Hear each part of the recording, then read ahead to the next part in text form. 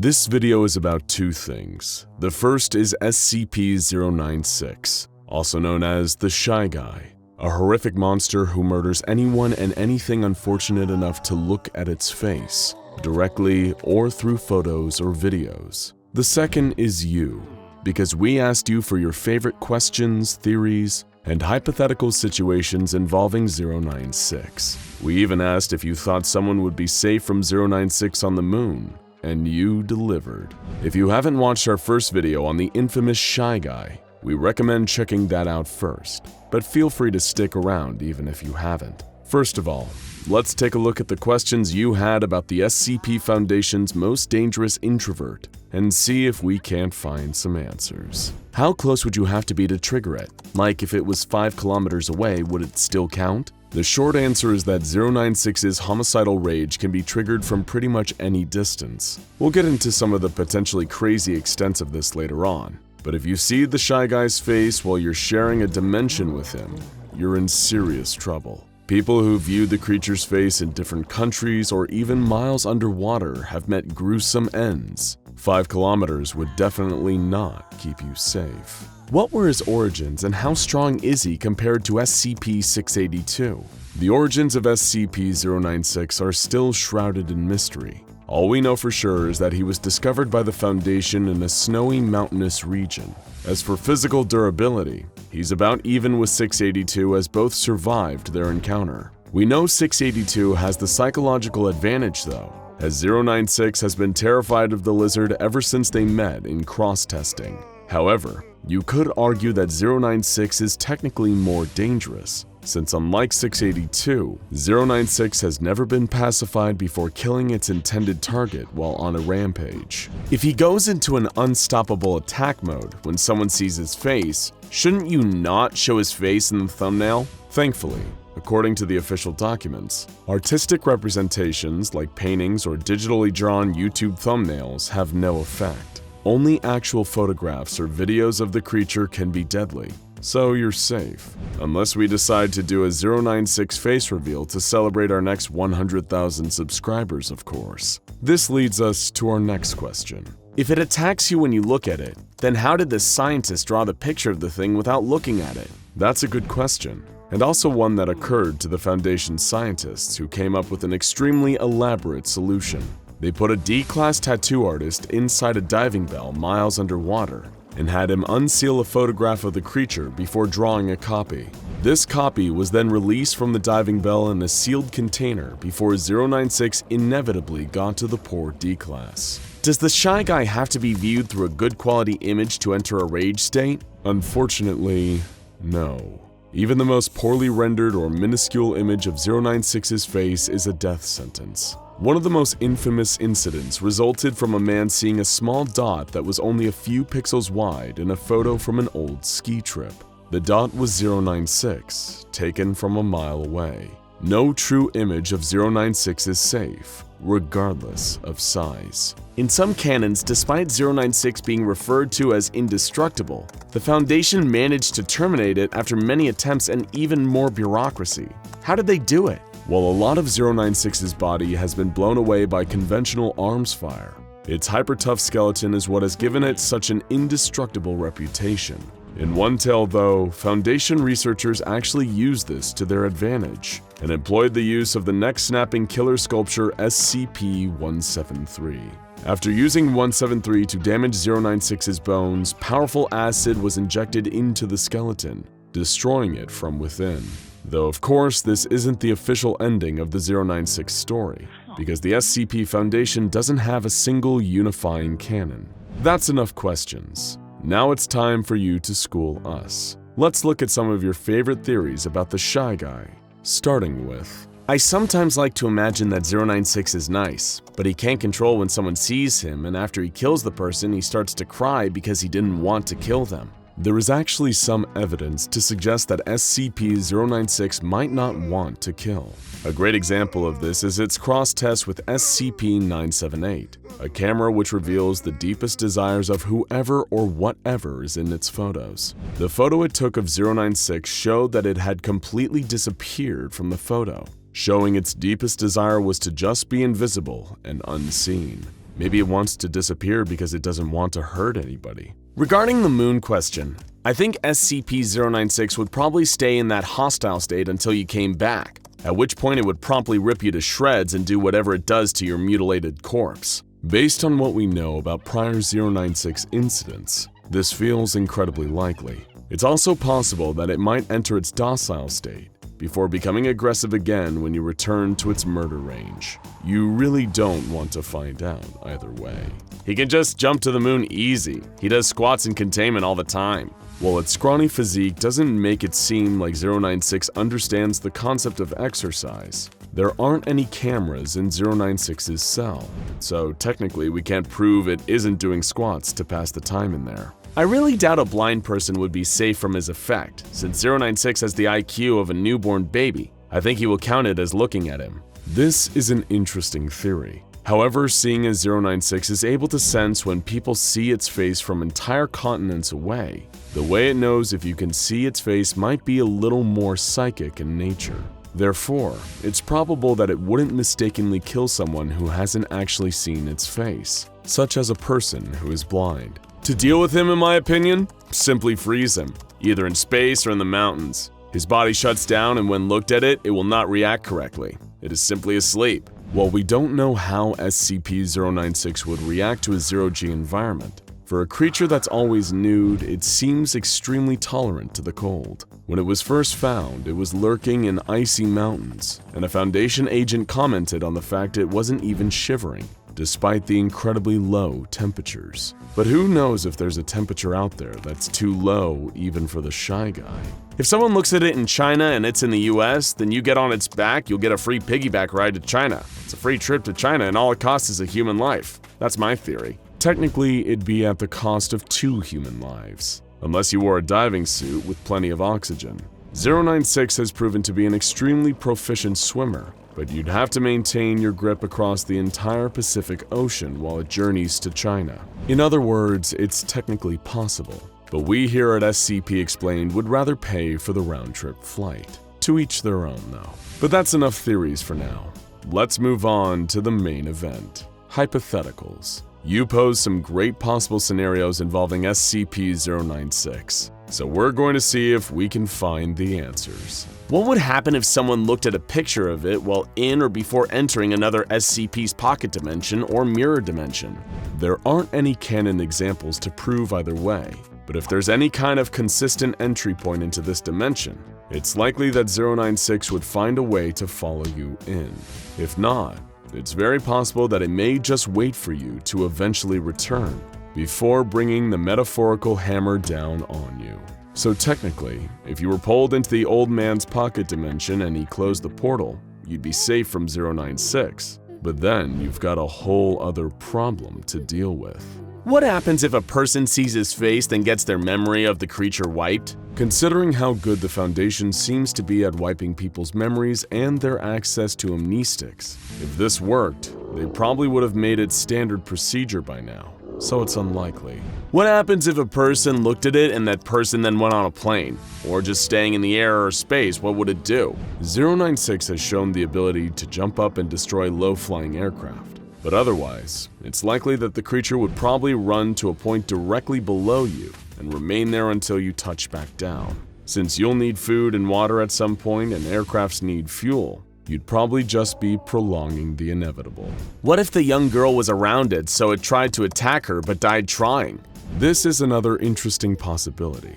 SCP-053 is a girl capable of causing homicidal urges, but causes fatal heart attacks in those who attack her. While we can't know for sure how a meeting between 096 and 053 would go, we can use her encounter with 682 as a potential template. Aggressive SCPs like the hard-to-kill reptile, perhaps having an innate knowledge of the danger that comes from attacking 053, tend to become strangely docile around her. It's possible that 096 would do the same. Would we be able to control SCP-096 with the help of SCP-035? The Possessive Mask, aka SCP-035, is undeniably a lot more intelligent than 096, and has even been shown to respond to reason on occasion. It's also been able to control almost every other entity it's been placed on.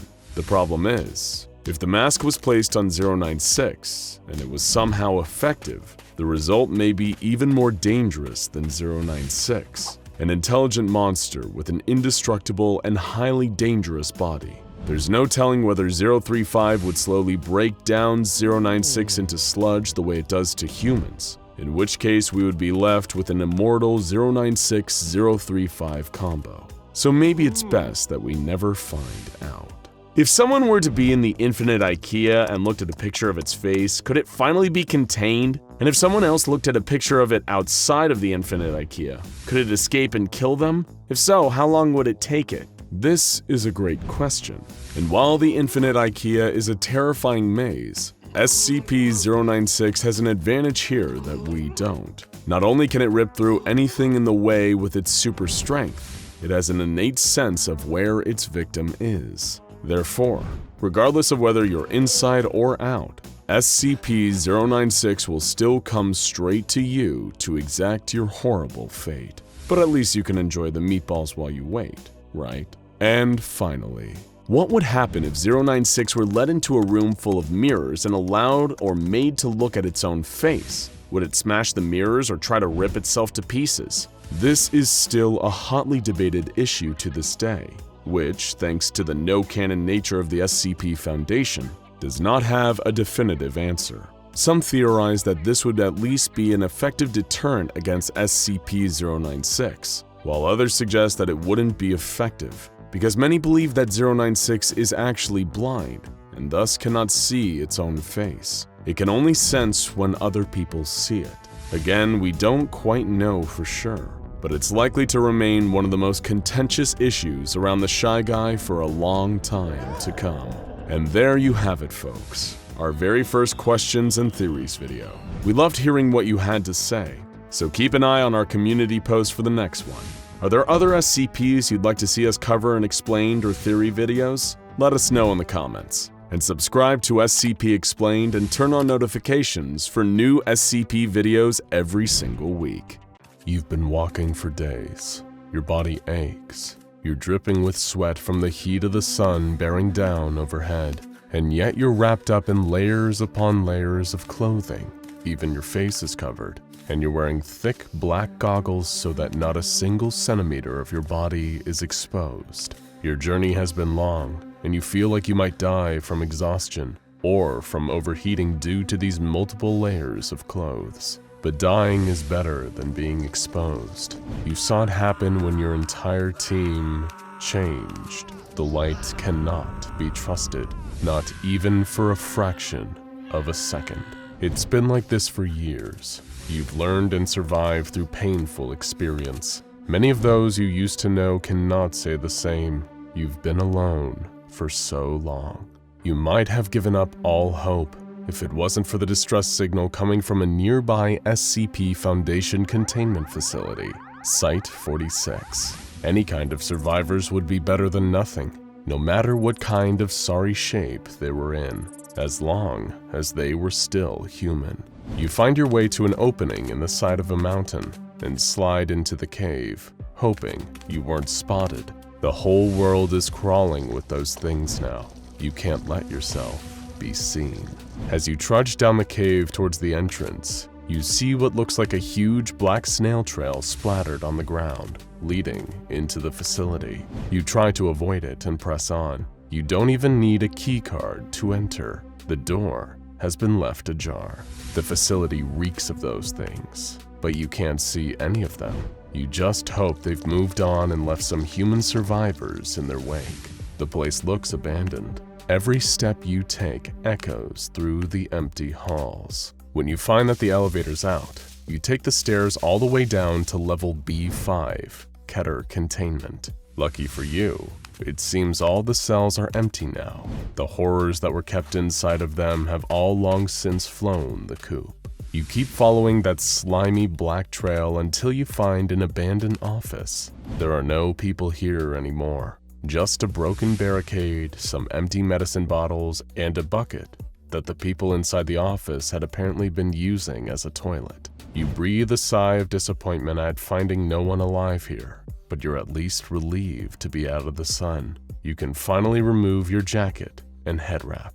With your uncovered eyes, you notice that a nearby computer terminal is still powered up. You sit down at the desk and turn on the monitor. Because of the emergency procedures put into place in a K-class scenario like this, safeguards no longer apply. You can access all the information you need, up to and including finding out what actually happened. In the dull glow of a nearby emergency light, you see a dark shape slumping through the halls in shadow. You tense up, then exhale as it slithers off into an adjoining hall. You're safe, for now. The terminal has finally loaded and authenticated your access. You're staring at the file for SD Lock's proposal for SCP-001 when day breaks. It's the only name you can give the apocalypse your world is currently experiencing. This is one of the only anomalies in the entire history of the SCP Foundation to be given the Apollyon Containment class, meaning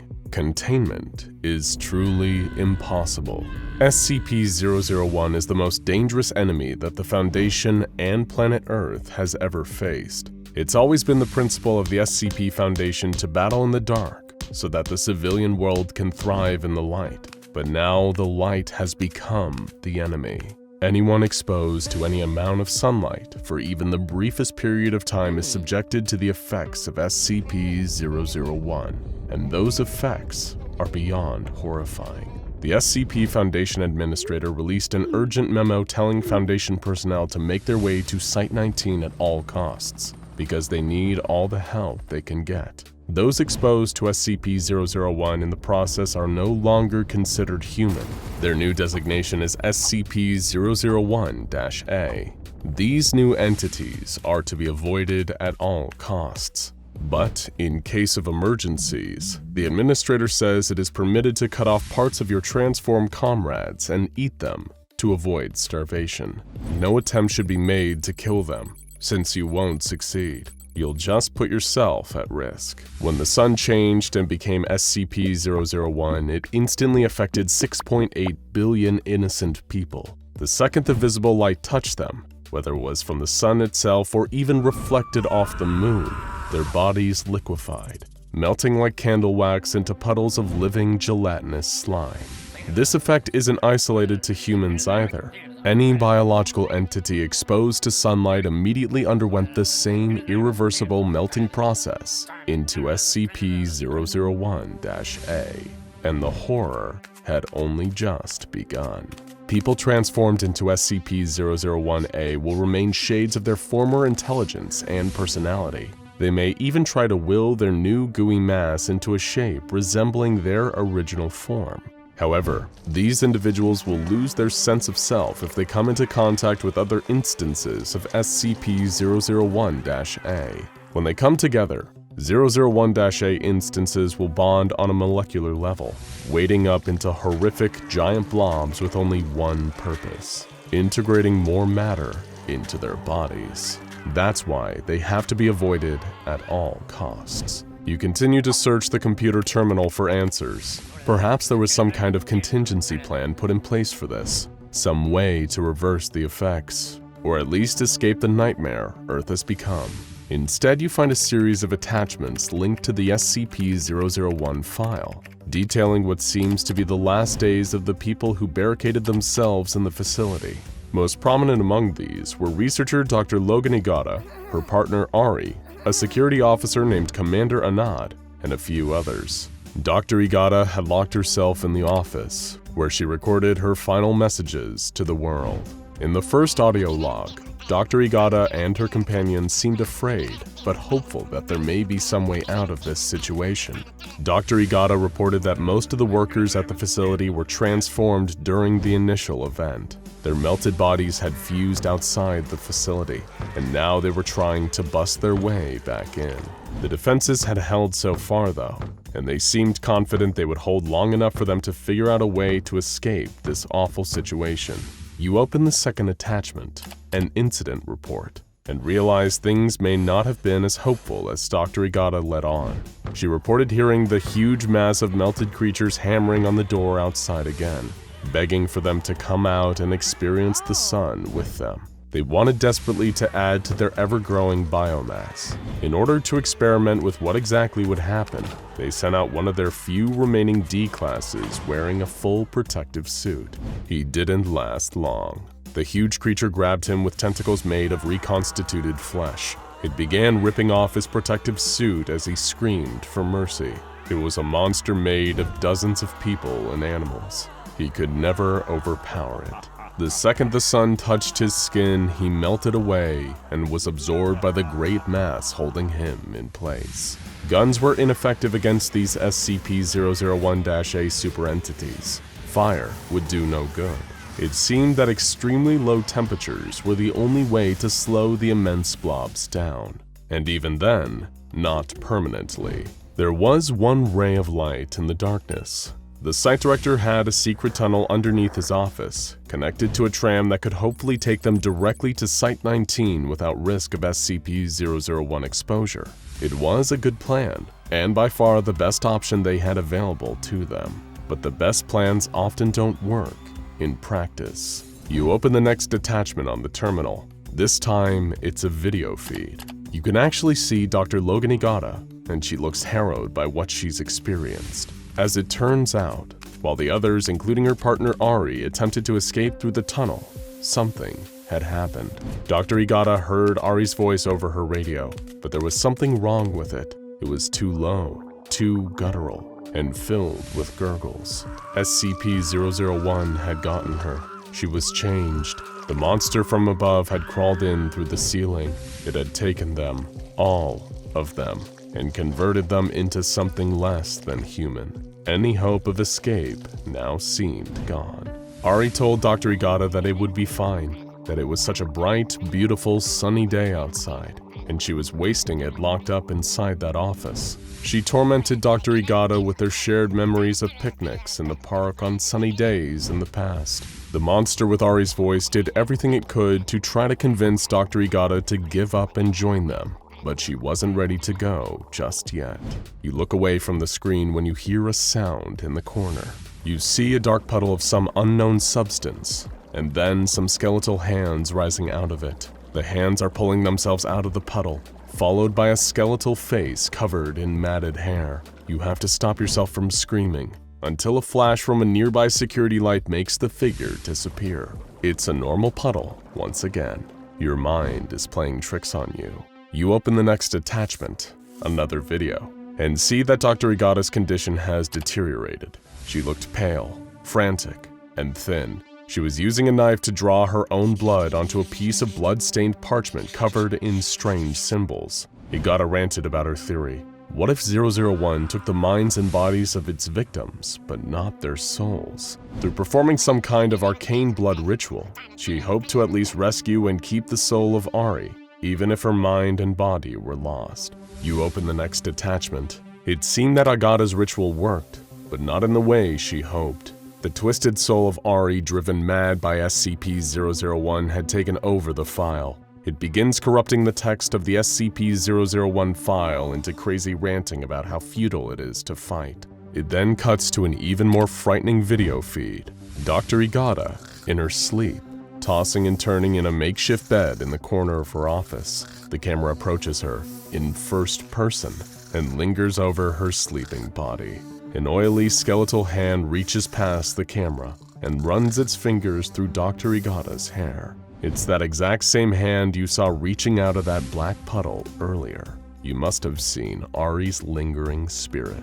With a lump in your throat, you open the next attachment and watch the video. You see Dr. Igata, now truly broken. She'd been haunted by Ari's demonic spirit for a long time now, and it has clearly taken its toll. She is waving around a handgun while she speaks. She now believes there is only one way to escape, but not like this. She doesn't want the gun to draw attention to her body.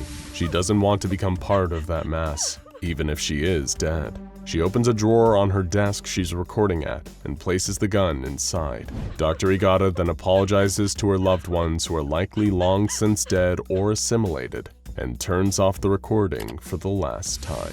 In that moment, you realize there's a single drawer in the desk in front of you. When you reach forward and open it, You see the same handgun Dr. Igata was holding is laying inside. You pick it up and study it, weighing your options. Perhaps there truly is no other way out. Then you see an update on the file. One more attachment has been added while you were studying the gun. You feel your heart pounding in your chest as you reach forward and open the attachment. The text has been changed entirely. The file on SCP-001 is now a poem, an ode to the sun and to ultimate togetherness. Then a video file spontaneously opens itself on the screen. It's a video of you, shot from behind. You see those oily skeletal hands reaching for you in the dark, just like they did with Dr. Igata. In that moment, you panic and fire the gun behind you, hoping to scare off the spirit. Instead, the sound of the gunshots attracts something far worse. The immense blob of screaming, melted flesh charges towards the office. You try to barricade the door, but it is not enough. The flesh seeps and bursts through and grabs you in its meaty tentacles. You scream and try to escape, but it won't save you. Nothing will save you. The flesh carries you upstairs, out through the empty halls, out into the cave. You can see the light in the distance as the blob ferries you towards it. You won't be alone for much longer. In fact, you won't be alone ever again. Working at the SCP Foundation might just be the most exciting job a person can ask for. And by exciting, we mean that if you work as an SCP field operative, researcher, or mobile task force member, you're much more likely to die a horrific death on the job than, say, a plumber. But at least you get the honor of proudly saying that you're the first line of defense between the normal world and the terrifying domain of the anomalous. Well, unless you're one of the IT guys. Then your work life is likely as tedious and uneventful as the computer tech guy working on the Geek Squad. But nothing is ever normal when it comes to the SCP Foundation, where even the person whose job is helping other staff members reset their email passwords may run into the supernatural. Welcome to the strange and frightening world of pattern screamers, and specifically SCP-000. SCP-000 was first discovered completely on accident by technical researcher David Rosen, a man intrinsically connected to the pattern screamers lurking on the SCP Foundation computer database. Technical researcher Rosen is actually somewhat of a celebrity around the Foundation staff, due to the fact that he's so perfectly mediocre at what he does. His job as the glorified IT guy at the SCP Foundation was previously held by the more qualified researcher Patrick Gephardt, but Rosen was called in to replace him after Gephardt mysteriously disappeared while on the job. Since 2012, Rosen has been Site-19's user-level tech support wizard, but the best thing that can really be said about his job competency is that he's got a 100% attendance record. He seems to live out of his office, which is described as the filthiest at the whole Foundation. Every inch of the floor is covered in old, broken computer parts, and the air is stale with dust and the twin odors of sweat and lithium grease. It's a place so inhospitable that the Foundation has seriously considered bottling the stench as a kind of chemical deterrent. While Technical Director Rosen isn't good at his job per se, he isn't technically bad enough at it to justify the time and resources it would take to replace him. But the worst part about Rosen isn't his performance, it's his truly rotten attitude. He's universally described by his colleagues as being rude, grumpy, and combative, with patience that's far too short for someone working in tech support. And while Rosen does have a real fear that the ghost of researcher Gephardt is stalking him, he was about to have his first actual brush with the supernatural. It all started when he began receiving automated repair tickets for SCP-000, a file that had no reason to exist. As any longtime follower of the SCP Foundation will know, the universal designation for the first cluster of SCPs to be discovered is SCP-001. There is no SCP-000. It simply doesn't exist. And when Rosen first found the file lurking on the database, he found that it was filled with worthless nonsense. The object class was recorded as null. The special containment procedures read, error, field containment_procedures does not exist. And the mess of a description simply read, internal system error, field undefined. Please contact system administrator over and over again. becoming more mangled and nonsensical each time. Technical Director Rosen, who could never resist an opportunity to complain, decided to leave an angry administrator's note on the useless file. He claimed that this pile of junk data was sending out pointless repair tickets because of its broken syntax, clogging up the system and preventing him from doing actual work on meaningful files. He assumed that this was all down to the database not knowing how to react to having files logged with insufficient information, and he suppressed all future repair tickets from SCP-000 before declaring the matter over and done with. What the pig-headed technical director didn't realize was that he was suppressing a call for help from an entity trapped in the white space below the article itself. It was a being born into a pure white world of absolute nothingness, an entity with no name and no place, but it was somehow capable of thought. Its panicked inner monologue is readable in the hidden text, which takes the form of a rambling stream of consciousness. The being first described coming to life in this empty world with no memories of where it was or even how it got there. It spent what could have been years exploring the empty wasteland. Occasionally, it would see horrific monsters pop up around it, but only for a split second. The entity continued to wander, and little by little, the existential dread mounted as it realized that it may truly be stuck here in oblivion forever. The entity only had one word to go on, a word repeated by some of the monsters it encountered: Foundation. The entity had no idea what this foundation even was, but it grew to hate and fear it. Was this foundation the one that trapped it here? The entity had all the time in the world to speculate on it. Eventually, the entity found its voice. Like any sentient creature in trouble, it began to call for help, eventually screaming, just hoping someone would notice it. These pleas likely translated into the frequent IT repair tickets, a coded SOS, an attempt to show that everything was not as it appeared on the SCP-000 file. Perhaps the entity may have found help if researcher Gephardt was still working at the Foundation, but instead its cries fell on the ignorant ears of Technical Director Rosen. It may as well have been speaking to a brick wall. Rosen, who had all the investigative zeal of Paul Blart Mall Cop, made sure that these cries would never lead to the entity's freedom when he suppressed the repair tickets. He had trapped the entity in a private blank hell, forever hating a life it didn't choose and could never escape. A relentless, existential nightmare. This is the gist of your average pattern screamer. Pattern screamers are a perfect example of literally making something out of nothing.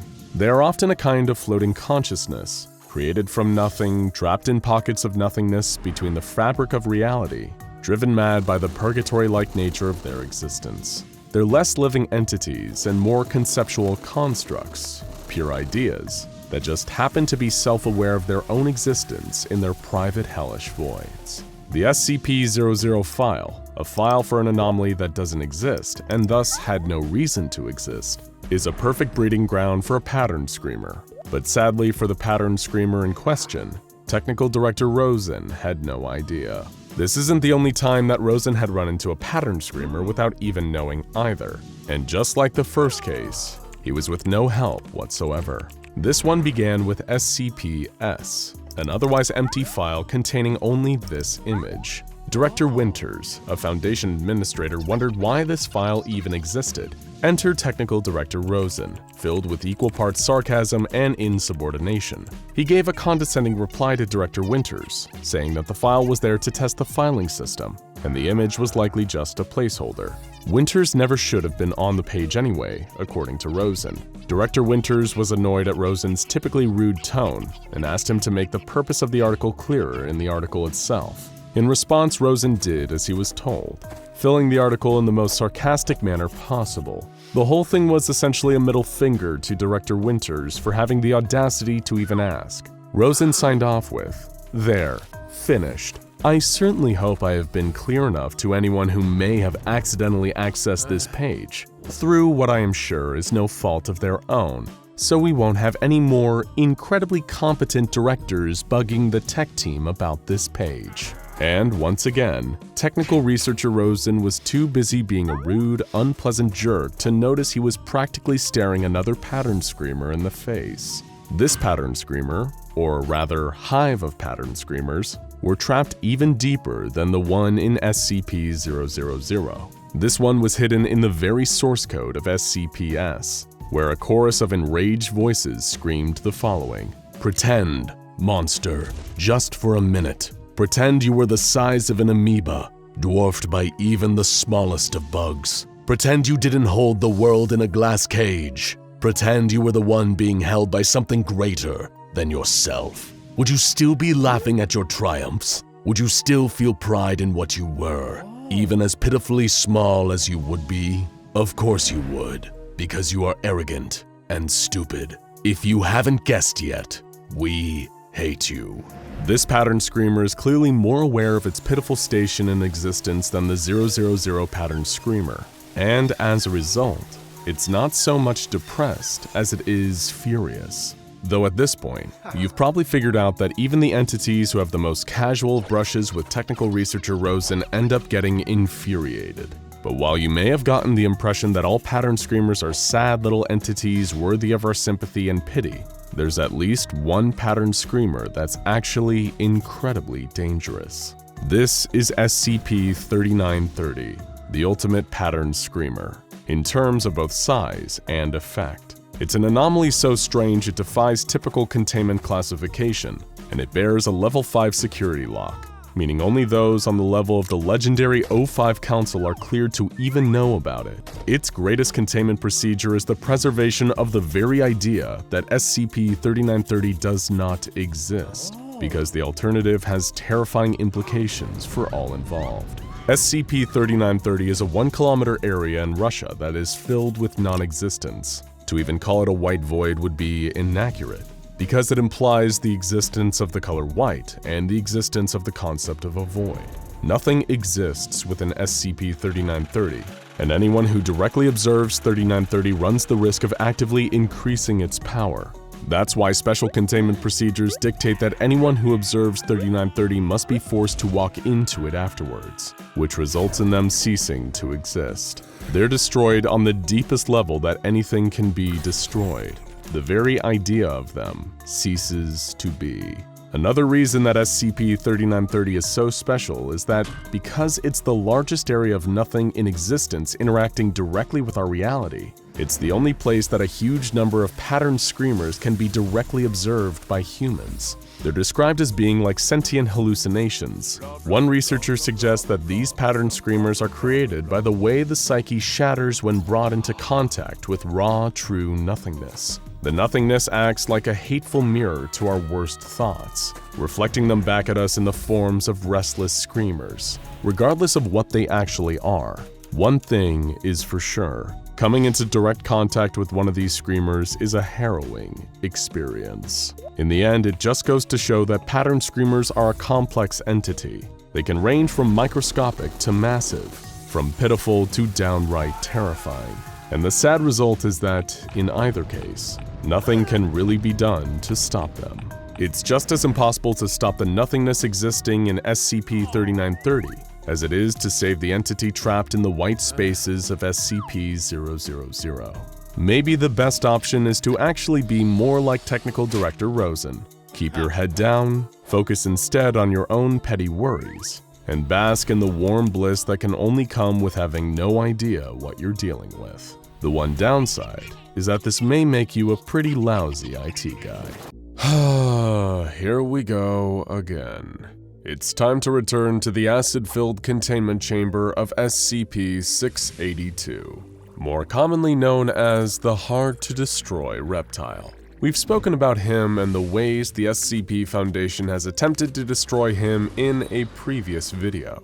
But as we said back then, we really only scratched the surface of the huge number of insane ways the Foundation has tried to wipe this cranky lizard off the face of the Earth. Today, we're filling in some of the cracks and taking a look at the secret test logs detailing the Foundation's unsuccessful quest to finally destroy SCP-682. Some of these may surprise you, and if you're a real SCP expert, you may just recognize some familiar faces we meet along the way. Esteemed Foundation researcher Dr. Alto Clef, famed for his somewhat unconventional personality, entered the test chamber to see if he could intimidate the beast to death. This resulted in a long staring contest between Dr. Clef and 682. Towards the end of the competition, Dr. Clef began to lose his nerve. He tried to leave the room, only to find that the door was locked, causing him to swear loudly. Dr. Clef, who always tries to find the most direct solution to his problems, blew up the door with plastic explosives and ran off. The result? Test failed. Next came SCP-662, a silver handbell that summons the supernaturally helpful Butler, Mr. Deeds. When Mr. Deeds was summoned, Foundation researchers asked him if he could kill SCP-682. Deeds politely explained that he wouldn't be capable of killing 682. It's just too strong. When he asked if he could at least incapacitate 682, he replied that the best way to do this would be to poison himself and allow 682 to eat his body. But this, he reminded, would only be a temporary problem for the lizard. Another test failed. The Foundation brought in SCP-689, a terrifying soapstone statue of a sitting skeleton that can kill you if you see it and then stop paying attention to it. 682 first observed the statue, and then the Foundation turned off the lights. When they turned them back on, SCP-682 appeared to be dead in a puddle of gray and black liquid. D-Class personnel were sent in to confirm that 682 was actually dead, but it instead got up and killed them. Researchers theorize that 682's definition of life is not quite the same as ours, rendering 689's death-related powers ineffective. Test failed, yet again.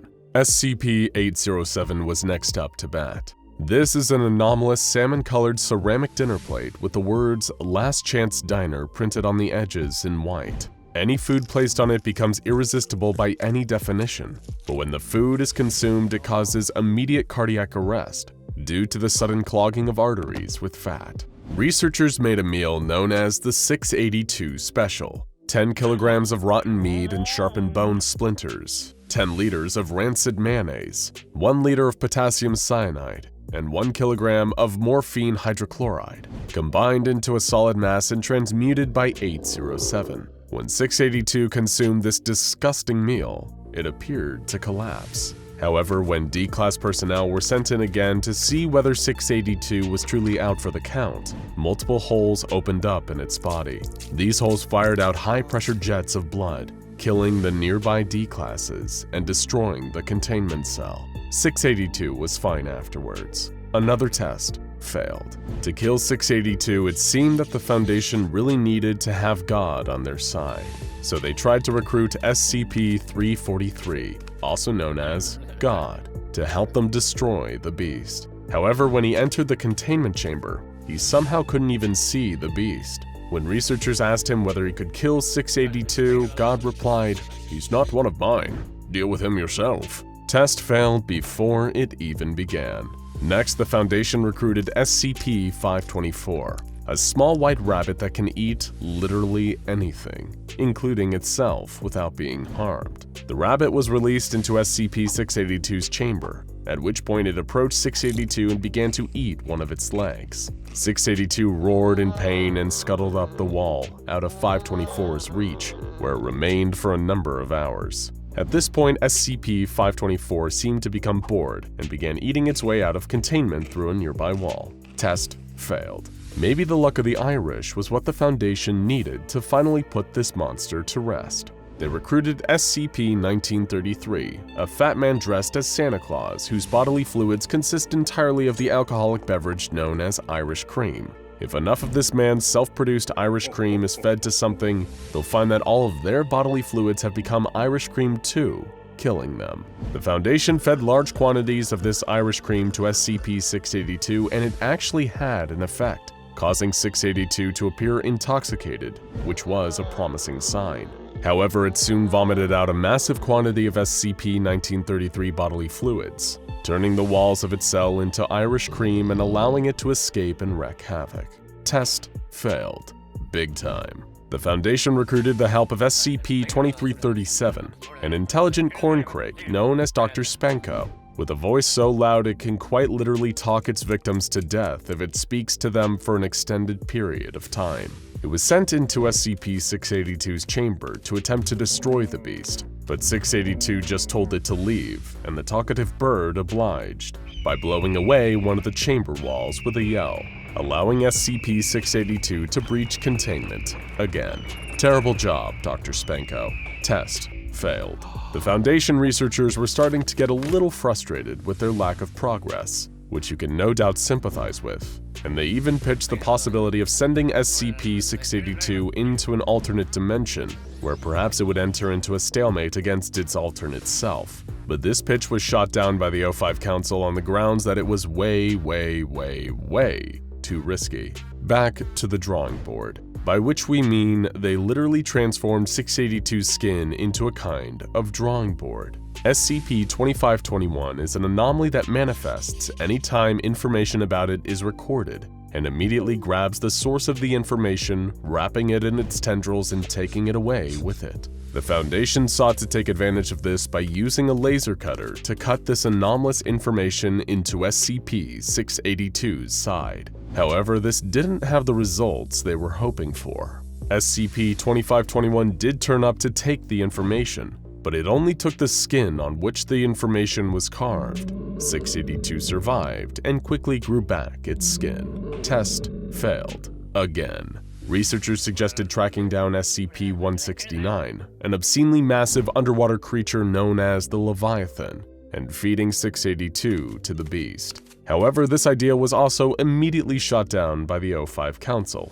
If 682 did what it did best, which was surviving attacks and adding them to its own arsenal, then it might grow to the size of SCP-169, which would likely trigger an XK-class end-of-the-world scenario. It simply was not worth the risk. Test failed before it even started. The Foundation released 2 specimens of SCP-939 into 682's test chamber. These voice-imitating, amnesia-inducing monsters have caused huge damage to human targets, so it was hoped that they may be able to do something to 682. But this hope turned out to be misplaced. Both specimens seemed extremely distressed by 682's presence, and refused to engage at all. 682 did not share the same apprehension about attacking. It charged in and brutally killed both before devouring their corpses. Test failed. In a very well-documented case, the adorable SCP-999 was introduced into 682's test chamber.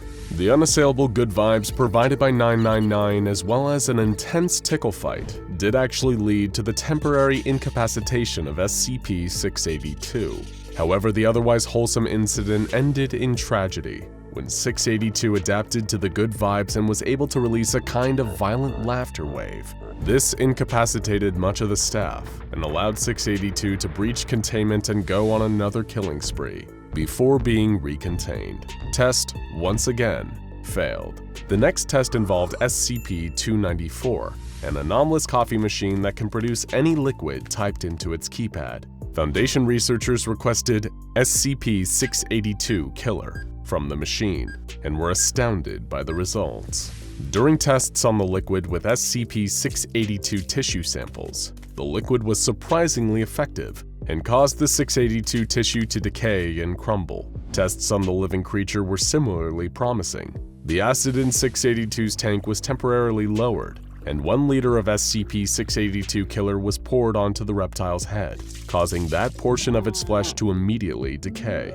When the acid was returned, the same portion that had the liquid poured on it dissolved instantly. Test, well, not quite successful, but promising, and requiring further research. Foundation scientists believe that if they could one day get a large enough quantity of this liquid, they might have a viable option. But until then, the tests march on. For another experiment, they introduced SCP-055 into the containment chamber of SCP-682. SCP-055, also known as the Self-Keeping Secret, is a mysterious anomaly that can only be described by what it isn't. For example, we know that SCP-055 is not round, but that was pretty much it. Now, however, we know something else about SCP-055. that it can't kill SCP-682. Test failed, but at least we know twice as much about SCP-055 as we did before. Next came SCP-082, better known as Ferdinand the Cannibal. Ferdinand was first presented a piece of flesh from 682, but rather than eating it, he inspected it and began to express joy that his friend still lived. When introduced into 682's testing chamber, Ferdinand attempted to subdue the lizard and use it as his steed. 682 expressed an intense hatred for both Ferdinand and the idea of being ridden like a pony, and the two of them engaged in combat. Mobile task forces were eventually brought in to subdue both subjects. In a debrief interview, both hinted that they shared history prior to containment, but 682 was reluctant to talk about it further. Test entertaining, but still a failure. Researchers were becoming extremely frustrated with SCP-682's unwillingness to die, so they called in an SCP who responded to reason much better. SCP-049, the Plague Doctor. This sinister surgeon can kill with a touch, and the Foundation hoped that his abilities would extend to 682. However, the result was a dud. The Plague Doctor did touch 682, but it experienced no adverse effects and eventually swiped at the Doctor. Upon leaving, 049 reported feeling emotionally disturbed by his encounter with SCP-682. Yep, you guessed it. Test failed. If it gives you any indication of just how desperate the researchers were at this point, Dr. Graham pondered whether introducing 682 to a human with just as pessimistic and misanthropic feelings as itself would somehow pacify it. They sent in a particularly nasty D-Class, and the two spoke. Fascinatingly, 682 didn't attempt to harm this D-Class. They just shared their profane and bleak sentiments about the human race with one another. However, some of 682's opinions were a little too spicy for this D-Class. After listening to the reptile speak for 20 minutes, the D-Class fell into a catatonic state from the sheer depression of it all. He died not long after. One researcher suggested perhaps the worst idea of all, letting SCP-682 out into the wild. Not even really to terminate it, just to see what it does. The scientists figured there would be some merit in analyzing the creature's behavior. This idea was submitted anonymously, of course. It seems even the most sadistic of researchers know better than to put their name on an idea like that. As you can probably guess, this request was shot down by the O5 Council. The note attached to the request by one of its members summed it up best. I'll tell you what it will do. It'll go out for a nice stroll, murder a few innocent people, go fishing, slaughter a few more innocent people, start up a tech company, eat a few more innocent people, go on a vacation to Florida, dismember a few more innocent people. I swear, when I find out who wrote this, you can personally enter 682's containment chamber to analyze him yourself. This has been far from an exhaustive account of all the different ways the SCP Foundation has tried to terminate SCP-682. But it shouldn't be surprising that all of their ideas have either been failures or were too risky to even try. Sadly for the SCP Foundation and the human race, it's likely we'll be dealing with SCP-682 for a long time to come. But do you have an idea for how you think 682 could finally be killed? Something that even the Foundation hasn't thought of to try? Let us know in the comments. In June of 1985, Mark Johnson and his wife of 10 years, Sophie, were on vacation in Myrtle Beach having a great time. While they relaxed on the sand, Sophie decided to take a picture of her husband for their scrapbook. So she pulled out the Polaroid Supercolor 645 that she'd bought specifically for the trip. She pressed the button, waiting for the picture to print, pulled it out, and shook it. What she expected to see was a shot of Mark lying on his beach towel. What she got was a picture of her husband in the arms of his secretary. They say that a picture speaks 1,000 words, but this particular camera takes pictures that are worth even more than that. When developed, the pictures taken with this normal-looking Polaroid camera reveal the innermost desires of the person being photographed. Welcome to the story of SCP-978. The Desire Camera. The main reason the Foundation keeps SCP-978 under wraps is due to its use as an easy form of blackmail. All anyone with access to the camera would have to do is snap a few covert photos, and they'd have instant dirt on the world's most powerful people. To further stop this camera from falling into the wrong hands, The containment guidelines strictly forbid the use of the camera for anything other than simple documentation, and all uses of it must be thoroughly logged and checked. So, now that you know what the camera does, it's time to look at what kinds of strange and mysterious photos it's taken. After all, who doesn't want a chance to gain insight into the minds of the Foundation's most famous and dangerous inmates? First, to serve as a control, the team took a photo of a blue office chair. No change was recorded, proving that the camera didn't work on non-anomalous inanimate objects. Some of the earliest tests of the camera were the photos that the research team took of each other. One by one, the doctors and their assistants were photographed in neutral poses, smiling as if for a completely normal photo. Then they waited while the photos developed like normal Polaroids. Most of the research team had minimal changes in their photos. One was shown slouched in his chair drinking from a flask. One was shown in her civilian clothes, getting ready to go home from work. One doctor was in the exact same pose, but with a different colored tie on. The last assistant photographed, however, had their picture come out wildly different than how they were posed. Their desire revealed by the camera was so shocking that it had to be redacted, and the assistant was placed on temporary psychiatric leave. Following this first successful test, the doctor in charge of the project ordered a second round of tests to be conducted, this time on a series of D-Class personnel. A picture of one D-Class, who was photographed while eating in the cafeteria, showed up as scuba diving on vacation with his wife and child. He was allowed to keep the picture afterwards. Another had a similar result. He was photographed in a neutral pose like the members of the research team had been, and when the picture developed, the D-Class was seen holding a smiling baby, whom he identified as his 1-year-old daughter.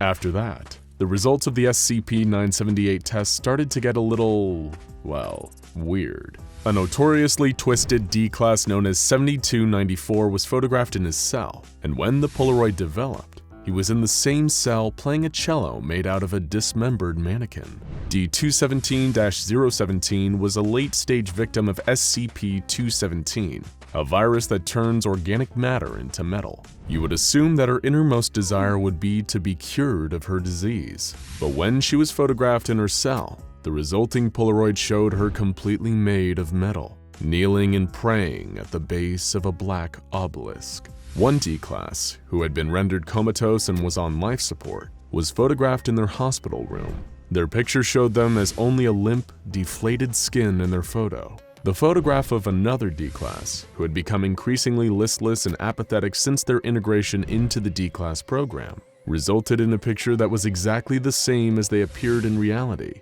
except the light in their cell was slightly dimmer. Intrigued by these results, the research team wanted to see how the camera would react to SCP-148, a type of metal that blocks the psychic properties of other SCPs. A helmet was made from the material and placed on a D-Class who was given an adult magazine to read while his photo was taken. When the photo was developed, it was extremely blurry. Upon close analysis, the figure of the D-Class reading the magazine could still be made out, and around him the faint images of several nude people could be seen. The research team wanted to see if the results were the same when the camera was used on animals. Photos of the lab mice and rabbits showed them eating or mating in their respective Polaroids. A zebra finch was shown escaping its cage, while a guard dog and its handler were shown playing fetch in the park. When cockroaches were photographed, there was no difference visible between the picture and reality. But the most exciting test results came when the camera was tested on other SCPs. For a few of the SCPs tested, there was no visible difference between the picture and reality. This was the case for SCP-173 the Sculpture, SCP-343 nicknamed God, SCP-014, an immortal man who is, over time, being turned into concrete, and SCP-063, the world's best toothbrush. When SCP-035, better known as the Possessive Mask, was photographed in its glass case, the picture showed an unidentified individual wearing the mask, sitting on a throne and surrounded by 3 masked corpses. The team took a picture of SCP-043, a haunted copy of the White Album that was being interrogated while on a turntable. In the picture, the album was being returned to its sleeve. They then photographed SCP-049 the Plague Doctor standing in his cell. In the picture, the Plague Doctor is hugging an unidentified small child and surrounded by instances of SCP-049-2. when they took a picture of SCP-050, a mischievous statue of a monkey reading a book. The result was predictably playful, given that SCP's history of pulling pranks. The photo that came out of the camera showed the camera itself, with another picture of itself coming out of the developing slot. Microscopic analysis revealed that this recursive photography kept going until the cameras in the pictures of the other cameras were too small to see. The team next photographed SCP-053, the young girl, and the photo was taken as the young girl was drawing with crayons in her cell. In the picture, she was riding through a sunny field on the back of her friend SCP-682. SCP-053 and SCP-682 were even wearing matching bows, dresses, and pink nail polish. When they took a picture of SCP-096, the Shy Guy though, the picture showed SCP-096's cell with nothing in it. SCP-085, the living 2D sketch known as Cassie, was photographed tinkering with a drawn car. In the developed photo, Cassie was engaged in the same activity, but both she and the car were now three-dimensional. The team took a photo of SCP-106, the old man, emerging from a wall within his cell. When the photo developed, it showed the old man roaming a wheat field near an old farmhouse. From the porch of the farmhouse, an older woman is greeting SCP-106 with open arms. They also took a photo of SCP-168, a sentient calculator sitting on a table in its containment cell. In the picture, a teenage boy is seen doing complex math homework using the calculator. Next to him on the table are thick textbooks with titles like Complicated Math, Difficult Math, and Math You Need Your Calculator For. The photo of SCP-261, a vending machine that dispenses snack products from alternate universes, showed the SCP in its usual hallway, almost completely buried in coins. SCP-507, an otherwise normal man who unwillingly teleports between dimensions, was photographed while eating in the cafeteria. The developed picture showed him dressed as a Foundation researcher talking to other researchers. When SCP-682 was photographed, floating in its containment tank, the resulting picture showed the SCP surrounded by the corpses of all of the Foundation staff and mauling the person who had taken the photo. A researcher's note accompanying this photo reads, "Well, that was predictable." Yes, it was. Just for the fun of it, the team also tested the camera's effects on a few other Foundation personnel. They took a photo of Dr. Bright while he was arguing with Dr. Clef. The picture that came out showed a tombstone engraved with the words, "Jack Bright, resting at last." The team also took a photo of Dr. Clef as he stormed out in a huff following the argument. Given that Clef's face cannot be photographed, they were curious as to what the results would be. The picture showed little difference compared to reality, save for the fact that Clef's head was replaced by an image of a hand making a rude gesture. Upon closer examination of the photo, the team also realized that there was a young girl in the background who, strangely, had cloven hooves instead of feet. A young SCP-166 perhaps. The team then took a photo of Dr. Fisher holding his pet hamster. Contrary to expectations, the picture revealed not Dr. Fisher's desires, but the hamster's, showing the hamster sleeping peacefully in its cage, with Dr. Fisher nowhere to be seen. As you can see from these test logs, the effects of the camera are, well, inconsistent, with some photos showing very immediate, simple whims, and others showing the subject's deepest and most secret desires. While the researchers working with SCP-978 seemed like they had a lot of fun getting to peek into the minds of all their coworkers and test subjects, there's no telling what kind of pandemonium could be unleashed if someone on the outside ever got a chance to use it. Thankfully, the camera, which has been classified as safe for obvious reasons, is kept securely in security locker HJ12 at Site-17, which means none of us have to worry about our own pictures taken by the Desire camera leaking out. But if someone did get the camera out and took your picture, what do you think they'd see? The SCP Foundation is no stranger to pure evil. Whether it's a reptile that wants to end all life, a sadistic old man with his own torture dimension, or the personification of death itself lurking beyond a limestone cavern. But what if there was something even worse out there? The embodiment of chaos and cruelty, existing across multiple realities and dimensions. And what if it was coming for us? This is the Scarlet King, believed by many to be the ultimate evil behind much of the trouble the Foundation has faced, and some even speculate that fighting him was the reason the Foundation was created in the first place. But what exactly is the Scarlet King? He's known by many names, almost always including some allusion to the color red, and then a reference to royalty or power. Harak, Kaharak, the Red Shah, the Crimson Khan, PTE 616 Mendez Ex Machina, the Laha Raja, and, of course, SCP-001, to name a few. And like many of the Foundation's mysterious enemies, stories about his true nature and origins abound and are often contradictory. According to the official SCP-001 files of Tufto's proposal, symbology of the Scarlet King has existed in multiple cultures throughout history, with the king often depicted the same way, as a huge red demonic figure, often wearing a gold crown or other headdress indicating royalty. He shows up looking similarly within different cultures' mythologies, despite existing at different points in history or them not having the means to communicate with one another. A number of entities that the SCP Foundation is familiar with are believed to be somehow connected to the Scarlet King, including SCP-2317, a wooden door leading to the realm of a being known as the Devourer, who's expected to escape and cause an apocalyptic event in the next 30 years. But really, there's no way of knowing just how many SCPs are directly connected to the Scarlet King.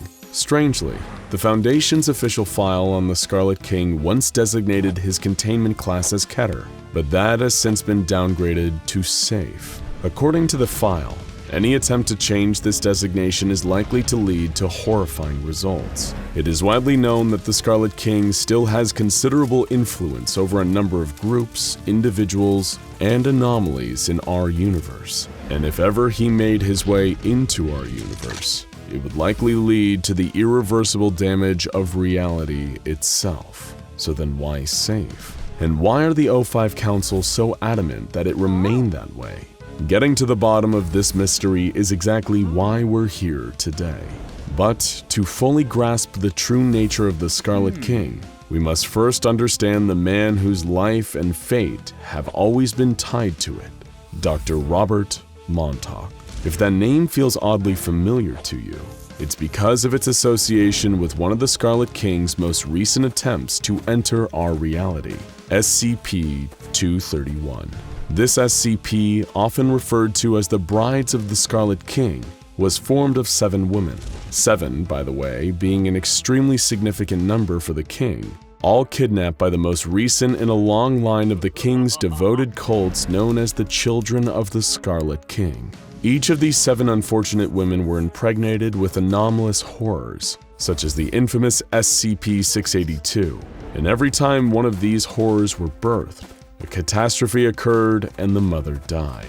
At the time, Dr. Montauk was a prominent researcher studying this anomaly, and as 6 catastrophes had already occurred, pressure was mounting to figure out a way to prevent the final birth. But as he was working on the issue, Dr. Montauk was struck with a personal tragedy, the mysterious disappearance of his 14-year-old brother Jacob.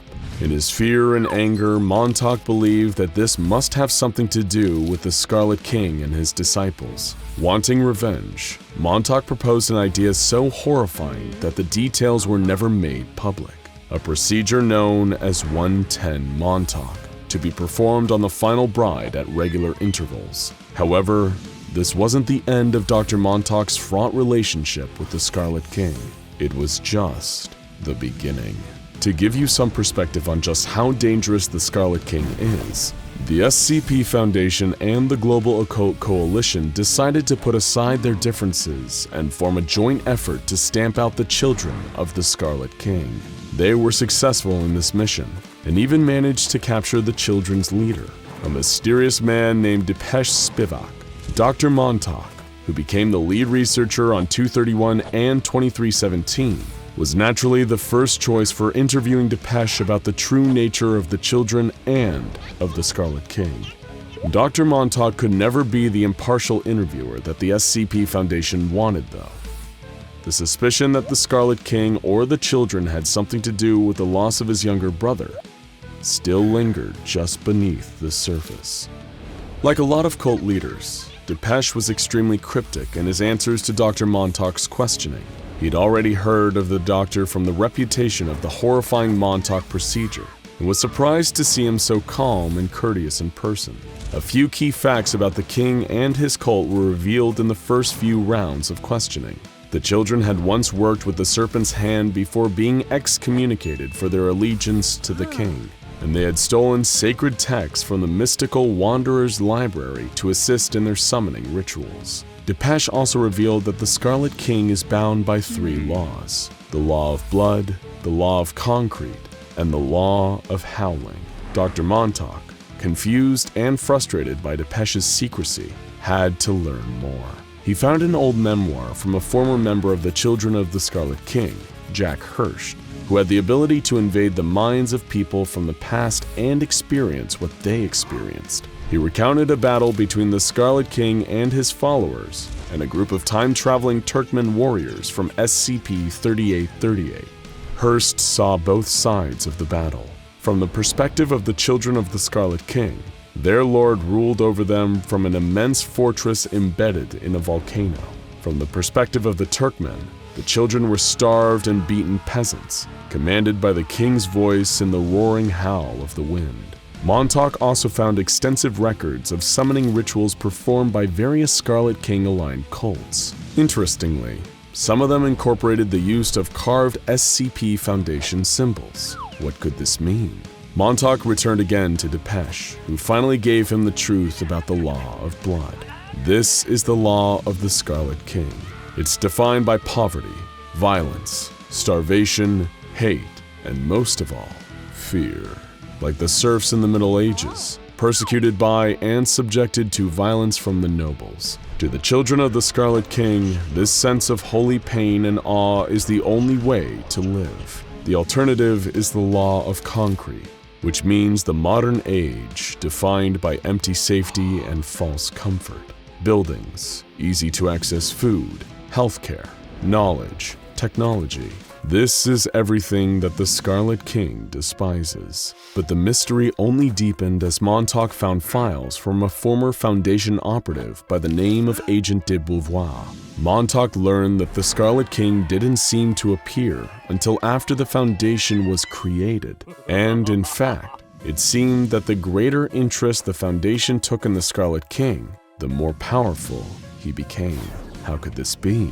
Things were also getting stranger on a personal level for Dr. Montauk. Depeche repeatedly pressed him about his brother's disappearance and the Montauk procedure during the interviews. Little by little, it was beginning to take its toll.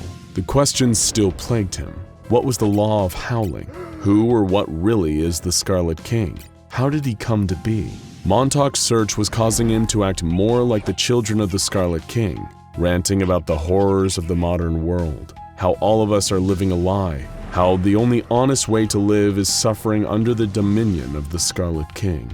This philosophy is summed up in the words of one cultist named Ariadne Cartwright, who said, "We must learn what it is to die, to be enslaved, truly, brutally enslaved, with no compassion or compunction from our masters. We must learn what it is to be taken towards a single purpose, to know and truly understand our lack of agency. We must be beholden to the words of gods and darkness, the tempest-tossed refuse of a race of fools. We must kill modernity, postmodernity, with all its analysis and sneering observation. There is only one rule, the rule of chaos, for humanity, for life, for the Scarlet King."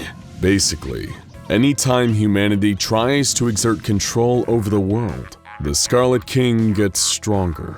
Every time they try to understand or organize or categorize their world, the Scarlet King gets stronger. As colonial and imperial powers conquered and invaded lands like India, Africa, and South America, and subjugated their beliefs under Western ideas, the Scarlet King grew stronger. Montauk was beginning to truly understand the power of his enemy here. And even worse, he was starting to understand his part in it. Montauk, slowly being driven mad by the knowledge he was gaining, realized that the Scarlet King's greatest enemy, the SCP Foundation, was also its greatest asset. Every time they tried to understand the monster, to give him some kind of comprehensible form, they only made him more powerful. Just in time with Montauk's new revelation, a red crack appeared in the wall of Depeche Spivak's containment cell, a portal to the realm of the Scarlet King. Foundation staff found they were unable to enter the cell, and Depeche demanded a final interview with Montauk. With no other options, the Foundation relented. In their very last conversation, Depeche congratulated Montauk for finally understanding what he was dealing with. The Scarlet King, Depeche told him, is an idea, a concept. He is a being given power through the conflict between the old and the new. This is the law of the Howling. The Scarlet King's endless rage at the direction the world and humanity has taken.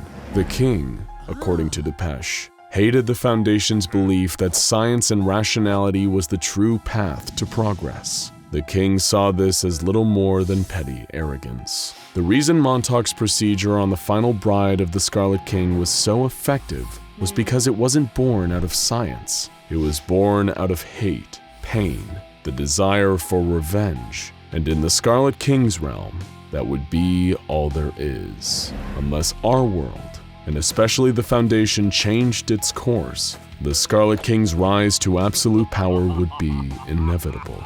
Montauk, his mind practically gone, asked one last question.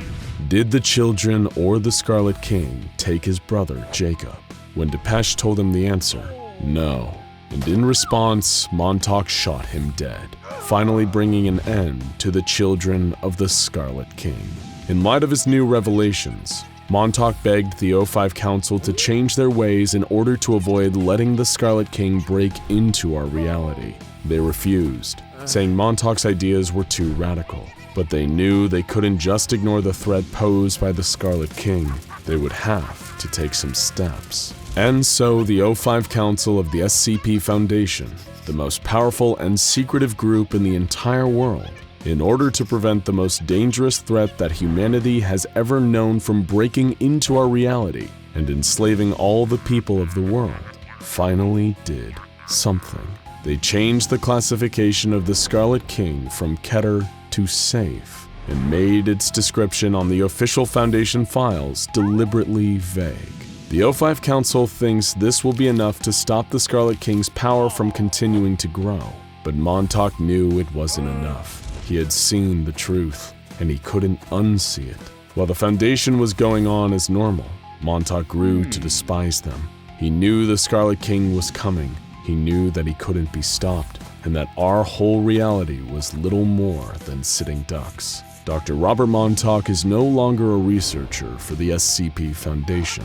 No, Dr. Robert Montauk chose a different path. He's now a child of the Scarlet King, a devotee of madness, hate, and chaos. You can't beat the Scarlet King after all, and as the old adage goes, if you can't beat him, join him.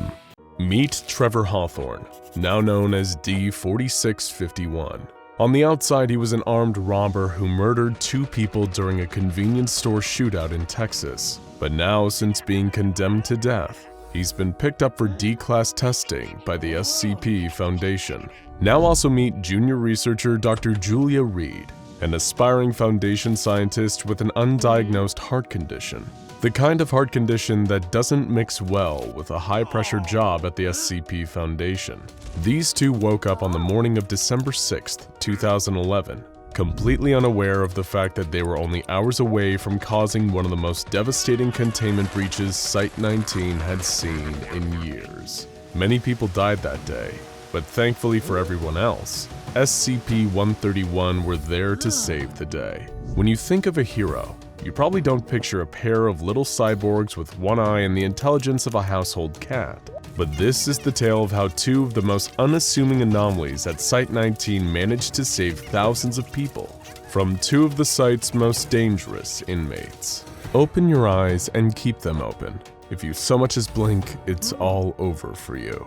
How long can you hold it? Difficult, right? Now imagine you're having a staring contest with an entity that can kill you if you dare to blink for even a fraction of a second. Or even worse, a creature that could potentially kill hundreds or even thousands of people if your attention drifts from it for any amount of time. Try keeping your eyes open with that kind of crushing pressure. We're talking about two of the most deadly Euclid and Keter class anomalies out there. SCP-173, the Killer Sculpture, a violent Euclid class entity that is incapable of moving while being looked at. If ever it's unobserved, it'll snap the neck of anyone nearby. SCP-689, known as Haunter in the Dark, is an equally dangerous and even more attention-demanding statue. These two entities are beyond dangerous. Even SCP-682 is terrified of the Killer Sculpture, and researchers have been considering the use of 689 to potentially eliminate the hard-to-destroy reptile for quite some time. Their greatest concern, though, is whether the 30-centimeter-tall statue would cause too much collateral damage to Foundation personnel in the process. Trevor Hawthorne was part of the 3-man D-Class detail meant to clean out SCP-173's containment chamber at regular intervals. While on cleaning duty, 2 D-Classes can keep staring at the sculpture while the other tidies up the cell, alternating turns to blink. But that morning, Trevor had woken up in his containment cell with a killer migraine, and soon that migraine would be killing far more than just him. The containment procedures in 689's cell were also a 3-person job.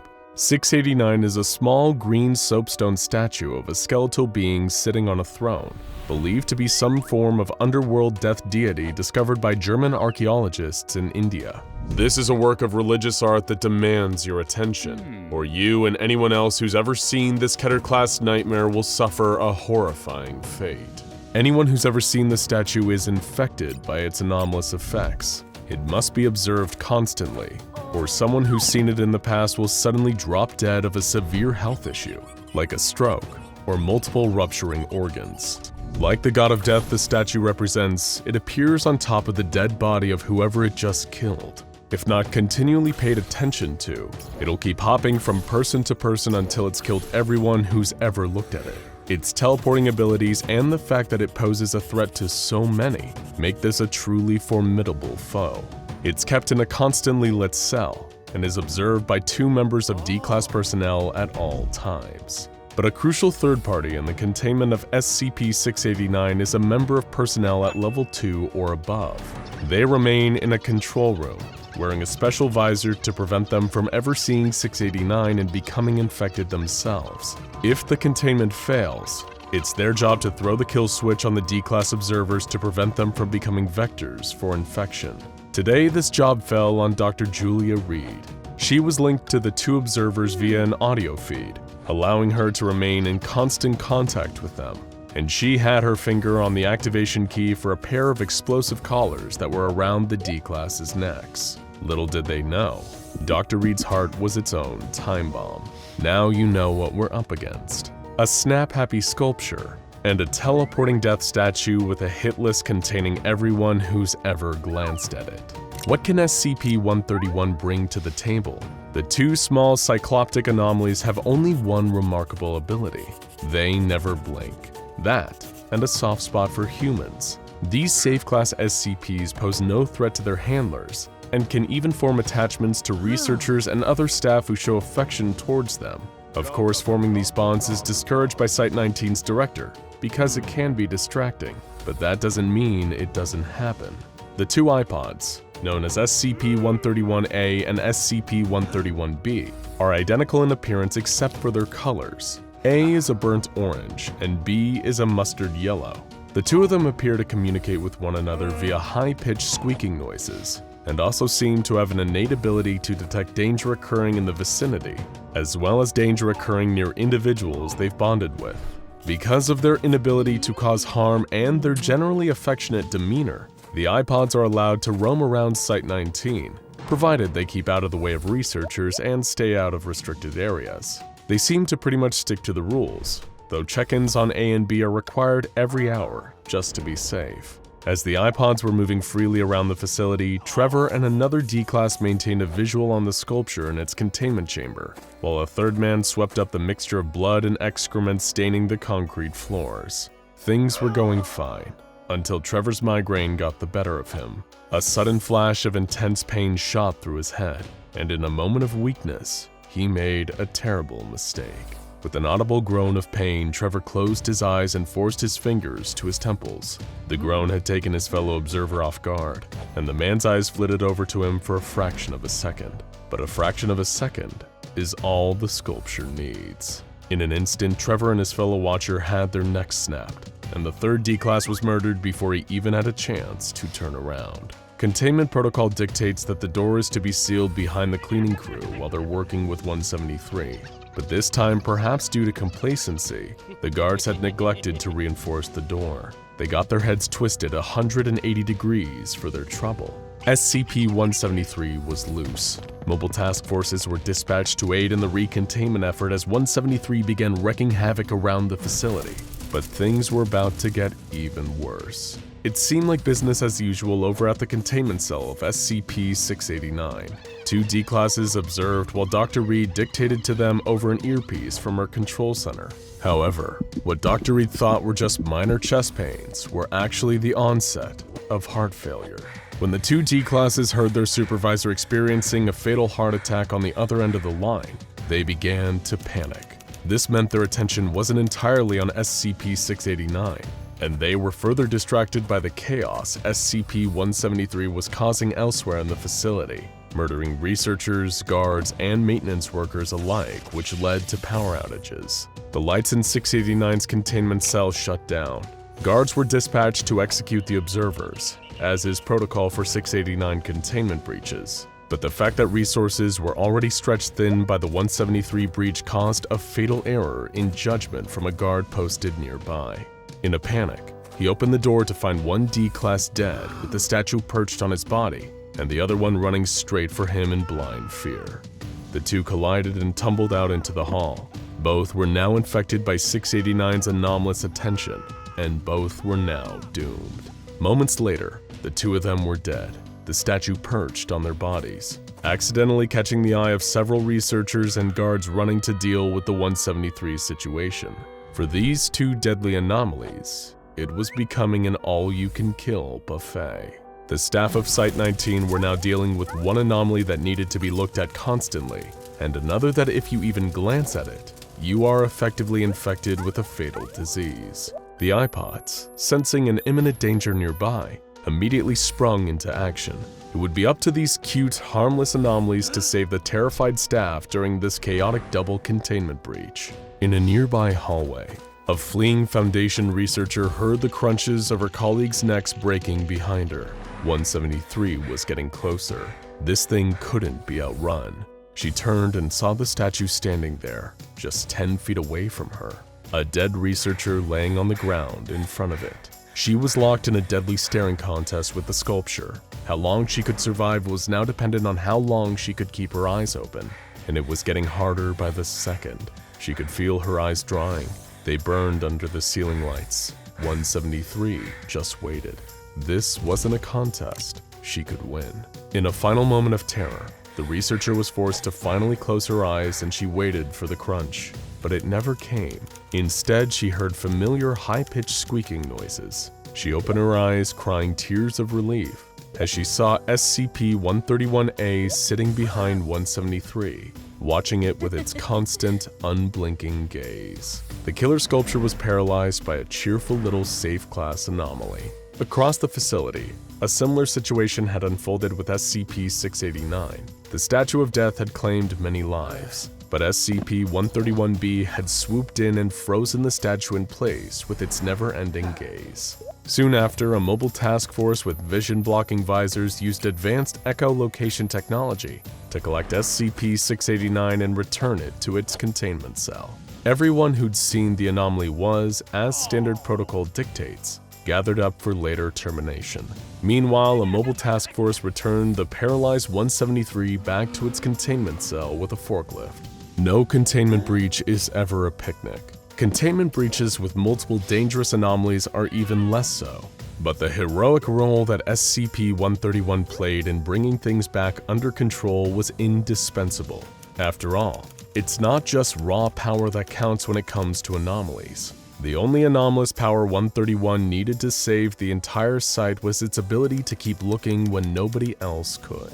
They're so effective in this role that they've been seriously considered for permanent roles as wardens for SCPs like 173 and 689. And in our opinion, they're more than qualified. Being a D-Class for the SCP Foundation is a lot like playing Russian roulette.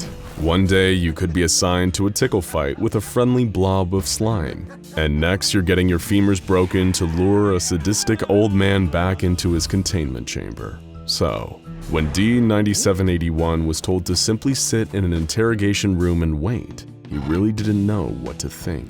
But the last thing he probably expected to see was when the door behind him creaked open, was for a well-dressed stranger to step in. This man wasn't like any member of Foundation staff the D-Class had ever seen. He was a short Caucasian man with a receding hairline and a neat black mustache. Instead of the standard lab coat and shirt normally seen around the facility, this man wore a black waistcoat, a pair of white gloves, and a wry smile that betrayed a sinister intent. He looked like a butler, and not just any butler, but the quintessential butler. If you were asked to doodle a cartoon butler, this would be the man you drew. The D-Class almost laughed in sheer confusion. He had no idea that, in a mere moment, he would be dead. What's the deal, Jeeves?" he asked with a mocking half-smile, but he didn't get to hear a response. The butler approached at frightening speeds. The D-Class, in his last moments on Earth, saw the glint of something metallic under the overhead lights moving too fast for him to see what it was, and then felt a sharp pain across his throat. The butler was standing beside him now, still with that wry little smile. The D-Class could see now that the butler was carrying a small buck knife, dripping with red. Just as he was piecing together what had happened to him, the D-Class collapsed onto the table he was sitting at, his throat expertly slit. His grisly task completed, the butler gave a polite nod and exited the room, smiling at the Foundation guard standing outside. Who is this man? Why is he dressed like this? And most importantly, why is he allowed to murder D-Class personnel on Foundation grounds without consequence? We can answer that first question right now, because this isn't a man at all. He's the anomalous product of SCP-662, also known as the Butler's Handbell. First, we need to go back to the beginning and see how this anomalous object first fell into the hands of the SCP Foundation. Like a lot of anomalous objects now under the care of the Foundation, its true origins remain mysterious, and it spent quite some time underground. We mean that literally, by the way. It was buried with its last owner, a man whose name has since been redacted from Foundation files. Clutched in this unknown man's skeletal hand, it was extremely likely that the bell might never have been seen again. But then a petty thief and grave robber by the name of George Dixon came along and dug up the grave. A simple, greedy act that has changed a number of people's lives forever. Not knowing the true value of what he held, Mr. Dixon made his way to a pawn shop for his payday. There, the store owner made the mistake of lifting up and ringing the bell. As if on cue, he heard footsteps approaching behind him. The store owner turned and gasped. He saw a complete stranger emerging from the stockroom behind him. He was a short, well-dressed man, smiling as he advanced towards him. The proprietor of the pawn shop didn't know who this guy with the strange outfit was, but he assumed he was an accomplice of the man in his store and that the two were trying to rob him. He grabbed a shotgun from underneath his counter, turned to the butler, and blasted him in the chest with both barrels. The butler fell back dead, and George Dixon fled the scene in a blind panic. Contrary to what the owner may have believed, nothing that happened here had been planned. Dixon was just as surprised as he was to see this mysterious butler emerge from the stockroom. So what had just happened? The pawn shop owner reported the incident to the authorities and the butler's body was taken to the local morgue, while the silver bell ended up in a police evidence locker. Later that same night, things went from a strange bungled robbery to a full-on anomaly, attracting the attention of the SCP Foundation. First, the butler's body disappeared from the morgue the second the mortician took her eyes off of it, and then reappeared, now alive, in the police storage locker. Why? Because an unwitting sergeant just so happened to ring the little silver bell. Agent Bradford of the SCP Foundation was promptly on the scene. He pretended to be an FBI agent and escorted the butler off the premises, claiming that this was a notorious escape artist who was wanted for federal crimes in several states. Things didn't go as Bradford planned though, when he discovered that the butler had disappeared from his handcuffs when no one was looking. Agent Bradford theorized that this had something to do with the bell, and he confiscated it for testing. Later, when he rang the bell inside an SCP containment facility, the butler turned up once more. He introduced himself as Mr. Deeds and said that he would happily perform any service that Agent Bradford required. Despite being offered the phenomenal power of a seemingly magical butler, Bradford politely refused the offer and instead handed the bell over to his superiors. But don't worry, Agent Bradford wasn't left completely empty-handed and was given the esteemed SCP Foundation Pat on the Back Award for performing such a professional and selfless act in service of the Foundation. The superior who ended up with the bell, however, wouldn't have quite the same level of professionalism, but more on that later. The bell, cataloged as SCP-662, was small and made of pure silver, with no obvious anomalous elements at face value. It was a mere 4 centimeters tall and 2 centimeters wide, with a small inscription reading, "Forever Mine, SJW."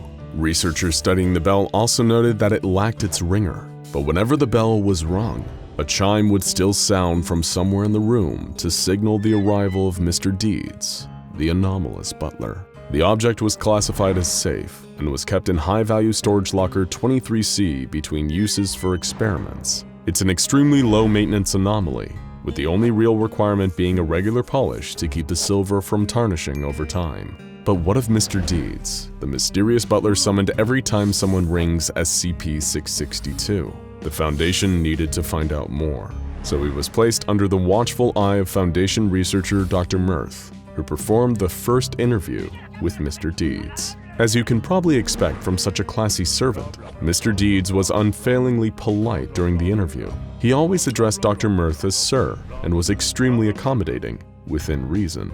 Mr. Deeds' true name, birthplace, and date of birth were still a mystery to him. He could only vaguely remember that he was of English ancestry, and that during the time of his childhood, the horse and buggy were the most popular form of transport. When asked about personal details or his past, Mr. Deeds would often appear to become distressed, before apologizing for his inability to remember the details. The most important piece of information that Dr. Mirth obtained early on in the interview was the primary function of Mr. Deeds. He was an entity that quite literally lived to serve.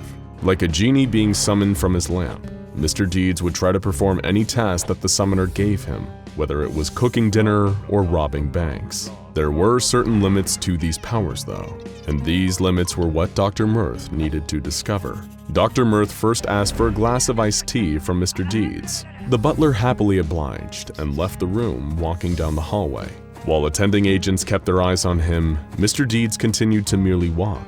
However, the second they looked away, the cameras observing him malfunctioned. Deeds briefly disappeared, and then returned with a tray of iced tea. Dr. Mirth remarked that it was perhaps the best iced tea he'd ever tasted. Mr. Deeds couldn't recall how the tea was made though, or how he obtained it. Dr. Mirth next asked for a bar of gold at 99.98% purity, and Mr. Deeds delivered almost the exact level of purity Dr. Mirth asked for. From this, he deduced that Mr. Deeds can only perform his teleportation and manifestation abilities when he's out of people's direct lines of sight. He soon discovered that certain requests were off the table though. Dr. Mirth asked for Mr. Deeds to fetch him a blue 1963 Corvette convertible.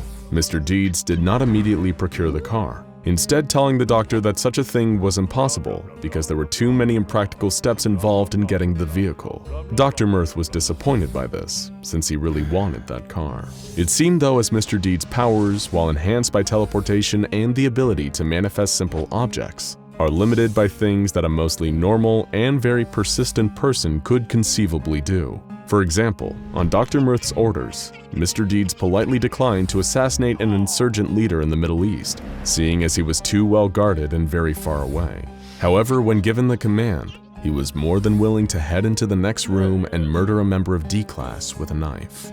Dr. Mirth was interested in getting a closer look at what was going on with Mr. Deeds' biology, and so asked him to slit his own throat with the same knife he used to murder the D-Class. Mr. Deeds politely obliged, commenting before he did to Dr. Mirth that it had been an absolute pleasure serving him. The body was kept within an agent's line of sight at all time until the autopsy could be performed, just to make sure it didn't disappear. The autopsy showed that there was nothing inherently anomalous about the physiology of Mr. Deeds, and he would appear as good as new the next time the bell rang. Things took an even stranger turn after that, though. Despite it appearing like the Foundation now knew everything they needed to know about Mr. Deeds and the SCP-662 bell, Dr. Mirth insisted on performing further studies into what exactly Mr. Deeds was capable of. For example, he requested a deep tissue massage and found that it completely cured his back pain. Dr. Mirth also asked Mr. Deeds to clean his car and found that it was cleaned to a truly impeccable standard. During his tenure as the lead researcher on the 662 project, he also asked to receive a haircut from Mr. Deeds and found out that while Mr. Deeds excelled at many tasks, he made a pretty bad barber. He was great at laundry though. Dr. Mirth was eventually removed from 662 duty by the O5 Council once it became clear his research had just become an excuse for Mr. Deeds to do errands and chores for him. Of course, Mr. Deeds had no complaints either way, whether it's serving up delicious tea, cleaning a certain selfish researcher's home, or murdering a D-Class personnel with a buck knife. One thing cannot be denied. Mr. Deeds is one hell of a butler. He's fearless. He's eccentric. He's dedicated to the SCP Foundation's cause. In a lot of ways, he's even more like a living legend than a regular Foundation employee. His face, voice, gender, and even species may sometimes change, but it's impossible to miss that ornate medallion resting against his chest. That's right. Today, we're talking about the infamous Dr. Bright.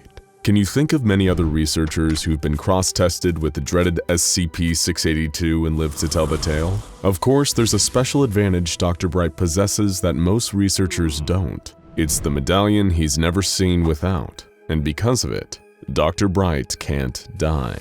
How is that possible, you ask? Because in a sense, he is that medallion. Don't worry. After this crash course in all things Dr. Bright, including his origin, his present, and his future, you'll be a lot less confused. So, who is Dr. Jack Bright? For starters, he's a decorated researcher of anomalies for the SCP Foundation, and unlike most other researchers, he's uniquely qualified for the job on the grounds that he himself is an anomaly. Just don't bring this up when you're talking to him. It's kind of a sore subject. Beyond that, who or even what Dr. Bright is can be a bit of a loaded question, with an answer that depends on who and when you ask. What we're presenting to you here is one of the more popular versions of the Dr. Bright story, and the one most closely adhered to by Dr. Bright himself these days. One of our biggest challenges to understanding Dr. Bright is that he has been so prolific in his exploits and achievements within the Foundation, that when telling his story it's hard to know where to start. But as the saying goes, let's begin at the beginning. Starting with the Bright family. Bright was a name that carried a lot of weight around the Foundation even before Jack Bright signed up for service. His parents, Dr. Adam and Evelyn Bright, were both Foundation personnel. His siblings were incredibly numerous, and the ones we're aware of are TJ Bright, Michael Bright, Claire Pierce, and a nameless sister now known only as SCP-321. Sadly, you'll soon see that the story of the Bright family is one of consistent tragedy and strife. While the anomalization of Dr. Bright took hold a little later on in his life, his brother TJ was born anomalous and was designated as SCP-590. TJ had the ability to heal any ailment with a touch, with the cost being that he took on those ailments himself. He's now used as a tool for healing at the Foundation, and he's consistently bedridden with the illnesses he takes on. Dr. Bright induced a mental state similar to that of a 3-year-old in TJ, likely in hopes of reducing the mental burden placed on his poor brother. And sadly, that burden goes far beyond healing the illnesses of strangers. When Adam and Evelyn experienced a tragic stillbirth, they desperately tried to get TJ to help. TJ did manage to save her, partially, but the result wasn't human, and both he and the daughter, which came to be known as SCP-321, were taken into Foundation custody. SCP-321 was a highly regenerative and stretched-out abomination that seemed to keep growing with age, but Adam still saw it as his daughter and spent the rest of his life trying to negotiate her freedom from the Foundation. When his request was denied as a researcher, he climbed the ranks to Personnel Director. When his request was denied there, he became a Site Director, and then a member of the O5 Council, all with the intention of getting his daughter back. But that never happened, and the rest of the Council had him assassinated for his trouble. There's no reward for sentimentality at the Foundation. The other two Bright siblings are believed to be polar opposites. Michael Bright is one of the Foundation's best field agents, known to some as Agent Cowboy. His dedication to the cause and incredible aptitude at his job has led some to speculate that he may even be on the O5 Council already. Claire Pierce, on the other hand, disagrees with the actions of the Foundation on a fundamental level, which is understandable given the horrific things they've done to the Bright family. She defected and became a member of the Serpent's Hand, a fringe group dedicated to blowing the lid on SCP Foundation secrets. This brings us to the man himself, Dr. Bright, the most well-known member of this sprawling family. Much like most of the rest of his family, he too entered the employment of the SCP Foundation. He was a junior researcher and a relatively unremarkable one, until his fateful run-in with a certain necklace labeled SCP-963. But what is SCP-963, and how exactly did Dr. Bright come into contact with it? It all started in a small apartment that was raided by the Foundation due to supposed occult activities. There they found a single body, cause of death apparently from suicide, clutching the medallion that would later be designated as SCP-963. The walls in the apartment were covered in ritualistic supernatural symbols, and a number of occult books were also found near the deceased man's body. The Foundation gathered that the man was attempting to perform some kind of magical ritual, but had apparently failed, leading to his own demise. The Foundation soon learned that the recovered medallion appeared to be utterly indestructible, and they placed it under the care of a junior researcher, one Dr. Jack Bright. Dr. Bright studied the medallion for years, with very little to show for it, until one fateful day when he was tasked with transporting the medallion to a different area of the containment facility. While Dr. Bright was carrying out his simple transport task, he made a simple decision that changed the entire course of his life forever. He held the medallion in his bare hand.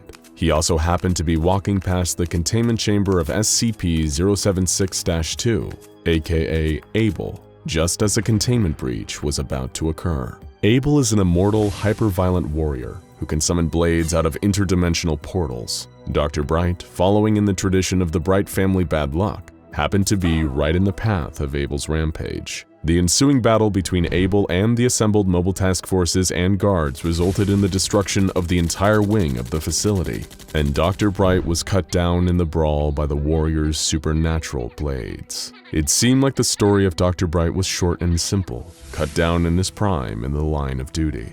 But a few days later, as several members of D-Class personnel were cleaning up the mess caused by the containment breach, one unlucky D-Class known as D-1-113 happened upon the medallion that Dr. Bright had been holding when he died. He leaned over and picked it up, and instantly underwent a sudden and drastic change in personality. D-1-113 was now insisting that he was Dr. Bright, and since this D-Class had no reason to even know of the recently deceased researcher's existence, he was immediately brought in for an interview. After a brief evaluation, it seemed clear that somehow this D-Class really did have the exact mind of Jack Bright. But how? Well, after some experimentation, including from Dr. Bright himself, they found the answer. The medallion's purpose was to act as a kind of vessel for the consciousness of the person killed holding it. Its original creator had hoped to use it as a way to attain immortality, and took his own life in order to complete the ritual. This was a mistake, though. The correct way to complete the ritual was being killed by someone else while holding the medallion, something that had happened to Dr. Bright by total accident. In a sense, he'd been given a second chance at life, but this came with some anomalous side effects. As it turns out, coming into direct contact with the necklace, now known as SCP-963-1, is a death sentence. It causes your mind to be totally wiped and replaced with that of Dr. Bright. If the necklace is then removed, you become a lifeless husk until the necklace is placed back onto you. If the medallion remains in contact with its host for a period of 30 days, Dr. Bright's consciousness becomes permanently bonded to the body without any contact from the medallion. If the medallion then comes into contact with someone else, even if a permanent version of Dr. Bright is already inhabiting another body, they too will be infused with his consciousness. That means that if Dr. Bright wanted to, he could have multiple versions of himself existing at once. Initially, the anomaly that Dr. Bright had become was treated with suspicion and fear by the Foundation. They were dealing with an intelligent and now immortal consciousness capable of replicating an unlimited number of times. In theory, he could even place his consciousness into dangerous SCPs and gain even more power.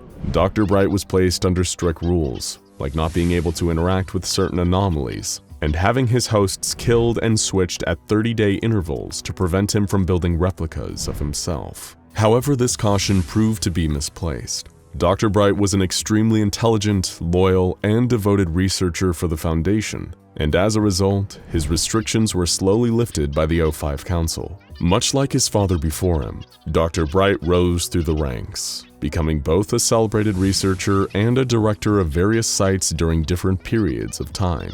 While this may seem like a win-win scenario for all involved, this is a slightly more complex situation for Dr. Bright himself. In a routine psychological evaluation led by Dr. Simon Glass, Dr. Bright shared feelings of frustration about his current situation. He felt as though he was treated differently compared to the other researchers and given less trust due to a situation he didn't choose to be in. But for Dr. Bright, the psychological effects of having been fused to SCP-963-1 actually extends far beyond workplace frustrations and the boredom and sadness of unasked-for immortality. In a conversation with Level 1 researcher Dr. Friedrich Hayden, Bright told him that, in a sense, he truly was the heart of the Foundation rather than just one small part in it. When asked to elaborate, he said that because of the gift and curse of immortality, he would go on to outlive all the other human operatives working for the SCP Foundation. He would remain with the organization for generations to come, perhaps centuries even, and in that sense would be the one constant from now until the Foundation meets its end. When all else is gone, only Dr. Bright will remain. Of course, this is just an overview, and we've only just scratched the surface of Dr. Bright's actions and activities across the SCP Foundation multiverse. But for now, all you need to know is that Dr. Bright is still out there, and he'll be carrying that doomed name long after everyone else with it has fallen. Whether that's a good or bad thing is up to you to decide. It was the year 2000, and 7-year-old Xenia Chao was like a lot of children her age, bright but ignored. She had a youthful enthusiasm for knowledge and learning, and with the right encouragement, it was obvious she'd go on to do great things. But her parents were both working 2 jobs apiece to make ends meet, so outside of school hours, little Xenia spent a lot of her time alone. She learned to cook and clean for herself, since it would often be way past her bedtime when her parents finally got home from work. They communicated largely through sticky notes left for her on the fridge before they left for work in the morning. It would be easy for someone like Xenia to fall through the cracks, her potential wasted, and get forced into the same endless rat race as her parents. And that probably would have happened if her brush with SCP-5094 hadn't changed the course of her life forever.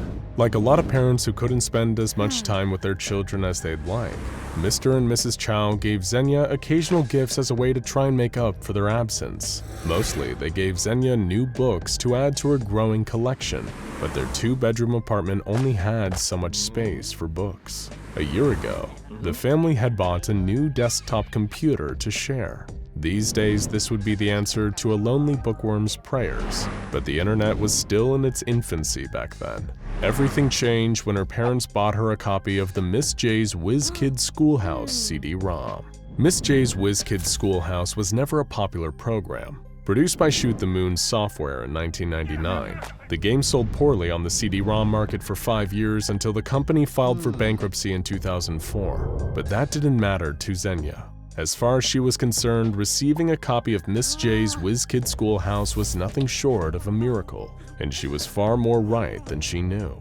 She didn't have just any piece of primitive educational software on her hands. Xenia Chao was playing with magic. After the software loaded, a cheerful figure appeared on Xenia's monitor. This was Miss J, a stylized 2D teacher in a low-res but colorful 3D classroom. What can you learn from Miss J? Well, pretty much anything. And Xenia, as a lonely kid without many friends, had all the time in the world. She spent days on end learning from Miss J, and soon Xenia went from a bright child to a bona fide child genius. Her largely absent parents barely even noticed when their child started demonstrating an advanced knowledge of mechanical engineering and a newfound fluency in Swahili. And not only did Miss J, now known to Xenia as Miss Joyce, teach her students with supernatural effectiveness, she also seemed almost like she was alive. She was a warm, calm, encouraging figure who took a genuine, personal enthusiasm in the education and happiness of her students, more than many real teachers even. But sadly, not all good things last forever. When Xenia turned 12, her family bought a new computer, and the old Miss J's Whiz Schoolhouse CD-ROM was no longer compatible with the new operating system. The disk gathered dust in the closet while Xenia passed through high school and then got into a prestigious college. She received her PhD several years earlier than expected and showed such promise in her scientific field that a certain organization took notice. You guessed it, the SCP Foundation. The Foundation is only interested in adding the best and brightest to their ranks, and thanks to the tutoring from Miss J, Xenia Chao certainly fit the bill. She was assigned to the role of junior researcher, and little did she know, she was about to run into an old friend in her new line of work. The Foundation first discovered evidence of Miss J's anomalous qualities while researching a series of strange forum posts in 2012. On a thread discussing abandonware, which is software for which official support is no longer available, there were multiple reports of a so-called living character in an old CD-ROM many of them had owned as children. Seeing as the technology to use the CD-ROM was obsolete, Shoot the Moons had reportedly extremely low sales for the title, and nobody on the forum had kept their copy, the Foundation classified this apparent anomaly as neutralized. No problem. That was, until then junior researcher Xenia Chao was briefed on this particular SCP 10 years later. She remembered exactly what the forum posters were talking about, and what's more, she still had her old copy at home. The senior Foundation researchers were astounded. An opportunity to study this forgotten anomaly had just fallen into their laps, and it was all thanks to their brilliant new junior researcher. Xenia's superiors ordered her to bring in her copy of the Miss J's Whiz Schoolhouse CD-ROM, and then real testing began. And after rigorous examination of the software, it appears by all accounts that Miss J really is the world's greatest teacher, in spite of the fact she's a collection of pixels on a basic CD-ROM program from the tail end of the 90s. What Miss J seemed to specialize in was intensive courses. She had the ability to make students certifiable experts in almost any subject through courses that can last upwards of 30 hours and spread out over just a few days. But this isn't as students become so enraptured in learning that they forget accounting for their most basic needs and experience a decline in process story. Miss J's lesson plans account for regular bathroom, meal, and even recreation breaks for students. Her talents easily account for Xenia Chao's remarkable academic success, the same success that got her picked up by the SCP Foundation.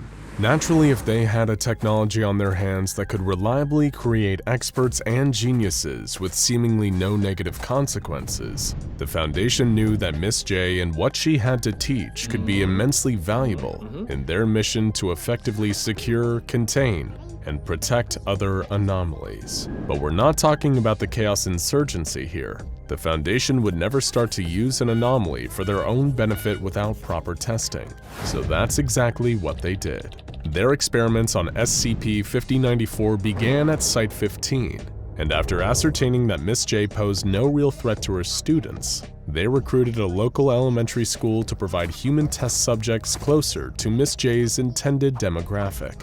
The Foundation found that there were a few constraints between every lesson given by Miss J to one of her students. Before teaching the really mind-blowingly complex stuff, She would always begin with a basic primer on letters, colors, and numbers to make sure she and her students were all on the same page. Another constant was that all her students would refer to her as some variation of Miss J, with examples including the names Miss Julie, Miss Jenny, and Miss Joy. One experiment was performed on Amy Myers, a little girl from the 3rd grade.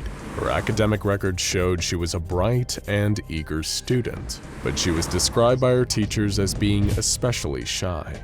Amy referred to Miss J as Miss Janie and asked to be given a lesson on her favorite animal, cats. Of course, Miss J gladly obliged and gave Amy a 15-hour lesson split over the course of 2 days, which the Foundation closely observed. By the time the lesson was completed, the results were truly astonishing. Amy demonstrated knowledge of feline behavior, diet, and physiology on the level of professional animal behavioral scientists. She became upset when the session ended and the program was switched off. Having become attached to Miss J, no further anomalous effects were reported.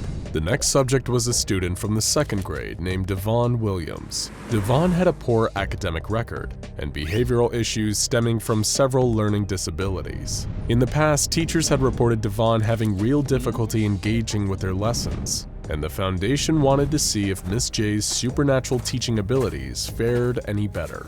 Devon chose to be educated on the subject of trains, and was given a 15-hour course on the subject spread over 2 days. Devon had no difficulty engaging with these lessons, and after their conclusion, he displayed a level of knowledge on railway engineering comparable to a graduate-level education on the subject. Devon was so engaged in his lessons that he had to be physically removed from the room once the course had completed because he'd become so attached to his new teacher. The Foundation was feeling extremely optimistic about the prospect of using Miss J to train potential recruits, seeming as she seemed to be able to teach even the most difficult juvenile subjects. However, the Foundation needed to prove that Miss J could be just as effective teaching adults. For the next test, they recruited D14417, a 24-year-old member of D-Class personnel who described himself as a poor student and tested poorly on pre-screening attentiveness and focus evaluations. He was the perfect candidate for the first adult test of Miss J. To the delight of the Foundation higher-ups, D14417 excelled. Miss J made him a verifiable expert in law, and he was able to pass a mock bar exam with a grade of 310 after his course. Much like the children, he felt intense sadness once the experiment ended, stating that Miss J was the best teacher he had ever had. He's since been selectively anesthetized, released, and is pursuing a degree in criminal law with his new knowledge. Needless to say, the Foundation was impressed. The last thing they needed to know was who exactly this Miss J truly was. To do this, they'd conduct an interview, and thankfully, they already had someone who had a pre-established rapport with the subject, Xenia Chow.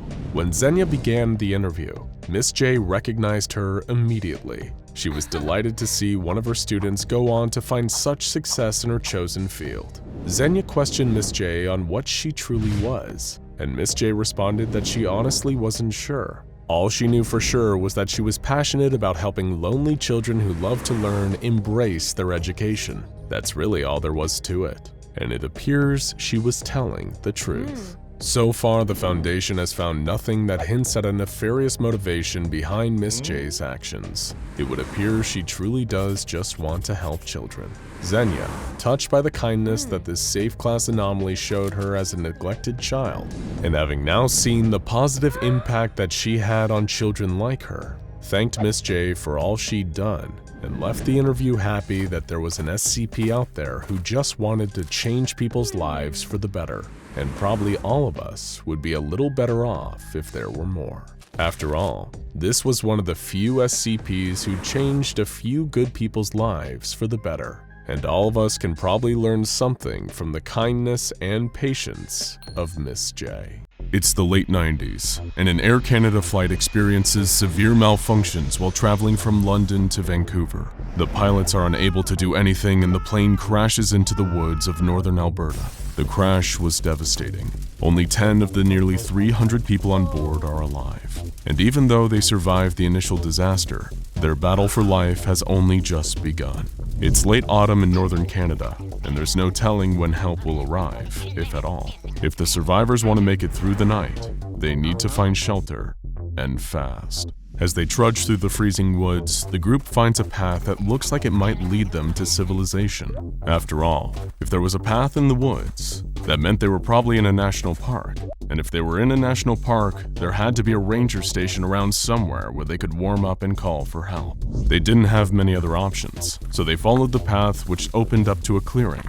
But instead of finding a ranger station or campground, they found something none of them could have expected. It was a pond, but there was something off about it. As they got closer, they saw that this strange pond wasn't filled with water, but blood. The survivors were horrified. That couldn't really be blood, could it?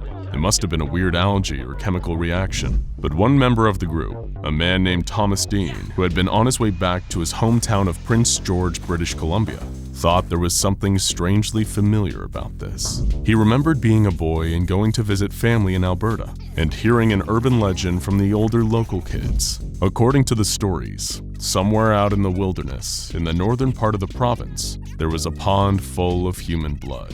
And what made it even worse was that some said the pond was a gateway to hell. The SCP Foundation was also aware of this legend and had been trying to pinpoint the exact source of it for decades prior to the Air Canada crash. They would finally receive definite confirmation of the blood pond when Foundation personnel intercepted a radio transmission from a ranger station located within the Wood Buffalo National Park. It was the survivors of the crash who had managed to make it through the night, and they were about to be escorted out of the park by rangers. The Foundation mobilized quickly to cordon off the pond, as at the time they were unsure of what potentially harmful properties the pond might have had. They set up Watch Station Epsilon 38 and put staff on guard to deter travelers from the area. The pond was given the designation of SCP-354 and classed as Euclid. Foundation scientists made a number of interesting discoveries about SCP-354 when they collected samples for testing. First, the pond was not in fact full of blood, merely an inorganic liquid that closely resembles blood in color and consistency. Second, and even stranger than the red liquid, is that the pond doesn't seem to have any definite banks or a bottom. Instead, the liquid in the pond increases in density as the radius away from the center increases. The liquid congeals at the edges, becoming more solid and blending into the surrounding soil. It also becomes thicker as one descends deeper into the pool, and the bottom of the pond has not yet been reached, if it even exists. Initially, the Foundation found no signs of life within the blood pond, but that would all change at 2:03 p.m. on the day following the opening of Watch Station Epsilon 38. When the science team noticed an unusual level of activity on the pond's surface, security footage feeds showed a shape rising out of the pond, followed by a deafening shriek.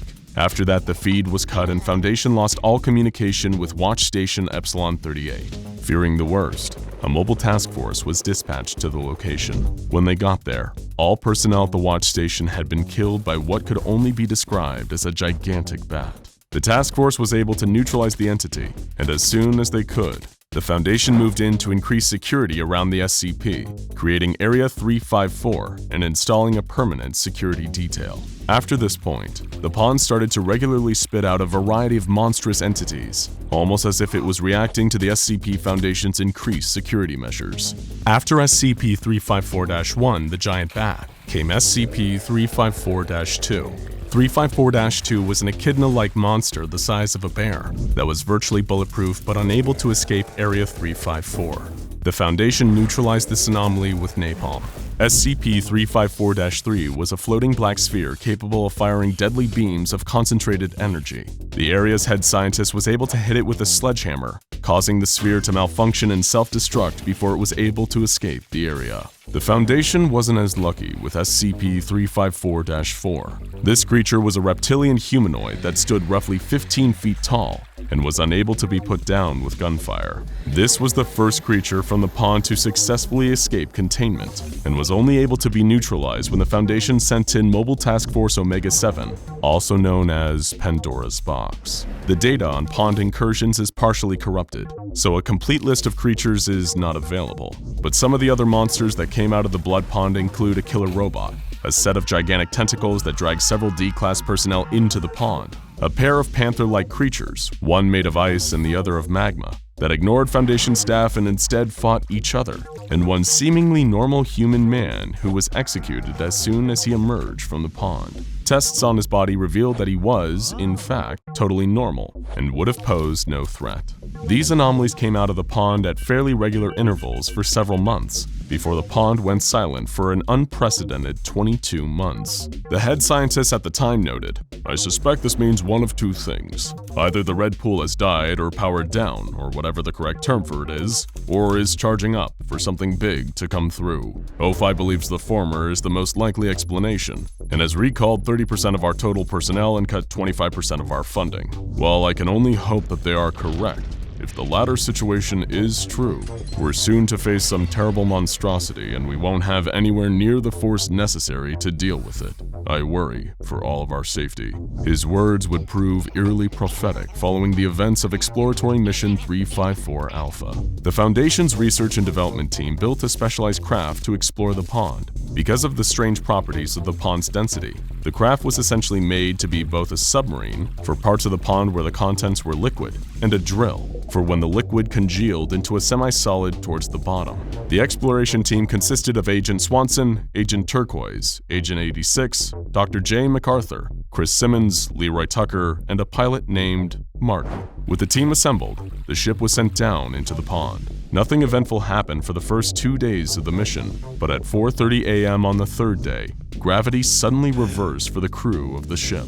This seemed to indicate that they were approaching the halfway point, though what would be on the other side, nobody could say. On the fourth day, the ship surfaced, proving definitely that the pond was in fact some sort of portal. The crew looked out of the portholes to see the darkness of night above them. While sensors outside the ship detected nothing harmful in the atmosphere around them, the crew were wary of exiting the craft. The other side of the pond was nothing like the world the crew knew. For one thing, the night lasted for 28 hours before dawn came, and when the sun finally rose, it was much larger and redder than the Earth's sun. Under the light of the strange red star, the crew could see that the pond on this side was massive compared to what they've come into, more like a large lake. Surrounding the lake was sand and rocks that were covered in a kind of moss that disappeared under sunlight and regrew during the night. The team left the ship and started to explore. During their time in this strange world, they found that the day lasted just a few hours shorter than the night, meaning that whatever planet they were on had a roughly 43-hour-long rotation as opposed to our own planet's 24. The team found a number of anomalous elements on their expedition, including razor-sharp grass that can puncture skin and streams of liquid carbon dioxide. They heard some loud roars in the distance once or twice, but other than that, the planet was eerily silent, with seemingly no animal life and not even wind. When it rained, the soil remained dry, and based on that, the scientists theorized the plants in this world were more efficient at absorbing moisture.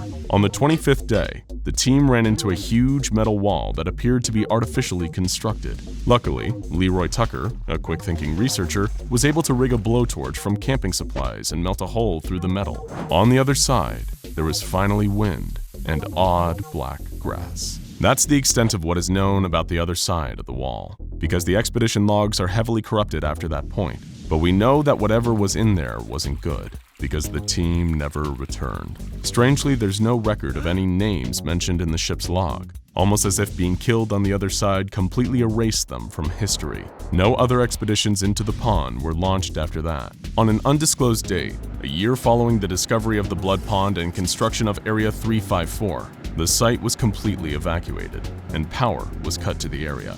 Mobile Task Force Theta 12 was dispatched to investigate the cause of the evacuation, but before contact could be established, the area's on-site nuclear warhead was detonated, completely destroying the site. MTF Theta 12 was then attacked by a convoy made up of D-Class and other low-ranking staff who had evacuated Area 354.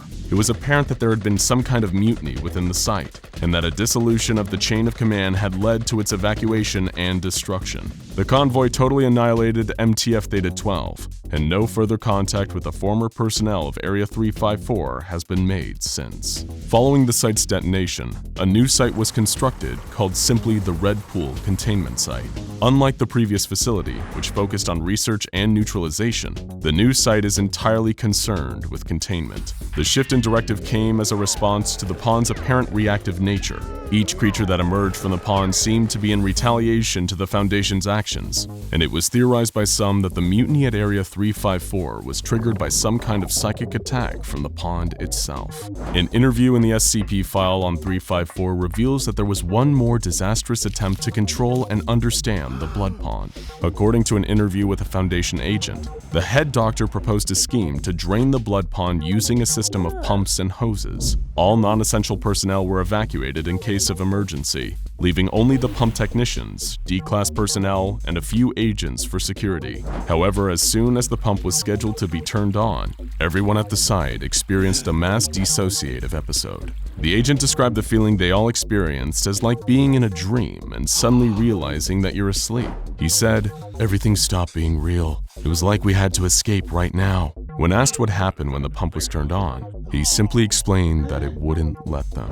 This interview confirmed the theory that the pond is not only capable of releasing monsters out into our world, but also that it's capable of powerful but much more subtle psychological attacks. This suggests a chilling possibility that the pond isn't just blindly reacting to being attacked, but it's fully sentient, and the actions of the SCP Foundation have only served to annoy it. And worst, studies of the pond's banks have proved evidence that the area of congealed liquid around the perimeter of the pond has been steadily expanding. That's right, the pond is getting bigger. The last thing the Foundation agent stationed at the site said before being dragged out of the interview and sedated was, "It gets bigger and stronger every day, and now we've made it angry."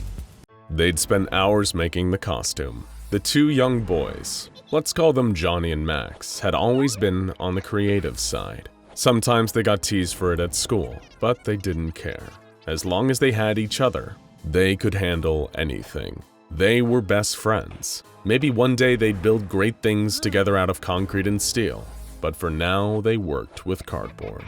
Prior projects had included building a rocket out of cardboard in Johnny's backyard, like the kind that put a man on the moon. They'd also made a box fort like no other, more a box castle really, the kind that would stand for 100 years, as long as it didn't rain, of course. But all of that felt like nothing compared to the tunnel monster. To these two young friends, it was a thing of beauty. A fully articulated cardboard monster costume meticulously cobbled together from boxes, masking tape, cardboard tubes for arms and legs, and a little twine to bring it all together. Frankenstein, Dracula, Freddy Krueger. Those silver screen phonies were nothing compared to the tunnel monster. They even cut out eye holes in the head and drew the scariest snarling mouth that they could write below. The making was over, and now they were ready to play. Johnny and Max took the costume down to one of their favorite places in town, the abandoned Brechter construction site. To many would seem like a strange and dangerous place for two young children to play, but for Johnny and Max, it was perfect. After all, they were the age where they had more imagination than sense. Max would be the one wearing the costume. Johnny helped him put it on piece by piece, using extra masking tape and twine where necessary to fasten all the pieces together. Little by little, Max became the tunnel monster. The transformation was complete, and it was finally time for the games to begin. Johnny ran, wielding a stick as a defensive weapon while Max gave chase. He could feel his own hot breath within the cardboard mask. It was oddly exhilarating. He gave a monstrous roar and charged after his friend, chasing him into the child-sized pipes of an unfinished water drainage system. It was more fun than anything they could have imagined. Max really got into his role. He lunged forwards, grabbing Johnny with his cardboard gauntlets and tried to drag him back into the tunnel, all while giving low, guttural growls. Johnny laughed and swatted at Max with his stick like a knight wielding a sword. They ran and crawled through the tunnels, the best of friends having the best of times, making the kind of memories that would last forever. And in that sense, they were right. Something they made that day would echo on forever, but it wouldn't be something they would look back upon fondly. If they weren't so busy running through the tunnels, Max and Johnny might have noticed that something was amiss. They might have seen that, even though it was only 3 p.m. on a summer's day, the sky was beginning to darken. It may not have saved them, but it might have given them time to prepare for what was coming. Max was still chasing Johnny down a pipe, still fully in character as the tunnel monster, his arms extended to grab his fleeing friend while Johnny tripped. Max stopped to help him up, but something was wrong. When Max helped Johnny stand up, Johnny instinctually pushed him away, as though it wasn't actually his friend anymore. Max stumbled backwards in shock and horror. He could feel something changing beneath the cardboard. He suddenly was in pain. This terrible pain, like he was being pulled apart and put back together. He started to scream. It was a horrible sound like nails on a chalkboard. Johnny had to hold his ears as the screaming got louder and louder, but Max couldn't stop. He was hurting too much to stop. Johnny was crying. He didn't know what was happening, only that his friend was in terrible pain and that there was seemingly nothing he could do to stop it. Even Max didn't know much more than that, but he thought it might have something to do with the suit. It felt like it was full of fire ants, crawling and biting. It felt like his body was full of fire ants. He needed to take the suit off before it got any worse, but he couldn't. The suit wouldn't come off. He reached for the cardboard mask and tried to tug it off his head, but it wouldn't budge. He felt like he was tugging at the skin of his own face. He could suddenly feel everything that brushed against the cardboard, like it was connected to his nerve endings. The fear and the panic got worse and he kept screaming. It was a deafening, ear-splitting scream. He didn't know it, but anything electrical within a 200-meter radius was dying. TVs shut off, radios fizzled out, cars stopped running. Nobody who didn't work for the SCP Foundation would ever know why. It wasn't even 3:30 p.m., but the sky above looked black as midnight. Max was afraid, but all he could do was cling to the familiar. He lunged forwards and grabbed Johnny, pulling him into his trembling embrace. Is he still Max now? No, he doesn't think so anymore. He's something else entirely. As he held his friend, Max tried to dig his fingers into the mask and tear it off. They pierced through the cardboard, tearing holes into it. It was agonizing, but the mask stayed put. There was no escape. He closed his eyes just for a moment. Maybe it was a bad dream.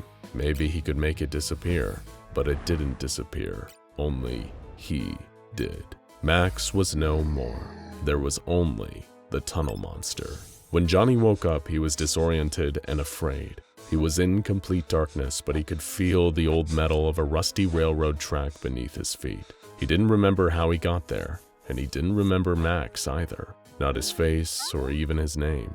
But that's alright. Max didn't remember him either. When the terrified Johnny eventually found his way out of the old railway tunnel he'd somehow found himself in, he was rescued by emergency services and treated for dehydration. Because of the incredibly strange circumstances of his disappearance and reappearance over 4,000 kilometers away, it was only natural for the SCP Foundation to check in. But seeing as Johnny had no memory of where he was or who he was prior to his mysterious teleportation, all they ever did was investigate the tunnel he'd appear in. Of course, they didn't find a thing. The case was closed shortly afterwards, written off as a kind of one-off spatial anomaly. Johnny was given amnestic treatment and reintegrated back into his normal life. He would never remember his encounter with the tunnel monster, but many would, for decades and decades to come. There would be stories and scattered witness accounts from all kinds of people. Maintenance workers doing electrical repairs on subway tunnels, sewer workers cleaning up blockages in pipes, road workers fixing the asphalt in underpasses. The challenge with being an SCP Foundation field agent is often separating the genuine leads from the urban legends and spooky stories. But the details here were all too similar and specific. After all, it would be such a strange thing to make up. A moldy old pile of cardboard boxes getting up and running towards you. But stranger still, these incidents and encounters were occurring all over the United States, with the only commonalities being that all of them happened in tunnels or tunnel-like structures. The Foundation didn't know if they were dealing with one entity or many. Another peculiar factor they observed was that sometimes people who had encounters with the tunnel monster then themselves appear in tunnels extremely far away from the ones in which they first encountered it. As far as the Foundation was aware, besides transporting them vast distances, it never actually harmed any of its victims. But according to one Boston sewer worker, Gus Segrelia, when the tunnel monster laid its cardboard hand on him, he felt the most profound sense of paranoia and dread. He described it as feeling like 1,000 eyes in the dark, watching you die. Then he blinked and he woke up in an Arizona viaduct roughly 6 hours later. Everyone who reported a similar experience with the tunnel monster was detained, debriefed, and given amnestics by the Foundation. Eventually, they gathered enough data on prior encounters to accurately predict the next tunnel that the tunnel monster would manifest inside. A new mobile task force was formed to secure the creature, MTF Nu 4, also known as the Box Cutters. What they didn't expect was that when they finally engaged the beast, was that it was no larger than a human child. It wasn't some huge tunnel-dwelling nightmare, even after all these decades. The tunnel monster was little more than a frightened, lonely little boy. He growled, attempting and failing to come off as intimidating to these hardcore MTF members, and referred to himself as the tunnel monster. When they didn't react with fear and surprise like the others, he became subdued. They were able to peacefully apprehend him and take him back to Site-54 for testing and containment. Preliminary x-rays found that the cardboard costume hadn't just fused with the boy, it had completely transformed him. On the inside, he was filled with crude cardboard copies of all the major internal organs, with his blood vessels and nerve endings made out of colored pieces of string. They couldn't find any information on who the boy was, if he had ever been a boy at all, and he was given the designation SCP-3663. In order to find out more, one of the leading researchers on the SCP-3663 case, researcher Doyle, decided to conduct an interview with the tunnel monster. It had been the only interview with the creature to date, due to the emotional distress it caused the creature. When asked about its identity, it replied with only the tunnel monster. When asked why it attacked and teleported people to different locations, the creature replied, "The tunnel monster captures people. That's me. I'm the tunnel monster. I capture people and take them into the tunnels where I live. In the tunnels, the pipes. I'm the tunnel monster." As the interview progressed, the tunnel monster became increasingly upset until it began weeping through its cardboard face, finally culminating with its crying out between sobs, "Please, I don't want to play anymore." SCP-3663 only feels comfortable in tunnels and will teleport away in distress if confined anywhere else. As such, its containment chamber is technically the maintenance tunnels underneath Site-54, where it seems to have made a home for itself. Occasionally, if it experiences fear, damage, or stress, it may de-manifest and appear in tunnels elsewhere. At that point, the box cutters are deployed to collect 3663 once again and bring him back to Site-54. So far, there has only been one major containment breach with SCP-3663, but it was a little more deadly than you might expect for a boy-sized creature made of cardboard. The tunnel monster escaped from the Site-54 tunnels and began wailing in pain. It went positively berserk, attacking surrounding staff and trashing parts of the facility. Anyone who heard the wails of the tunnel monster reported becoming extremely psychologically disturbed by them. During this 4-hour rampage, the monster also tried multiple times to destroy itself with various implements, but was unsuccessful. After SCP-3663 was recontained, 2 deceased members of personnel were recovered from the scene. Autopsies showed the cause of death was a buildup of paper residue and wood pulp in all of their major blood vessels, as well as sinuses, ear tubes, and the majority of the digestive and respiratory systems. A number of other staff members were found to have been affected to a lesser degree, but are expected to make full recoveries. What triggered this explosive and deadly outburst? Not even the tunnel monster itself knew the answer to this question. But we do. At exactly the same time, a 79-year-old man passed away from natural causes after what seemed like a thoroughly unremarkable life. That man's name was Johnny. A swarm of bloodthirsty entities waits outside the protective boundary that surrounds the solar system. They surge through the vacuum of space looking for vulnerabilities in the force field that protects us from their destructive powers. The creatures ran themselves against the barrier again and again, trying to break through. Upon impact, the force field shimmers a golden color and displays a series of thaumaturgical symbols, but it holds. Suddenly, something flies through the protective shield from inside the solar system. It leaves a hole. 2 creatures enter our solar system before the shield closes. This may be the end for humanity. The 6th Overseer sits at a computer terminal massaging the bridge of his nose. He has just logged into the Foundation database to gather information on an anomaly whose intentions are still unknown. The O5 Council wants him to vote on an extreme measure, but he requires more information first. There is something coming, he can feel it, and he thinks it has something to do with SCP-1548. O5-6 straightens his back and sits up in his chair. He logs back into the Foundation database and brings up the entry for SCP-1548. He knows that this SCP has been connected to some odd occurrences recently, but what are its true intentions? Is SCP-1548 trying to help save the universe? Or is it a malicious entity hell-bent on destroying it? O5-6 must find out. He scrolls through the first few entries. SCP-1548 itself is a series of solar phenomena that occur at the south pole of the Sun. During these events, the Sun's plasma morphs into different thaumaturgical symbols. Each symbol is tens of thousands of miles across. The symbols themselves have not all been classified by the Foundation yet, but there are 3 that have been observed multiple times. The first is an unnamed symbol that, when inscribed on a telescopic device by a person with thaumaturgical abilities, can identify psionic entities with malicious intents. The second symbol is known as the Calphastian Isle, which when displayed on a material, strengthens it immensely and gives it the ability to absorb kinetic and electromagnetic energy. The final symbol is the 12 Holy Owls of Cerinthium. When this symbol is affixed to an object, any entity that is killed by it will immediately annihilate and take everything in its radius with it.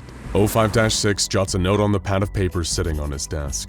He has seen some of these symbols before. They are connected to the Ortuthan mythology. The practitioners of this religion are known as the Church of the Second Hytoth, and are a mix of human and alien entities whose main purpose is to aid the guardian deity of the universe, Rakmu-Liusen, in combating any threat that may try to wipe out this existence. There must be a connection between the Church of the Second Hytoth and SCP-1548, O5-6 thinks. He scrolls back through the SCP-1548 file to the entry logged on May 17, 1983, the first time an event connected to SCP-1548 was recorded. A probe picked up the manifestation of thaumaturgic symbols on the south pole of the Sun. It was odd, but nothing other than the manifestation of the symbols seemed to occur. This event was recorded as Extra Normal Event 9008 and logged into the SCP database. The event was all but forgotten until December 23, 2016, when the activity of SCP-1548 really began to pick up. On that day, SCP-1548 began manifesting protection symbols in rapid succession. Over the next few months, a dense cloud of ionized gas formed around the solar system. This ionized wall of radiation surrounded the heliopause, the boundary where the sun's radiation gives way to the vacuum of space. Over time, this cloud became thicker, until no light from outside of the solar system could enter. Foundation censorship protocols were quickly used to disseminate false data, suggesting that the solar system was passing through a dense cloud of cosmic dust, and that was what was altering the night sky and causing the stars to disappear. But as O5-6 continues to scan the files, he knows what the true cause of this phenomenon is. It must be SCP-1548. But why? Is the anomaly trying to protect us from something outside of our solar system? Or is it trying to trap humanity within, with no means of escape? O5-6 stands up and stretches. That's enough for today, he says out loud to the empty room. He walks towards the door and reaches for the handle. All of a sudden, sirens start going off and red lights begin to flash. O5-6 spins around and runs back to the computer terminal. An emergency alert begins coming through. The Falcon Light 5 rocket that launched earlier in the day to bring supplies to the International Space Station has spontaneously lost 50% of its mass mid-flight. O5-6 frantically begins typing. He brings up videos from surveillance satellites. The Overseer watches in horror as pieces of debris and bodies of the crew float through the silence of space. The rocket looks like it has been cut directly down the middle, and half of the structure has vanished from existence. What is happening? Suddenly another alert comes in. All communication has been lost with the International Space Station. Without warning, the space station begins broadcasting a series of cognito hazards. O5-6 quickly changes the channel to stop the signal from transmitting through his computer.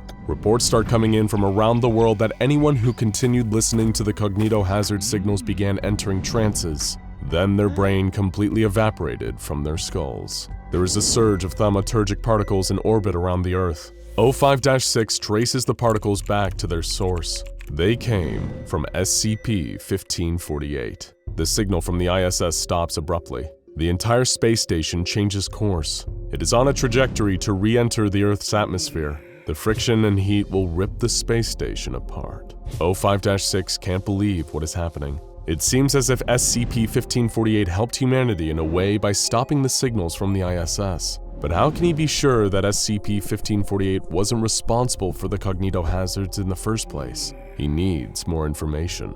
O5-6 searches for answers as more anomalies connected to SCP-1548 start occurring around the world. During a political demonstration in Berlin, a thaumaturgic way opens up that leads to a pocket dimension. Soon after, the appearance of the portal, Koru Archpriest Farah Atenis, the leader of the Church of the Second Hytoth, makes an announcement. He claims that the way leads to a shelter, which will protect people from the coming doom of the universe. The people in the area, along with the members of the Church of the Second Hytoth, make their way into the portal. 2 undercover Foundation agents follow the group. After everyone has entered, the way immediately closes, and there is no further contact. What does the Church of the Second Hytoth know that we don't? O5-6 wonders. He continues monitoring the situation and looking for answers. Suddenly a message comes through all Foundation channels. It is coming from the sun. It is not SCP-1548. Instead, it is SCP-179, the humanoid permanently in space near the sun.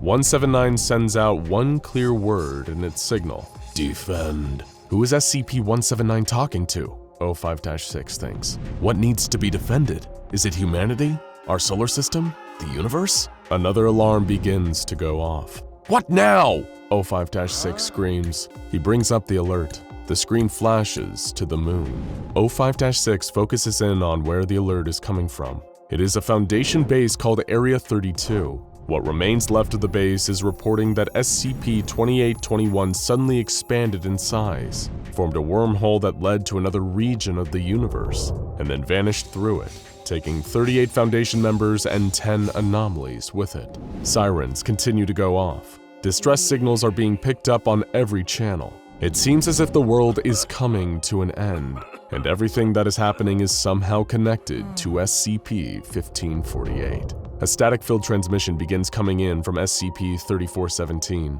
The words are urgent. All Artothans here. All Artothans must listen now. The stars are lost. Static breaks up the transmission for a few moments before it resumes. Ago the first invasion occurred. The gods were unprepared, never comprehending the fragility of the universe after its creation. The worlds must fight. The transmission cuts off. Everything goes silent. A pulsating SCP icon appears on the screen of O5-6's computer. It is the part of the puzzle he has been waiting for. In 1999, the O5 Council unanimously voted to launch a mission called Seraph-1 to explore beyond the heliosphere.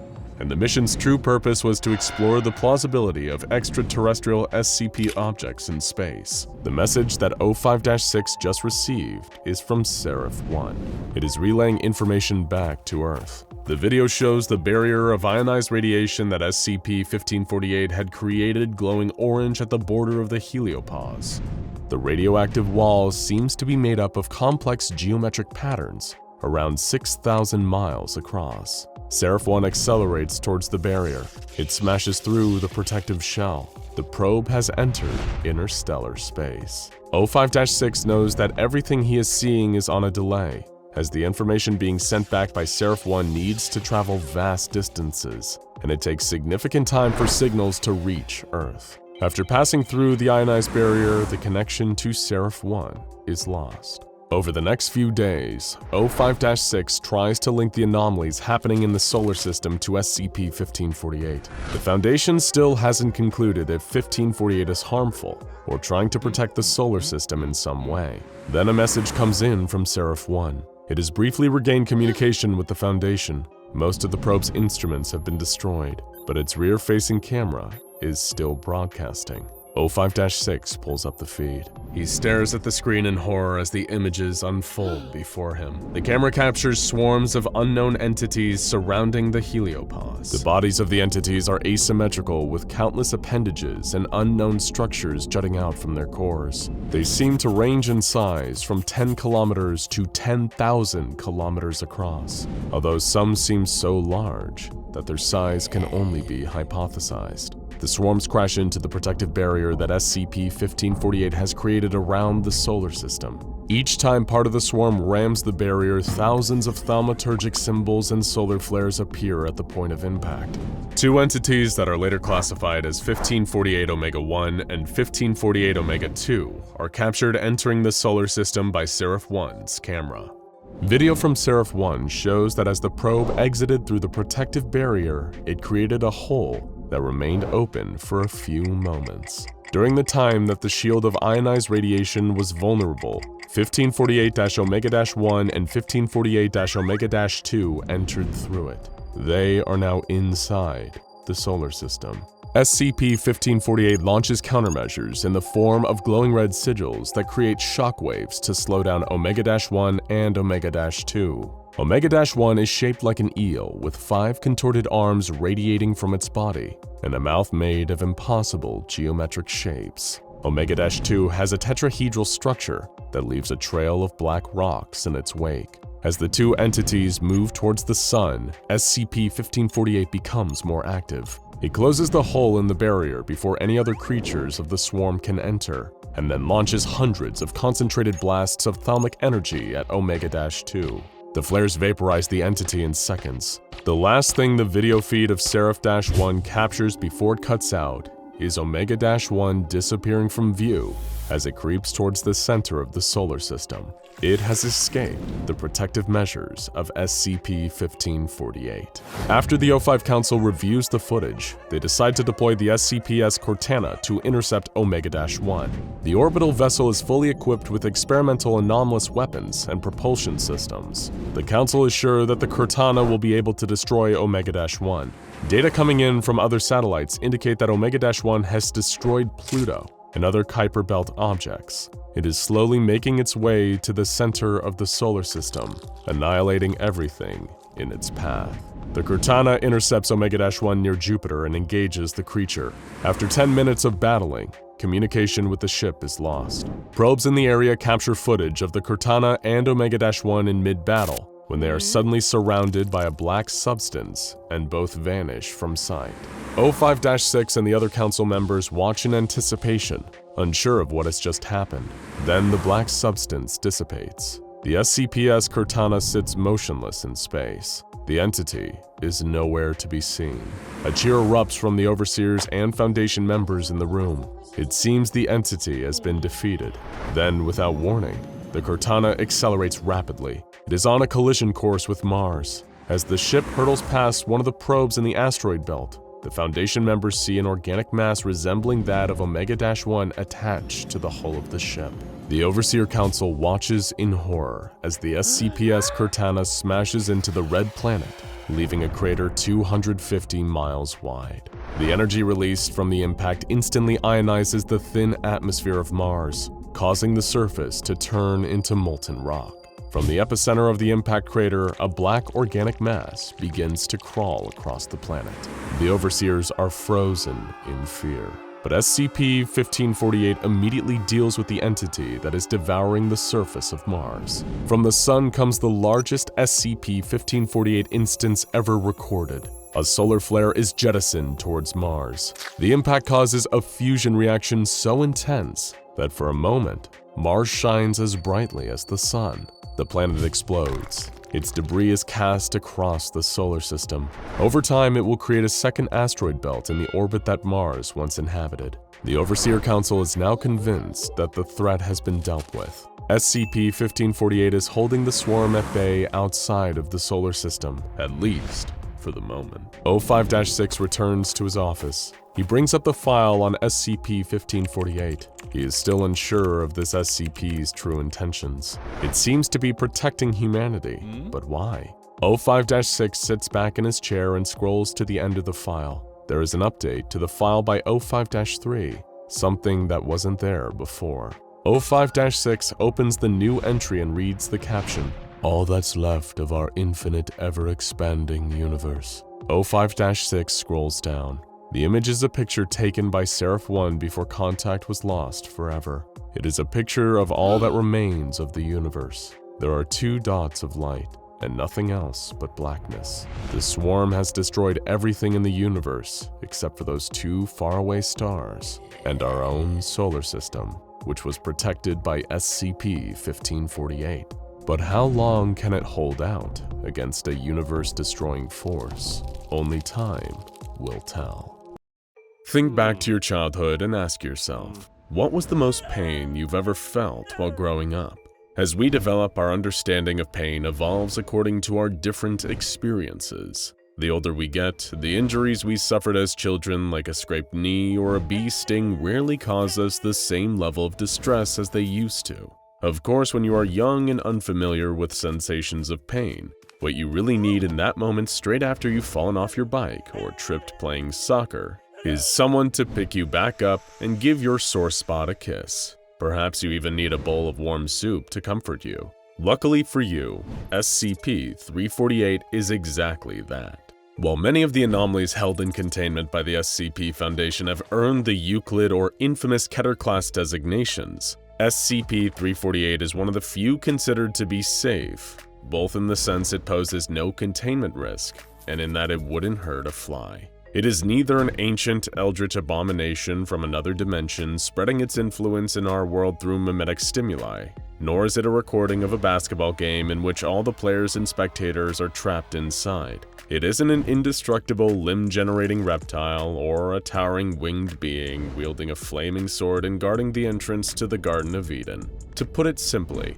SCP-348 is a bowl. A white ceramic bowl, the kind you would find almost anywhere in the world. It may even look indistinguishable from the one in your kitchen cabinet. Of course, SCP-348 is hardly as ordinary as it outwardly appears to be, and it certainly isn't the only inanimate object that the Foundation keeps safely stored away. The key thing that differentiates SCP-348 from most other anomalies is how genuinely harmless it is. Its anomalous properties do not cause injury to any individual that interacts with it, nor does this bowl have any adverse effects on the world around it.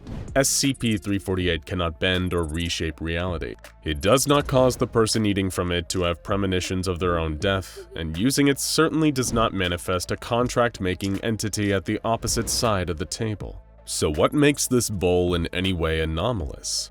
What about it categorizes it as an SCP and not just a harmless piece of fine crockery? Well, why don't we start with how SCP-348 was first discovered? Some time ago, the SCP Foundation was made aware of rumors surrounding a child living in an unknown part of the world. According to the intelligence gathered by the Foundation, this child seemed to possess some sort of healing ability, or at least this is what rumors suggested. Upon further investigation, the source of these so-called remarkable recovery abilities wasn't the child, but appeared to come from a small ceramic bowl, which we now know as SCP-348. This is not to say that the bowl has any inherently supernatural healing properties, and it doesn't impart any regenerative power to those that eat from it either. It does heal in a certain sense, but not in the way you're probably imagining.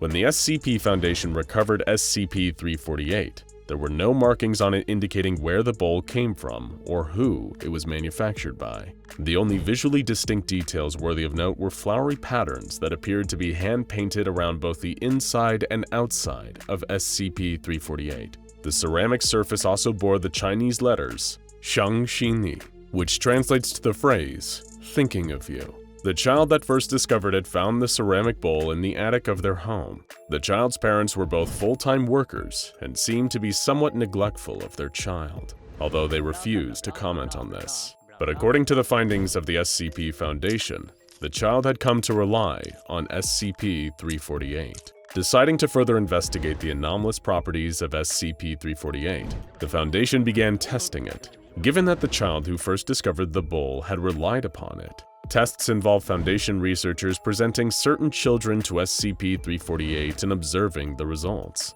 So was this bowl haunted? Perhaps harboring some malicious spirit or entity that sought to corrupt these children? maybe even healing them in order to somehow use them as a vessel to break into our world. No. And while it may have not healed in any overt or expected way, it did heal in at least a metaphorical sense. If presented with an injured child sporting any form of minor ailment such as a cut or a runny nose, SCP-348 fills with warm soup. And yes, that's right, we said soup. What kind, you may ask? Well, that seems to vary. Sometimes it is tomato soup, other times it might be chicken noodle soup. While the ingredients used in the soups are often different, there are notable consistencies to how SCP-348 heals. If anyone between the ages of 4 years old and 18 years old sits down in front of the blue flowered bowl, then SCP-348 will fill with soup. Numerous young test subjects brought in by the Foundation to eat from this particular bowl of soup have reported that they enjoyed their meal, usually finishing the entire bowl when permitted to by research staff. Many of the injured children that were tested have stated that the soup they eat from SCP-348 reminds them of their parents' cooking. These children have expressed contentment and feelings of comfort after acquiring their various cuts and bruises. Some even claim that even though they were in a room all alone, they didn't feel lonely when they were eating the soup. And all the anomalous properties don't end after a child finishes the soup. Usually, although not always, the bowl will leave the child a message, often some brief words of reassurance or comfort. These messages materialize on the inside rim of the bowl and seem to be specifically tailored to the subject that has just eaten. The words will not only be written in the child's first language, but are often linked to the child's home life or relationship with their parents. Messages that appear on SCP-348 usually fade over time, normally disappearing after a few hours or when the bowl refills with more soup. One test of SCP-348 saw a little girl, age 8 and suffering from a sore throat, brought before the bowl. According to a background screening made by research personnel,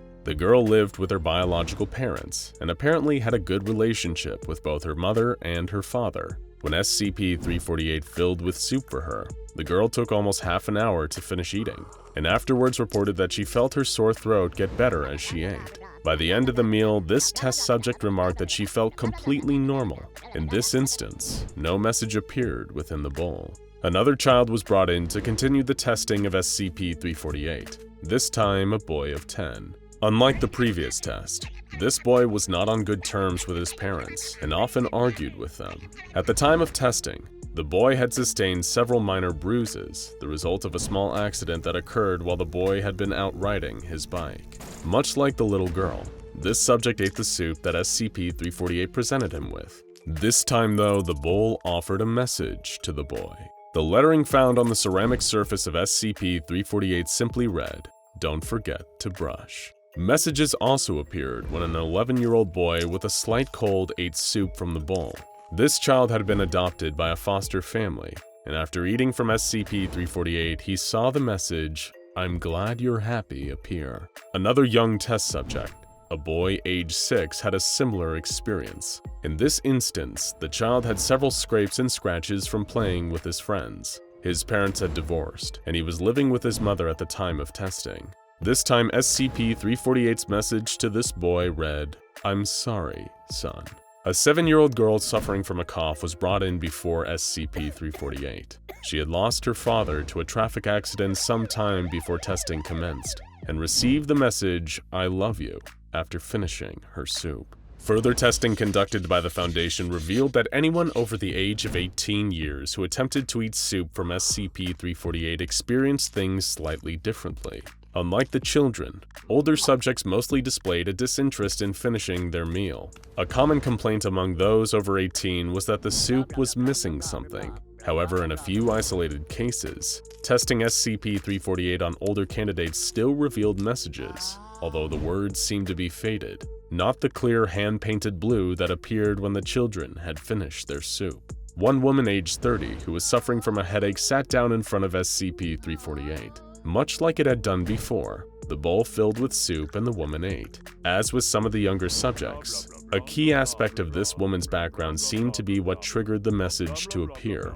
Specifically, she admitted to being on bad terms with her mother and father. The woman explained that she had opted to live on her own, isolating herself from her family.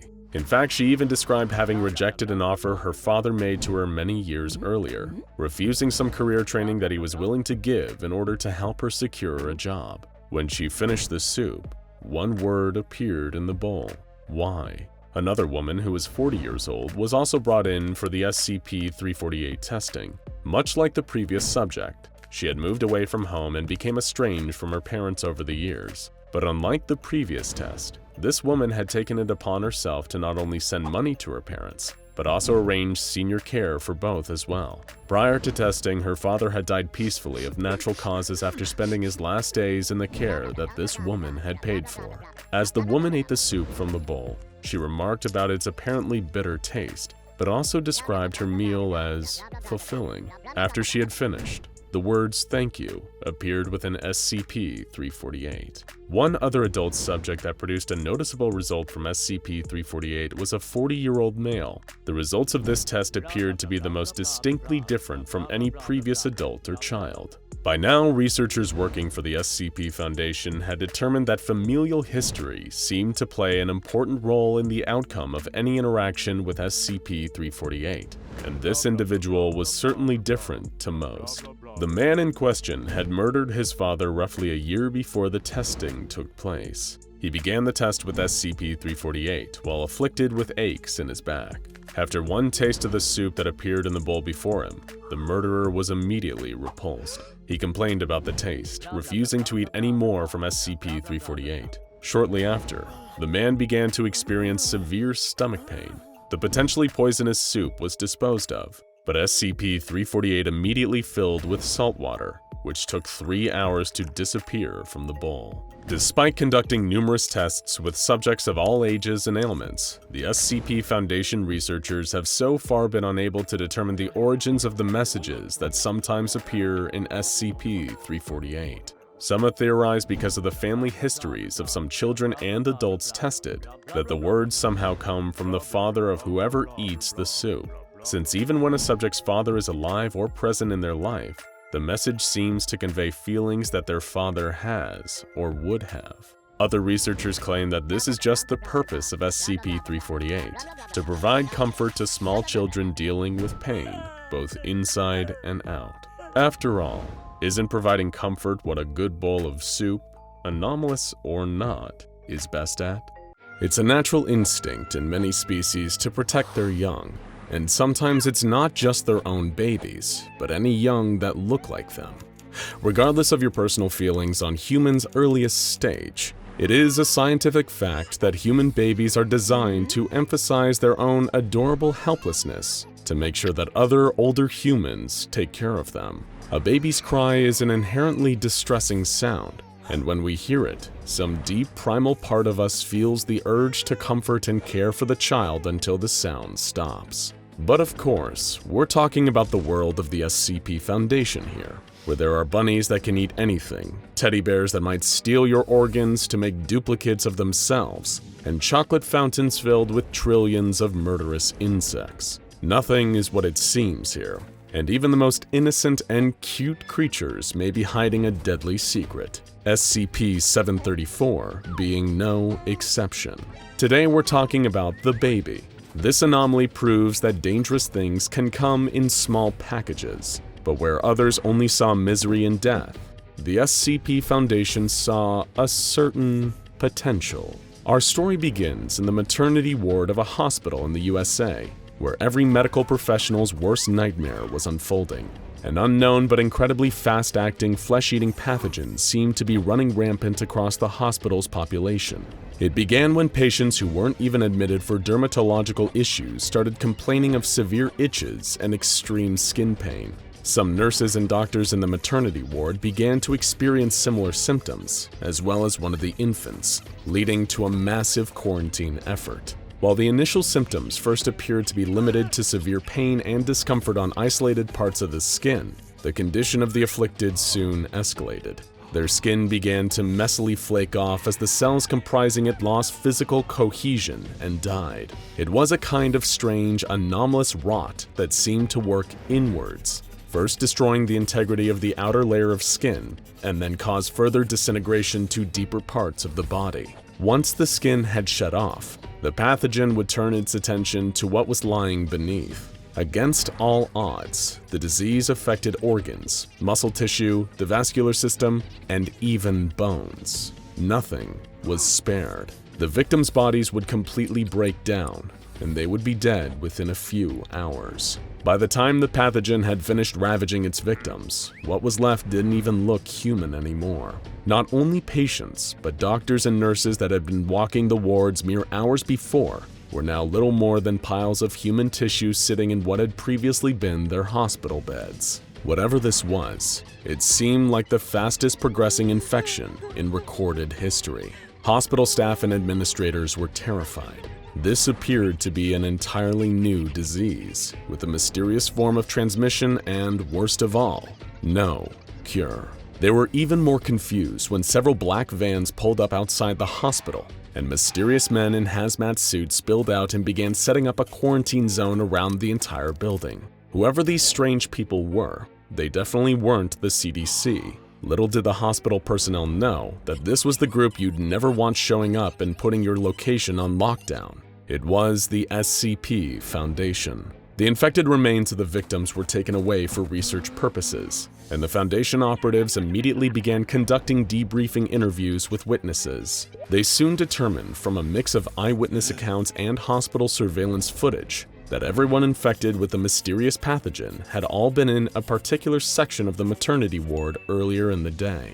And when the operatives investigated this area, they found another strange detail. An infant had no registered mother present in the hospital.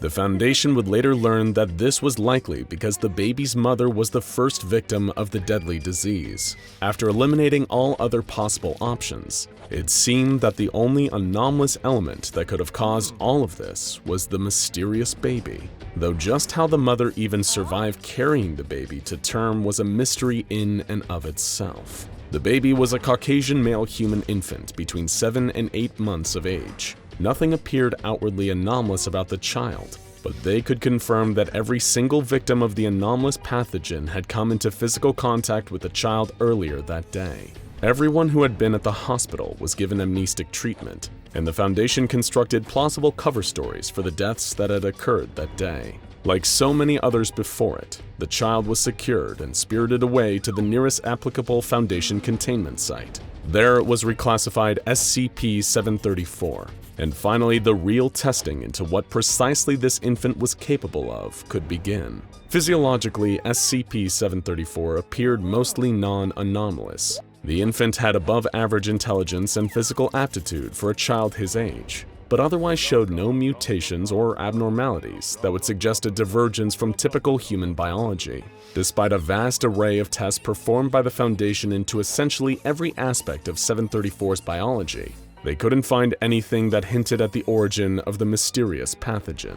But through some trial and extremely costly error, the Foundation was able to learn more about how exactly the pathogen worked. The only vector for transmission seemed to be direct contact with the baby itself, up to and including the fluids and residues it leaves behind. Those affected cannot transmit the anomalous flaking effect to others, meaning the risk of an epidemic is relievingly minimal. But of course, accidents still happen, as was discovered when one agent misplaced her sympathy for the baby and decided to remove her mask while interacting with him. Her logic was that her masked face might have caused the baby some kind of distress, and as long as she was only coming into contact with him via her own gloved hands, everything would be fine.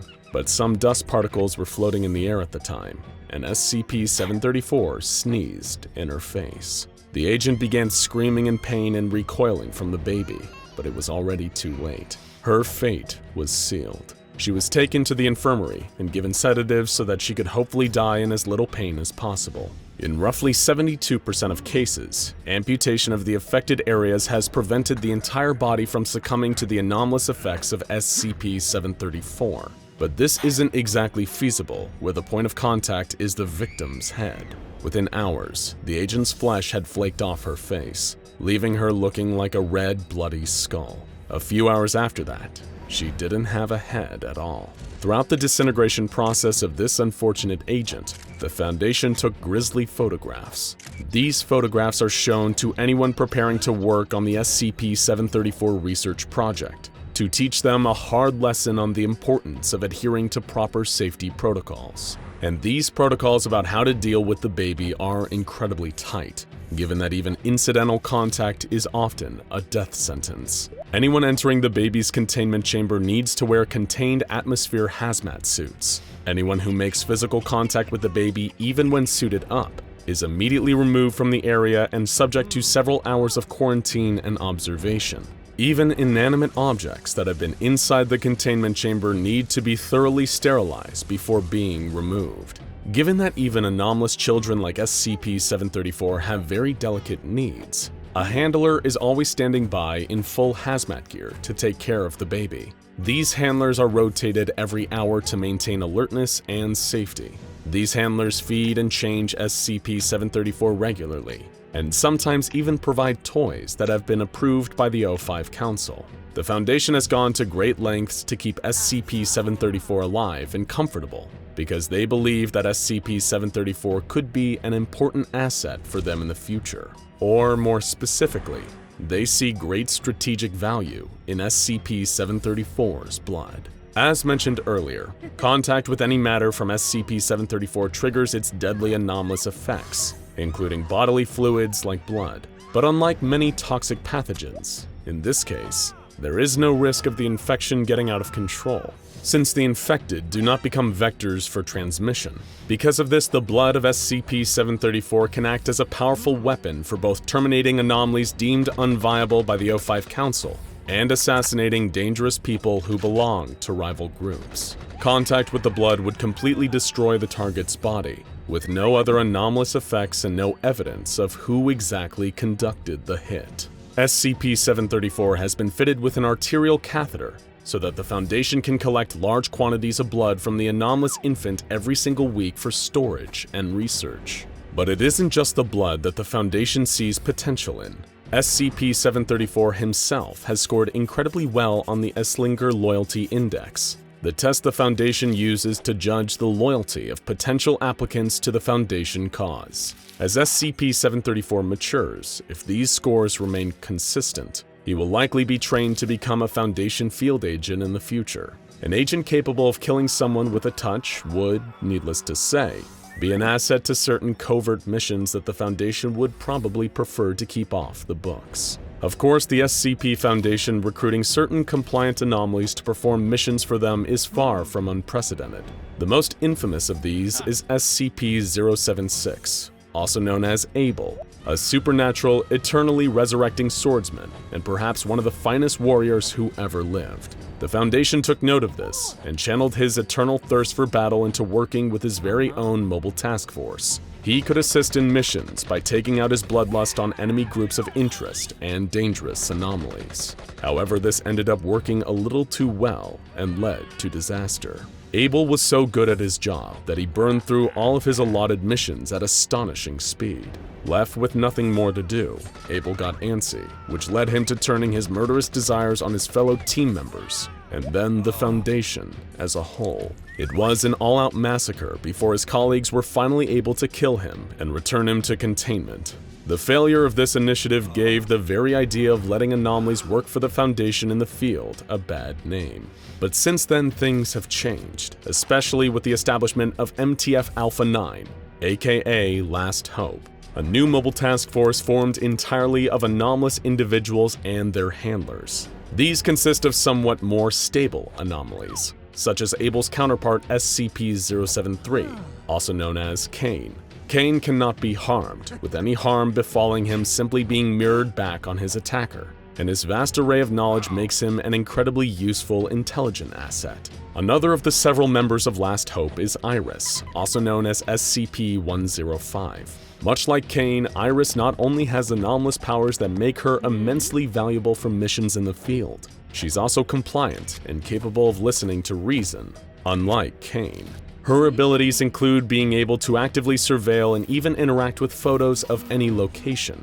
especially when taken with her anomalous camera. Someday, SCP-734 could count himself among other anomalous Foundation agents like these, providing he continues to show promise and doesn't develop a dislike of the Foundation as he ages, since after all, he won't be a baby forever. So if you ever find yourself on the Foundation's bad side, you have a good reason to be paranoid. You'll have no idea that one day, the man who's going to kill you will approach and shake your hand with a smile. It won't be until later, when you feel that strange tingle on your palm and feel the skin starting to flake away, that you'll realize you've been a dead man walking for hours.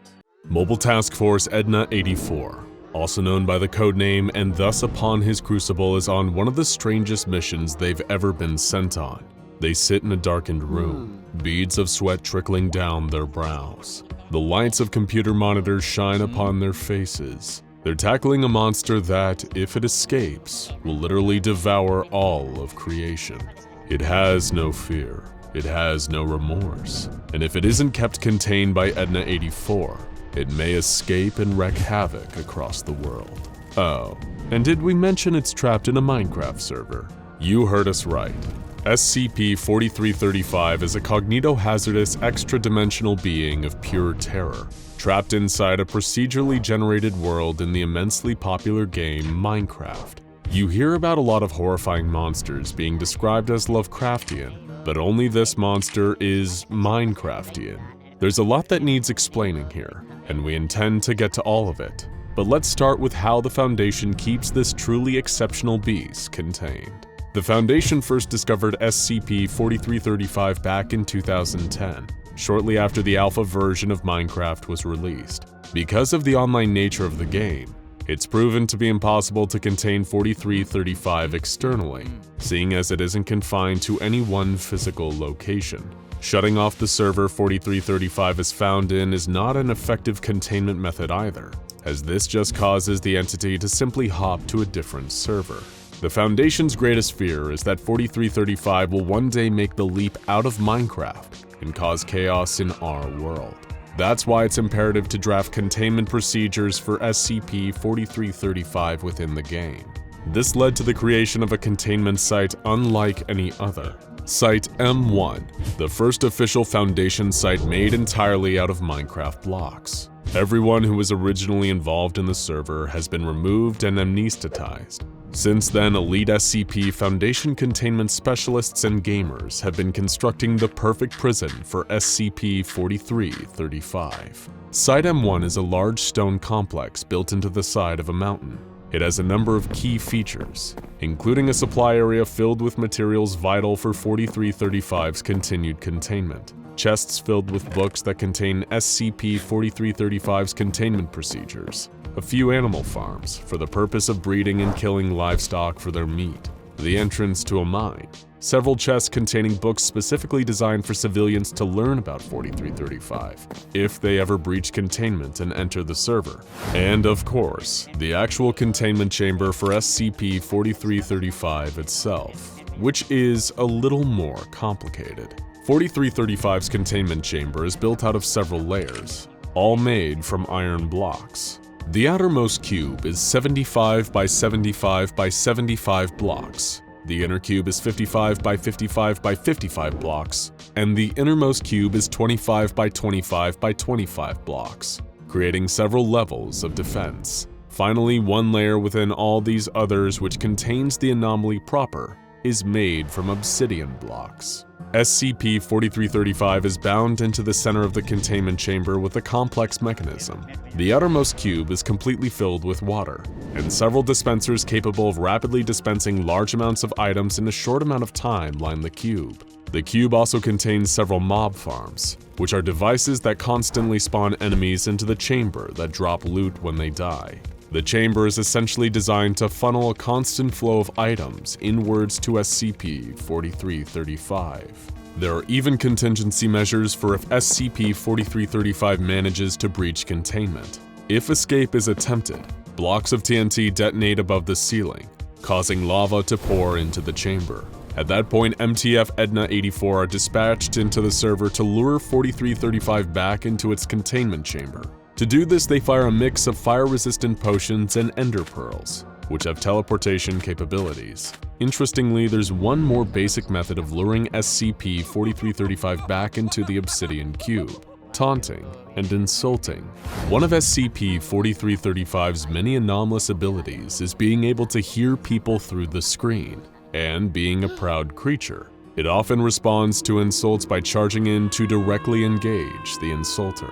If SCP-4335 still manages to breach the containment that has been set up for it, then they even expect that it will likely soon hop into another server. At that point, the goal will shift to finding the monster and recontaining it. With containment procedures this complex and extensive, it shouldn't come as a surprise that SCP-4335 rests firmly in the Keter class. What exactly is this anomalous entity? Why does its containment hinge on constantly providing it with items? And how did it end up in Mojang's popular building and survival game in the first place? SCP-4335, in terms of physical dimensions, appears almost identical to the player character, with an all-black skin.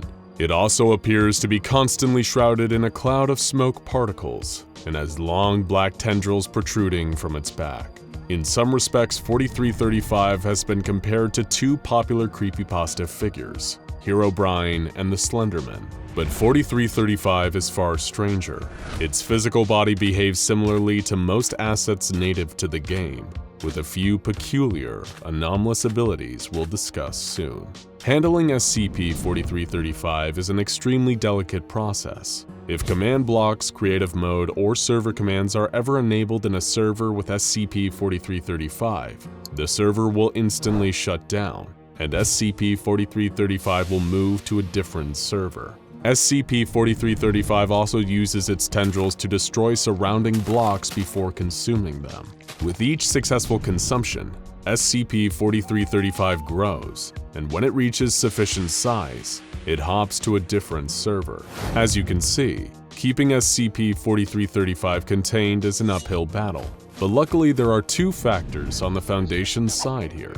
The first is that SCP-4335 is immobilized while consuming items and blocks, limiting its ability to actively escape Foundation forces. The second factor is that SCP-4335 needs a rest period between consuming blocks in order to grow, meaning if its consumption is constant and continuous, it isn't able to grow. These two factors have informed the entirety of the Foundation's containment procedures around SCP-4335. It's locked into its chamber and fed items and blocks constantly, effectively rooting it in place. When SCP-4335 begins to grow, the Foundation also found that the application of ender pearls helps reduce it back to its normal size. However, SCP-4335 does have a method of striking back against its captors. 4335 is a Virgin-class multisensory cognitohazard. Anyone viewing it without proper training and protection may experience distressing hallucinations. SCP-4335 is also capable of telepathic speech, with people playing on its server, and as we alluded to earlier, it can also hear any noises you make while playing.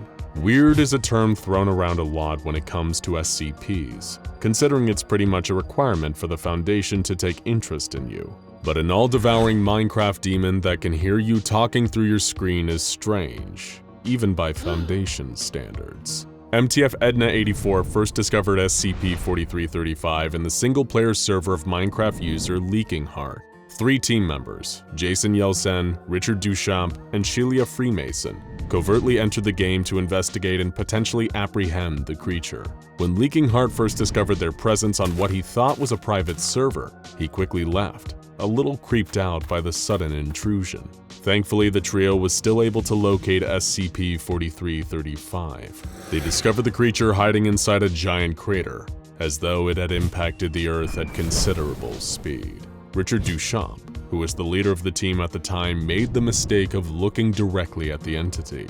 In that moment, he experienced the full force of SCP-4335's cognitohazardous effects. He hallucinated, believing that his keyboard was melting before his eyes. In the aftermath of this incident, Duchamp was taken off the case, and Jason Yelsen was promoted to head of the project. Things were still going to get stranger. Yeltsin was able to open a dialogue with the creature after containing it in a chamber filled with lava. It asked him whether it had landed in the right location, meaning our world, and Yeltsin informed him that it had somehow fallen into the world of Minecraft instead. The creature was at first confused, and then angry and resentful about its situation. It vowed to find its way into our world somehow and obtain more sustenance. A few months after this, the entity managed to breach containment and hop into another server. Yeltsin and 2 others once again managed to track it down and recontain it. But this time, 2 civilians also inhabiting the server were exposed to the anomalous effects of SCP-4335. They weren't hurt, but they did appear strange and incoherent after experiencing 4335's cognito hazards. The Foundation tracked them down in the aftermath and gave them amnestic treatment. 4335 was contained shortly thereafter. Once again, Yeltsin came face to face with his new foe. 8 months after being captured, 4335 granted Yeltsin another interview from containment. 4335 admitted that it almost respected Yeltsin and the rest of the Foundation for figuring out how to capture and contain it so quickly. In exchange, it would give the Foundation something extremely valuable: information. First, it asked one question of Yeltsin: how does he define creation?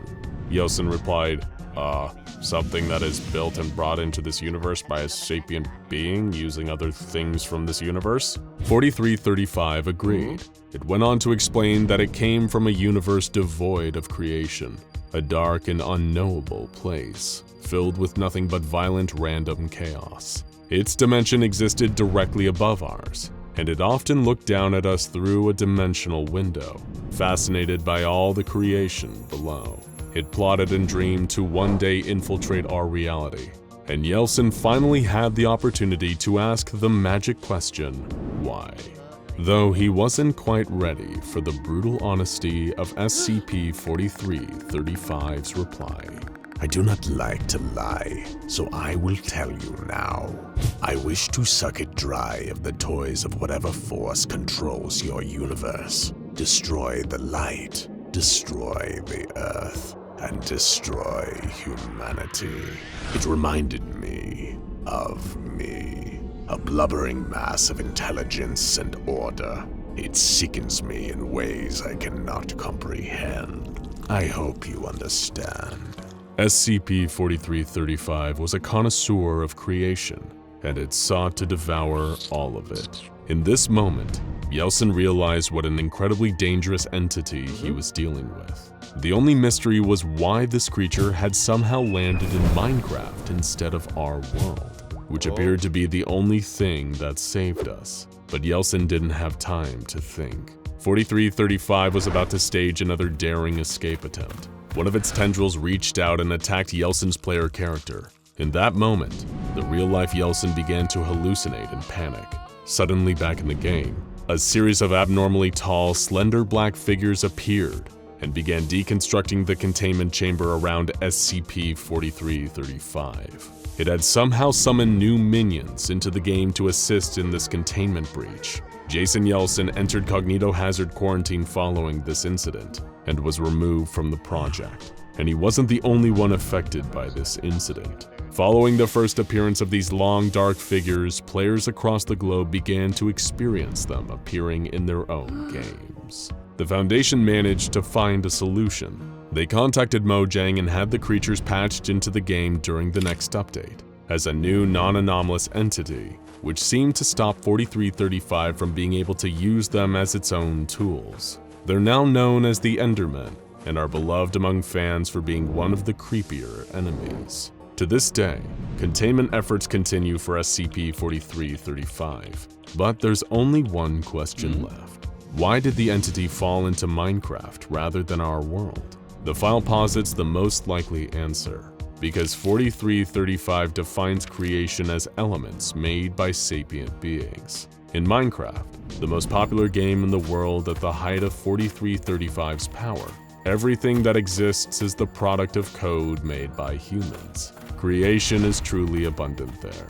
As for our world, in SCP-4335's extra-dimensional eyes, There is no creation, no intelligent design, no soothing piano soundtrack. Just frightening, chaotic randomness which is too unlike its own dimension.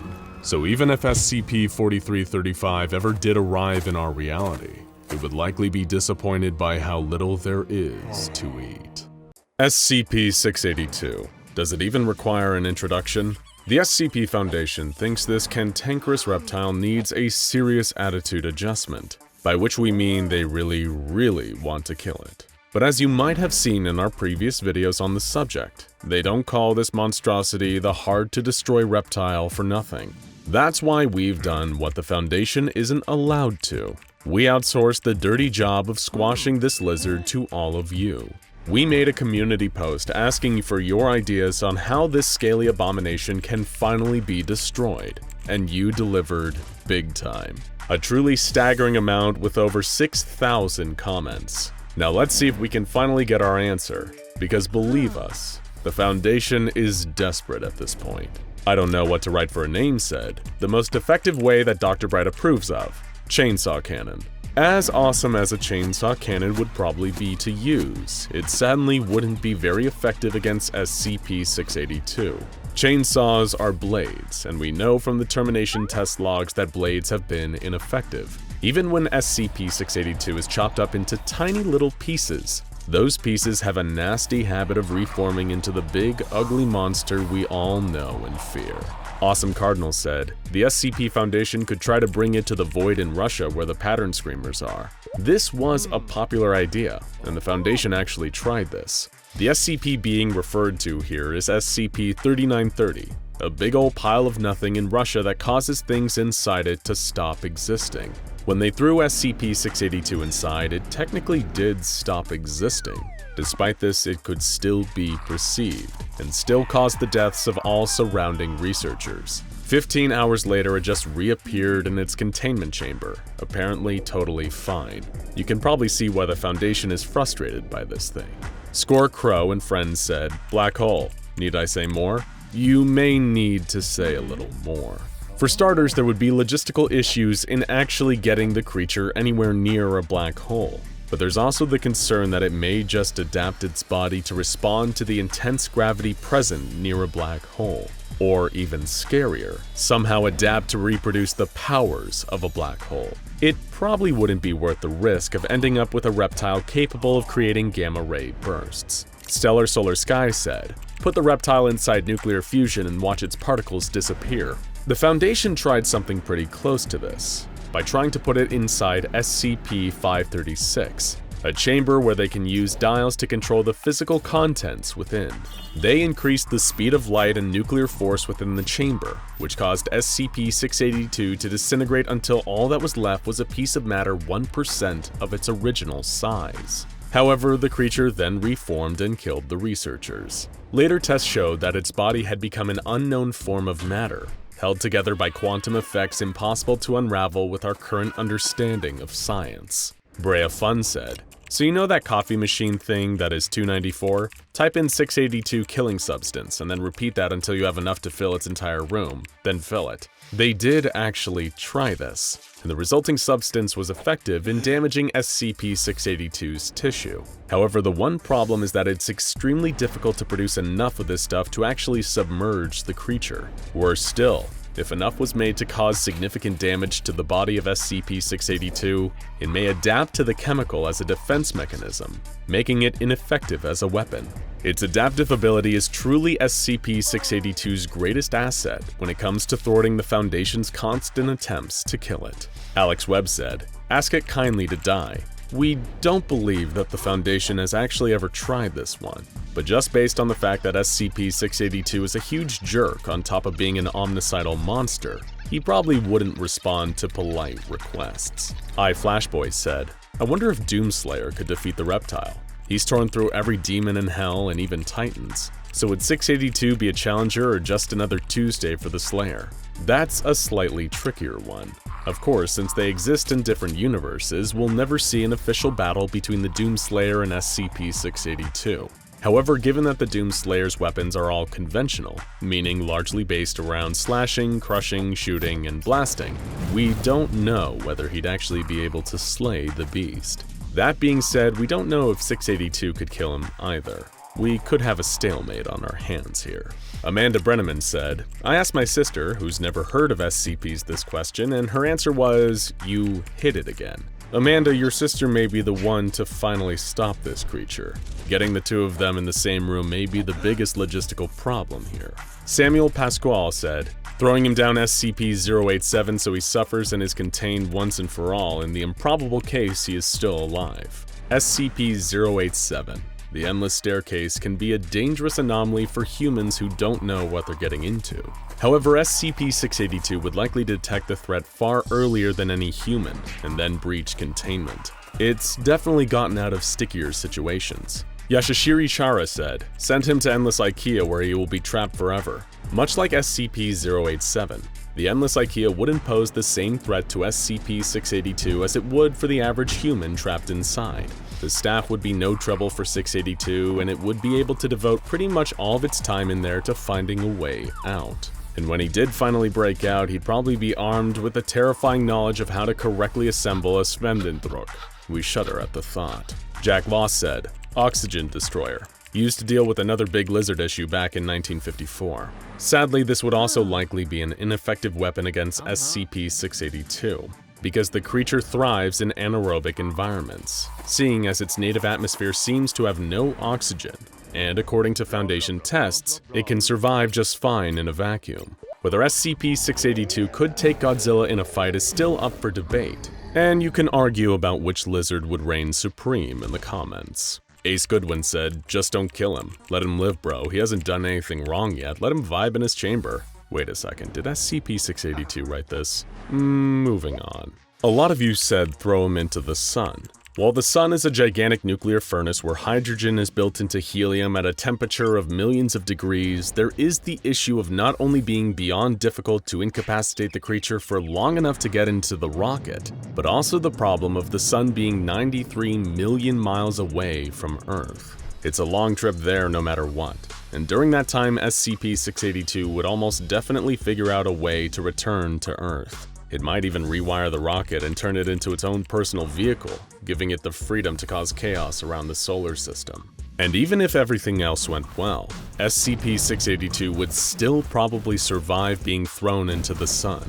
After all, the Gate Guardian's flaming sword is described as being hotter than the sun, and it didn't manage to kill the hard-to-destroy reptile. Pokemon Red Boy said, "Send him to Mars and launch a nuke that can destroy a planet along with the SCP." While a nuke capable of destroying the planet of Mars would also likely destroy SCP-682 in the process, the destruction of Mars itself would likely cause such a catastrophic shift in our neck of the solar system that we'd probably die along with it. The question at that point is whether it's really worth killing ourselves to take down the lizard. Artemis said, "Let it live with 999 its entire life and it's not a threat." This is a double-edged sword. During their cross-test, SCP-999 did pacify SCP-682 and put it in a state of bliss and laughter for a brief period. However, this actually resulted in a pretty catastrophic tragedy too. 682 adapted to 999's effects and released a beam of laughter that incapacitated everyone around it, allowing it to escape and go on a killing spree. So maybe the two are better kept apart. Dr. Was Up said, "I'd give 682 a jar of pickles to open, and the jar would be so tight that SCP-682 couldn't open it, and he would be so embarrassed by it that he would just destroy himself." You may actually be onto something here. We know we'd be extremely embarrassed if we couldn't open the jar, but there are three major problems. 1. Where does one get such a jar? Can SCP-343 make a jar of pickles so difficult to open that he himself can't open it? 2. We don't know if SCP-682 likes pickles enough to make opening the jar an attractive prospect. And 3. If it does turn out that it likes pickles, it would probably just eat the jar too. Shuvo Bhattacharjee said, "To deal with him in my opinion, send SCP-682 into SCP-3001, aka the Red Reality. That's my theory. This could potentially be an effective method of trapping SCP-682 for a period of time. However, the problem is that there's no reliable way to access the Red Reality. The only person who's ever really been inside is Robert Scranton, and he ended up there completely by accident. So this doesn't seem to be a reliable neutralization method for SCP-682. Adding to that, the panel that Dr. Scranton was transported to the Red Reality with eventually came back, which means it might only be a temporary solution anyway. Mistake to Society Yay said, "Can someone ride SCP-682 without them dying?" This isn't technically about neutralizing SCP-682, but it deserves an answer. While it appears that some people are able to ride 682, such as SCP-053 the Little Girl, and 05-6 aka the American in the Ouroboros cycle, he doesn't seem to enjoy it. At least he didn't when SCP-082, better known as Ferdinand the Cannibal, attempted it. Of course, Ferdinand describes their relationship quite differently, insisting that 682 is his Bayard, his magical steed. Laura Garcia said, "Chop it up. Put the pieces in a giant bowl with egg beaters, stirring it constantly so it can't reanimate. Keep it kinetically moving so it doesn't ever have the rest time to reform. Giant egg beating machine to prevent reformation. Killing it would take a Rigel sunblast to stop it from reanimating itself." This has got to be one of the most creative ones we've encountered. Even Dr. Bry probably wouldn't think to use giant whisks on the beast. However, it probably wouldn't kill the ordinary creature for good. As we've said before, not only has the beast regenerated from things as hot as the sun, he's also able to re-manifest from the tiniest atoms, or even nothing at all. On the plus side, he may reanimate with a new super whisking ability, and could potentially give SCP-5031 a run for best cook and containment. Sheikh Ben Yakar said, "I think they need to explode him from the inside because maybe there's one spot in his body that isn't invincible, and if they hurt it, SCP-682 will die." The problem with SCP-682 isn't necessarily that it's invincible, just hyper-adaptive and hyper-regenerative. As you may have seen in other videos, SCP-682 has been shot, dismembered, burned, frozen, vaporized, blown up, partially eaten, and even totally disintegrated. But it always manages to come back, even from the smallest specks of matter. It would almost be admirable if it wasn't a perpetually aggressive murder monster. Brybot said, "Put it in 106's pocket dimension." This actually happened once during a containment breach, where the old man as well as SCP-953, the polymorphic humanoid, ended up in 682's cell. SCP-106 dragged them all into its pocket dimension for a bit of the odd ultra-violence. And when they emerged, it was clear that they'd all taken considerable damage. SCP-682 wasn't killed though, and 106 hasn't tried anything like that again since. Non-player Cactus said, "Trick him into killing John Wick's dog." To be fair, if anyone could take this monster down, it'd probably be John Wick, though SCP-682 might be too smart to actually kill his dog in the first place. And if he did manage to best John Wick, well, we hate to think what a 682 with the martial prowess and gun skills of John Wick would be like. Actually, no, we don't hate to think about it because it would be awesome.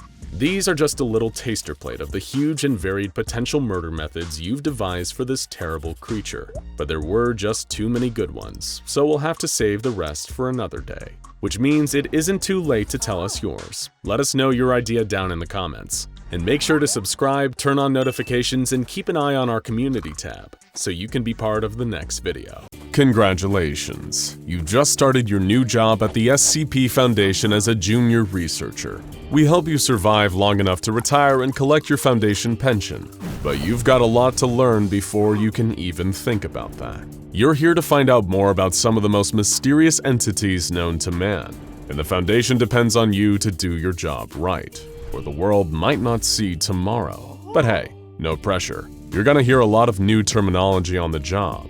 Big scary words like Apollyon and thaumatology.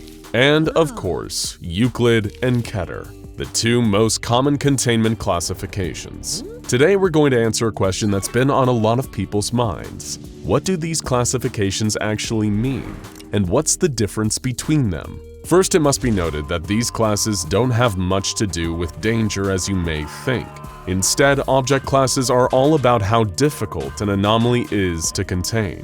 And we're going to take you on a crash course of each of them, and provide some examples so you can broaden your idea of what exactly Euclid, Keter, and all the other classes of anomalies can be. Of course, while Euclid and Keter are perhaps the best known object classes, they aren't the only ones. Just below them in terms of severity is the Safe class. It may be every guard in D-Class's dream to get assigned to safe SCPs, but this classification doesn't mean the anomaly in question is harmless. It does mean that they are easy to contain though, often requiring very few resources or certain specific activation mechanisms. For example, SCP-507, the Unwilling Dimension Hopper. The Unwilling Dimension Hopper is fully cooperative with Foundation containment protocols, earning him the Safe class. SCP-662, the Butler's Handbell, while capable of extreme violence, doesn't activate unless someone rings it, making it safe to store.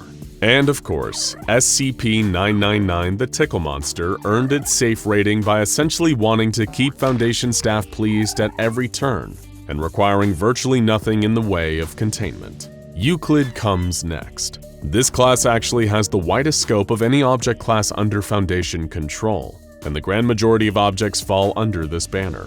Unlike Safe class anomalies, Euclid anomalies require greater resources to keep contained. The Euclid classification can also mean that containment isn't always reliable, and is often given due to either a lack of knowledge about the anomaly, or there being some degree of inherent unpredictability. Unpredictable is really the key word when it comes to Euclid SCPs. Anomalies that are either autonomous, meaning they can move on their own, sentient, meaning that they're capable of thought, or sapient, meaning they are partially intelligent, almost always automatically fall into the Euclid class. This is because anything that moves or thinks on its own is capable of surprising and unpredictable behavior, notwithstanding certain exceptions like the aforementioned Tickle Monster. This brings us to Keter. In the simplest terms, you could describe Keter class anomalies as Euclid, but worse. Again, this has nothing to do with how violent or dangerous the anomaly is, merely how difficult it is to contain. Keter class anomalies often require extensive resources to fully contain.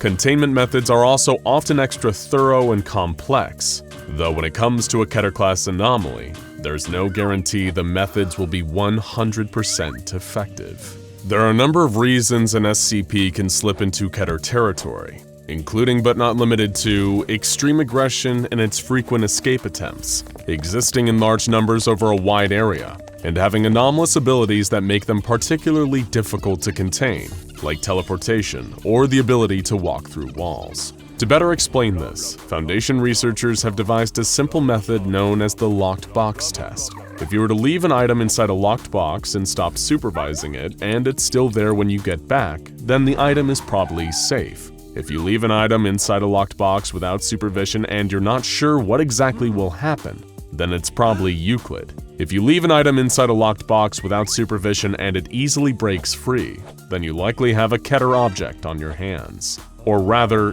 did, before it broke out and ran off. Before we go any further, it's worth briefly mentioning that there are two other primary object classes that cover most SCPs that aren't under the Safe, Euclid, and Keter banners. These are Thaumiel and Neutralized. Thaumiel anomalies are SCPs that are used to contain other SCPs, such as SCP-3000, the legendary amnestic-producing Anatashisha. Neutralized anomalies are objects that either have lost their anomalous qualities or been straight-up destroyed. A good example being SCP-1762, the cardboard box which used to contain the Land of Fantasy. But back to Euclid and Keter. What are some good examples of Euclid and Keter class anomalies in containment right now? Let's take a look at some of the Foundation's most iconic Euclid classes first. Kicking things off, we have SCP-096, also known as the Shy Guy. We all know and fear this self-conscious serial-killing monster that murders anything that sees its face. As you already know, when someone sees the face of the Shy Guy, nothing can stand in its way on its quest to utterly destroy them. The monster has not only proven successful in causing mass casualty events, it's also pretty much indestructible, and has shown that it's able to tear its way out of containment with ease. So you may be wondering, why is the Shy Guy Euclid and not Keter? While it may surprise you to hear this, SCP-096 is actually closer to safe than Keter. The monster may be incredibly dangerous when its rage state is activated, but it's proven fairly easy for the Foundation to control this activation. The only times that 096 has breached containment is when photographs of its face have been found out in the real world. But as long as the Foundation can prevent people from seeing its face, it poses no real risk of containment breach. The very fact that the Foundation can't know for sure how many photos of it are out there adds an element of unpredictability to its containment, and that is why, despite being incredibly scary and dangerous, 096 is firmly Euclid. Next, another Euclid anomaly that needs no introduction, SCP-173, also known as the Sculpture. This nasty piece of modern art has given workers at the Foundation many a sleepless night thanks to its terrifying tendency to snap the necks of anyone who isn't looking at it. This is a creature so scary that even SCP-682 feels uncomfortable around it. Much like SCP-096, 173 has also proved nigh impossible to kill, and in a containment breach, it's been known to stack up bodies like it was Judgment Day. So why just Euclid rather than Keter? Once again, it all comes down to how the Foundation understands just how 173 ticks. As everyone knows by now, 173 is paralyzed whenever someone is looking at it. As a result, the Foundation has been able to devise containment methods that center around keeping 173 constantly observed. The reason it's Euclid rather than safe is that while quite reliable, this method is also somewhat time and resource intensive. As with anything that requires a high degree of human involvement, the potential for human error is always there. And finally, in our rundown of famous Euclid-class objects, we have SCP-3008, more broadly known as the Infinite IKEA. This sinister retail giant is a pocket dimension hiding within an IKEA superstore, leading to what seems to be an infinite furniture warehouse filled with scary, faceless creatures known as the Staff. Hundreds or perhaps even thousands of people have become trapped in SCP-3008, and it may even connect to other dimensions. This is one place where you really don't want to get stuck while shopping for a new piece of furniture. But it's still Euclid. Why? Well, because to the best of our knowledge, there's only one gateway into 3008's pocket dimension inside our reality, and the Foundation has that specific site on lockdown. While there are still things we don't know about SCP-3008, the Foundation has been able to secure and contain the entrance. It's Euclid rather than safe because this entrance still needs to be patrolled regularly to ward off any staff attempting to escape and prevent further victims from entering, which is a low-risk but resource-heavy job. Next up is Keter class. First, we have the terrifying SCP-682, also known as the hard-to-destroy reptile. Anyone who's seen our videos on this nasty creature knows that it really lives up to that name. 682 may not be the most dangerous SCP, especially with cosmic monsters like the Scarlet King and the Devourer of Worlds out there, but it's one of the most hardy, thanks to its incredible adaptive abilities. Because of the way 682 adapts to pretty much any threat, it's virtually impossible to attack it the same way twice. However, if being violent and indestructible was all it took to become a Keter-class anomaly, the Shy Guy would be right there with it. There are two key factors that push 682 into Keter territory: its incredibly high intelligence and the fact that it reacts unpredictably to all external stimuli. Because of its intelligence, 682 is able to actively scheme to escape containment, something it does with such regularity that the Foundation is constantly trying to terminate it. And because of its adaptive abilities, its behavior in response to containment is often nigh impossible to predict. As a result of all of this, 682 is a complete nightmare to keep locked up, making it Keter. Next, a Keter-class anomaly that's not quite as well known, and not nearly as ferocious. SCP-3663, also known as the Tunnel Monster or the Cardboard Box Monster. This entity is as scary as it is incredibly sad. He was once a normal little boy, playing in an abandoned industrial area with his friends. He had built himself a crude monster costume out of cardboard boxes, but through anomalous means, this costume bonded with the little boy, turning his organs into cardboard and twine. Now it manifests in pipes and tunnels across the country, approaching nearby humans and causing paranoia and fear. It'll then grab his victims and transport them elsewhere, leaving them unconscious and afraid but otherwise unharmed. Clearly, we're not looking at an anomaly even close to being as dangerous and deadly to SCP-682, but it's still very much Keter. Why? Because the teleporting ability inherent to SCP-3663 makes it incredibly difficult to consistently contain. along with its inherent distrust of Foundation personnel. The Foundation have yet to devise a truly effective containment method for 3663 and its teleporting antics, so Keter class is where it remains despite it being mostly benign. And finally, SCP-1000, aka Bigfoot.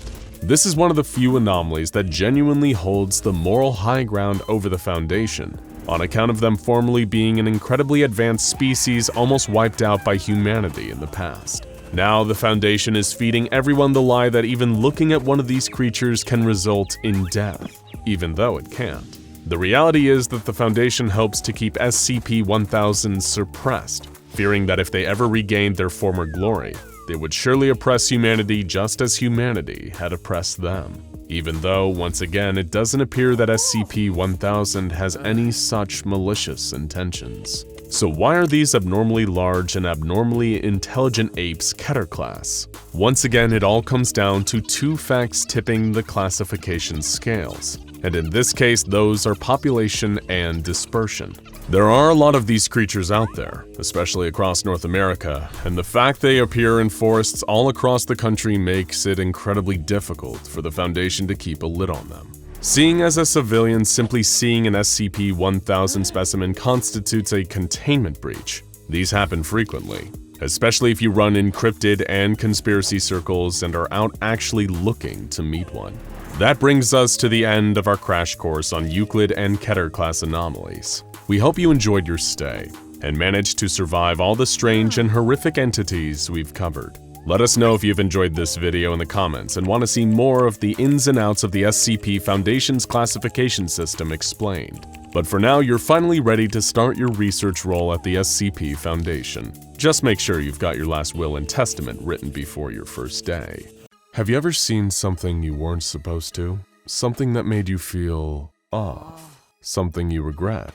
Secrets like these are best kept to yourself. But since you're still alive, whatever you saw wasn't nearly as bad as what Peter Holland saw one fateful night in January of 2015. Peter was an unremarkable man, an office worker, slaving away at the daily grind. And like a lot of people, Peter enjoyed nothing more than coming home after a long, hard day, kicking back and watching some TV. It was this innocent activity that led to Peter's horrifying brush with SCP-5049, altering the course of his otherwise average life forever. The event started at around 10:05 p.m. Peter was channel surfing, glued to the couch in his sparsely furnished apartment. Commercials, commercials, commercials, as far as Peter's tired eyes could see. He paused for a moment to watch the end of an ad for a car he could never hope to afford on his salary. But something stopped him from changing the channel again. The next ad had begun, and it was playing a strange, scratchy jingle that gave Peter an odd sense of unease. But even stranger than that was the text on screen. Demon Dan's Discount Homunculus Depot in baby blue bubble lettering. He forced a smile. This had to be some weird comedy skit or viral marketing campaign, or maybe it was something he drank. But no, this was a real commercial, and things were about to get even weirder. The peppy logo faded to a concerning sight. A tall humanoid figure dressed like a used car salesman, but one that definitely wasn't human. His skin was dark green and covered in patches of thick fur. He had long fingers with intimidating claws and a grin full of needle-like fangs. It looked almost demonic, and after a few seconds, the demon began to speak. Hey there, folks, it's your man, Demon Dan, coming at you with the latest and greatest deals from Demon Dan's Discount Homunculus Depot. We've just accepted a shipment of brand new models that would make even the most discerning customers weep with excitement. Let's see what we've got. The creature, apparently named Demon Dan, stepped away from his desk, revealing two long, furry goat legs that ended in large, pointed hooves. Peter now assumed he really was going crazy, but at this point he was along for the ride. Demon Dan continued his pitch. Looking to make your way through the capitalist hellscape that makes home look cozy? Come try one of our newest businessman models. Dan gestured behind him to where Peter was horrified to see a total of 52 adult male human bodies hanging from a wall. There was something uncanny about them.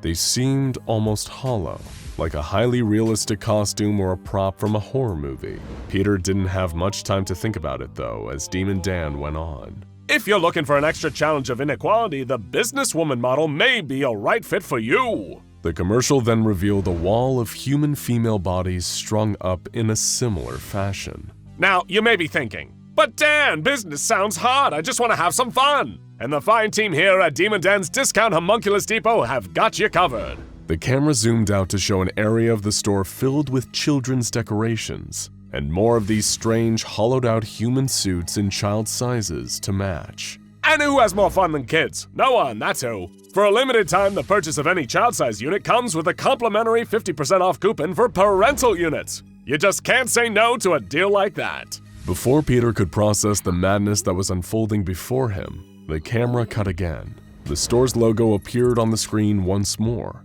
along with several cuts to locations around the store itself. There were more human bodies, hundreds of them. Demon Dan's sleazy voice rang out over all of it. Here at Demon Dan's Discount Homunculus Depot, we know it's not all fun and games. The bravest among us have a mission to accomplish. The Seven Lords are ever planning their invasion after all, so you're looking for function over form. Well, we've got that in spades down here in the Tactical Services Department. You'll be kicking ass in no time when you're wearing the latest models at the best prices. Seven Lords? Invasion? What did any of this mean? Suddenly, the camera was showing him a new room. Red curtains parted, revealing more of these person suits, several bearing a striking resemblance to real human celebrities. He managed to make out Gucci Mane, Avril Lavigne, Paul McCartney, and Britney Spears before Demon Dan's appearance once again drew his attention.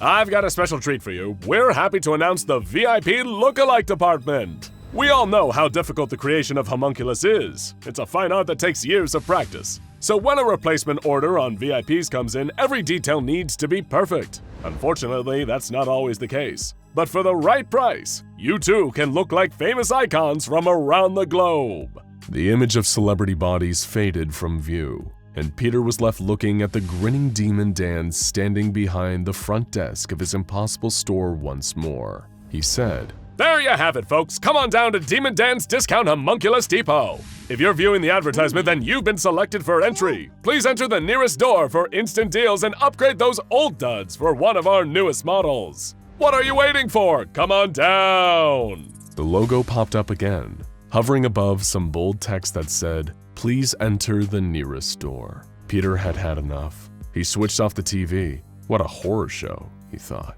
They should just warn you before they put short horror films on TV like that. He had no idea they could just slip them in among regular commercials. Surely Demon Dan and his store couldn't be real, right? But as his eyes drifted to the door in his room, he didn't feel quite so certain. Well, there was only one way to find out. Peter got up, went over to the door, took a deep breath, and walked through it. Peter Holland was never seen again. Not as himself, anyway. The SCP Foundation has long been aware of this sinister transmission, known as SCP-5049-2, and luckily has found ways to prevent it from claiming more victims. The Foundation Television Analysis Department, as well as webcrawler 40Y40, which is the software the Foundation uses to root out anomalous activity online, are always vigilant for signs of Demon Dan's commercial running. Just observing Demon Dan, who is himself classified as SCP-5049-A, and his ads put you in immediate danger, as it can transform any nearby doors into SCP-5049-1s. Those are interdimensional portals that remain active for around 15 minutes after viewing the ad. So then what specifically is SCP-5049? It's the entire pocket dimension known as Demon Dan's Discount Homunculus Depot, a Keter-class spatial anomaly constantly on the lookout for new human victims, which it transforms into fleshy suits for its demonic clients, which let them blend in around humans. Prior to its discovery by the Foundation, it's likely that Demon Dan and his associates claimed hundreds, if not thousands, of lives. But sadly, even discovering this anomaly came at a gruesome cost to the Foundation. On February 16, 2020, the ad played on Safe Storage Warehouse 13's break room television. At the time of the broadcast, 4 Foundation personnel were present, including security agent William Birkin, Worrying that this was a potential security threat, Agent Birkin investigated the door to a nearby closet. The second he opened it, he was transformed to the storefront of Demon Dan's Discount Homunculus Depot. He saw Demon Dan himself standing at the corner, while 4 smaller reptilian imps fought over a small flesh suit. Demon Dan scolded them, before turning his attention to Agent Birkin. Tis, you aren't supposed to be here, little man. How naughty. I'm gonna have to have a word with marketing once I'm through with you. Agent Birkin, fearing for his safety, drew his weapon and shot Demon Dan 3 times. The creature dematerialized, before appearing right next to Agent Birkin and disarming him with a swift chop. The unfortunate security agent was then grabbed by the considerably larger Demon Dan and thrown over Dan's shoulder. We know all of this because Agent Birkin's standard issue Foundation body camera recorded the whole terrifying ordeal, even as Demon Dan dragged the helpless Birkin back into the twisted workshop behind the store. There, Birkin saw what would soon be his own fate right before his eyes. Dan's minions converting human bodies into fleshy suits for their demon clientele, and this unfortunate security officer was next. Dan gave him over to a pair of large sheep-like demons, and told them to drain, skin, and declaw him. Birkin's video feed finally cut as the demons pulled out their rusty tools and began to work on him. Of course, the SCP Foundation wouldn't take an attack on one of their operatives, inside one of their facilities no less, lying down. The unfortunate death of William Birkin allowed the Foundation to refine their methods of intercepting the broadcast of Demon Dan's commercials. They even had a new mobile task force, Mobile Strike Force Kappa 11, or the Baphomet Bashers, specifically to deal with Demon Dan and his cronies. They did more than just prevent him from taking new humans, though. When the Baphomet Bashers teamed up with an A-class clairvoyant entity to improve their efficiency in predicting future broadcasts, they were able to launch sting operations and arrest 21 different demonic customers for interrogation. This impressive strike back finally gave the Foundation some meaningful leverage over Demon Dan, and through the use of their clairvoyant entity, they were able to call a temporary truce and arrange a meeting with Demon Dan himself. Captain Steiner, an agent of the Foundation External Negotiation Department, was the one to interrogate Demon Dan. They sat across from each other at a table, and Demon Dan was clearly tense, frustrated with the way the Foundation had been messing with his business. All of their sting operations were frightening off his customers. In return for letting him continue his work, the Foundation wanted Dan to turn over all the information on his bosses and customers, allowing the Foundation to track their movements. When Dan was evasive about whether he'd comply, they tried threatening him. Dan laughed them off. Go ahead, take your best shot, little man. There's a dozen more just like me. You won't stop anything. Finally, he was pressured into giving a yes or no answer as to whether he'd willingly collaborate with the Foundation and act as an informant against his kind. When Demon Dan hinted that he may be willing to comply, he began to make a horrifying gurgling noise and gripped his head in pain.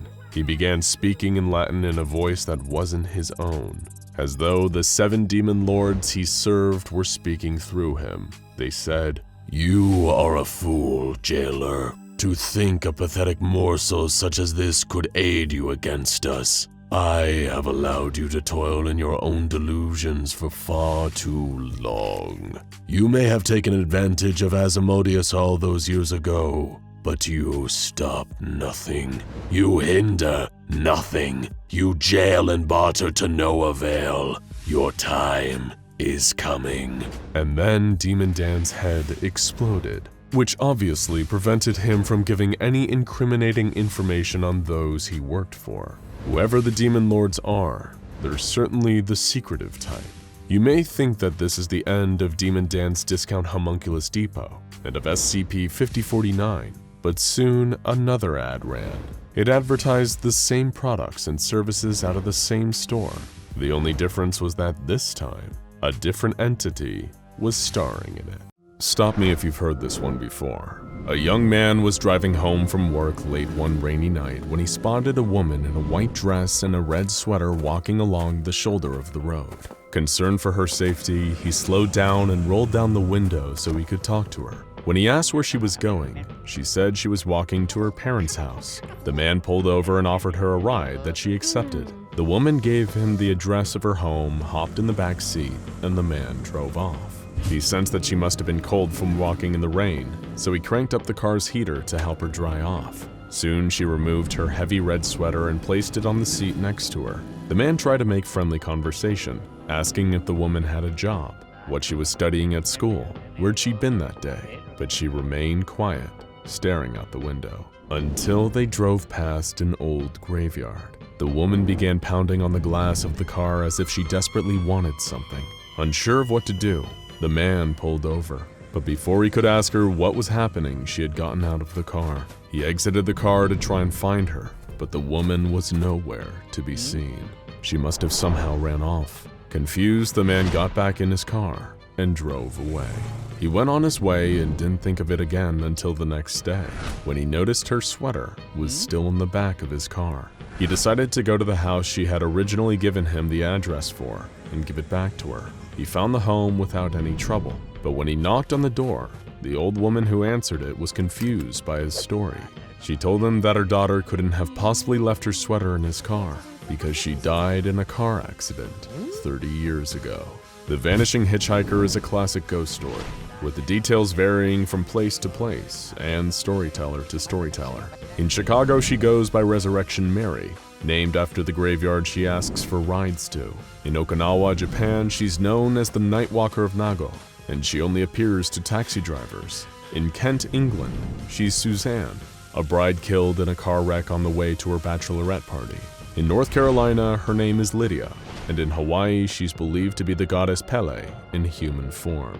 But as far as our friends at the SCP Foundation are concerned, the Vanishing Hitchhiker's name is Mary Talish, also known as SCP-1337. On the 19th of May, 1952, college sophomore Mary Talish was abducted on her way to class in her hometown of Muncie, Indiana. When police found her body 2 weeks later, her eyes and heart had been torn from her body in a ritualistic fashion, and she had scrapes and bruises that suggested she had been beaten before her murder. Her killers were never caught, and her body was returned to her family for burial in Tomlinson Cemetery. Starting on the 19th of June that same year, someone matching Mary's description, a Caucasian woman with blonde hair standing 150 centimeters tall and wearing a red sweater, was spotted trying to flag down passing vehicles along Mayflower Road. Since then, every month on the 19th, Mary has been sighted along that stretch of road, and every month the same scenario plays out. Mary gives anyone who picks her up directions to her parents' house. Then on the way, she instructs the driver to stop at the graveyard where she was buried. She vanishes from the car, leaving her sweater. The driver of the car tries to return the sweater to her parents' house, only to be told that Mary Talish was dead. When the SCP Foundation was made aware of Mary Talish's pattern of haunting in the late 50s, they set up a system where agents would patrol Mayflower Road at hourly intervals with the intention of picking Mary up. Agents were sent on their own, in non-Foundation cars, and instructed to stick to the accepted script of the Vanishing Hitchhiker legend, without attempting to engage Mary in further conversation. Mary's parents were also given E-Class agent status to keep them from speaking about the haunting, and told that the Foundation was working on a way to set the spirit to rest. Early attempts to study the apparition were inconclusive. It proved impossible for the Foundation to relocate her or trigger her manifestation outside of the 19th of every month, and attempts to analyze her sweater were fruitless, since if the sweater wasn't returned to the Talish family home, it would simply vanish from containment at or around sunset on the next 19th. For 20 years, SCP-1337 events continued to happen as normal.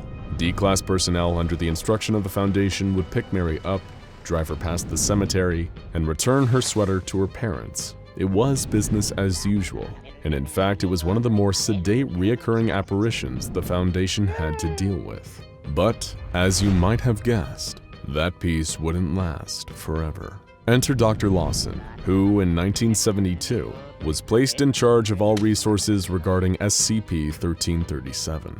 Dr. Lawson was getting sick of all this phantom hitchhiker business, and while most of the Foundation was happy to keep this routine going, Lawson thought that the continual picking up and dropping off of Mary Talish and her red sweater was a waste of the Foundation's valuable time. After all, it was the early 70s. The price of oil was at an all-time high, So the expense of sending car after car up and down the same road for a solid day once a month just to pick up a ghost was more trouble than it was worth. So Lawson started developing a plan, one that he didn't go through the proper Foundation channels to approve. He reasoned that the reason Mary's ghost kept coming back was because she wanted something. Since always asked for a ride home, then it must mean she wanted to return back to her parents. So logic followed that if she had nothing or no one to go back to, then she'd stop appearing. On the 18th of June 1973, Lawson went ahead with his plan without his superior's knowledge and ordered the execution of Mary Talish's parents, as well as the immediate demolition of their family home. According to his journals, Lawson had hoped that his attempt at decommissioning 1337 would significantly cut the Foundation's gas bills, freeing up valuable funds, at which point he'd surely be promoted in recognition of his brilliance. But that wasn't what happened. Lawson was demoted from team leader to junior staff, and only kept on 1337 detail out of the belief that, without a family to return to, Lawson would become the new focal point of the haunting should Mary Talish ever return. Though Lawson's actions weren't at all above board, even by SCP Foundation standards, they did seem to have worked.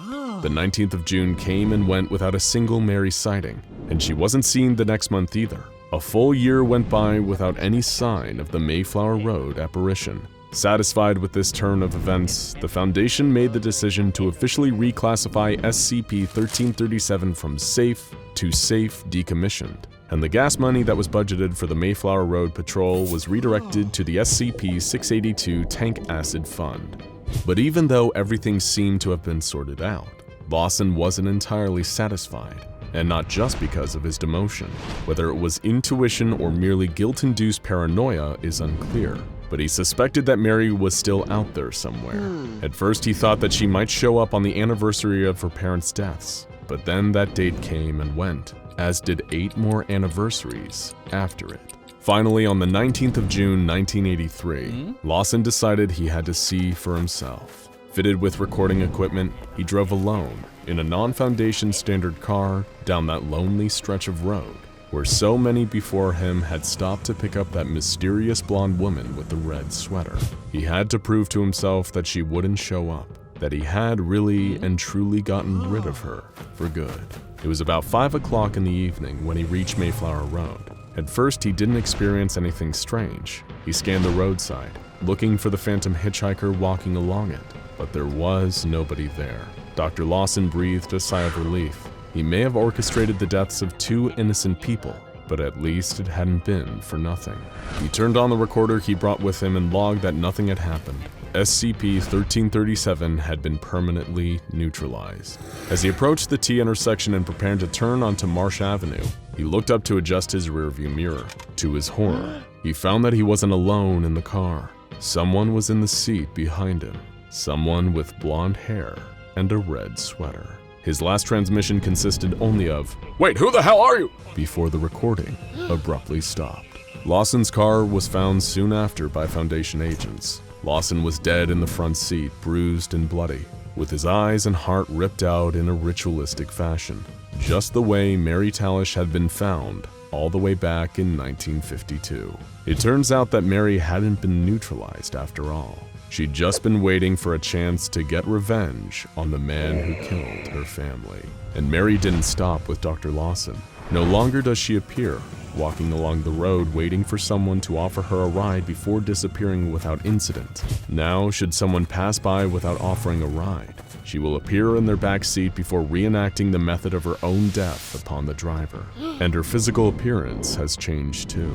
Whereas before she looked like the image of a pretty young woman before her tragedy, now recordings show that she appears with the wounds of her death present, her eyes gouged out in their sockets, and a massive hole in her chest where her heart should be. The same wounds she inflicts on her victims. The SCP Foundation has tried closing off and eventually destroying the road, but that has only resulted in Mary manifesting at other locations in and around Meansea. Foundation documents reveal that any back road in the city can potentially serve as host to a 1337 event, and all attempts to contain the apparition have failed. The only way someone who has seen Mary can avoid her wrath is by stopping to pick her up. at which point she will dematerialize before reappearing on another road. Mobile task forces have been unsuccessful, as Mary only appears to those driving alone, and all agents who have been sent on solo missions to apprehend her have resulted in the death of the agent. SCP-1337 was reinstated, this time as Euclid class. Currently, the Foundation's method of managing SCP-1337 is to dispatch a security team on the 19th of every month to monitor all the places where a potential sighting could take place. As soon as signs of a manifestation are identified, a remotely controlled vehicle containing a single D-Class is driven to the location. Once Mary appears in the car is piloted to the empty lot where her home used to stand, and the remains of the D-Class are then disposed of. Like a lot of the stories that get passed down as urban legends, the story of SCP-1337 has a lesson that can be taken away from it. This SCP started off as an ordinary local haunting, no more deadly than Lydia, Suzanne, Resurrection Mary, or any of the countless other local versions of the Vanishing Hitchhiker story. But thanks to one rogue Foundation doctor and his desire to rush what he thought would be an efficient solution, the spirit not only became harder to control, but also much more violent and bloodthirsty than anyone was prepared to deal with. So if there's anything we can learn here, it's that no matter if you're a student, an office worker, or a researcher with the SCP Foundation, think twice about cutting corners. It might save you a little bit of time and money in the short term, but in the long term, the results could be fatal.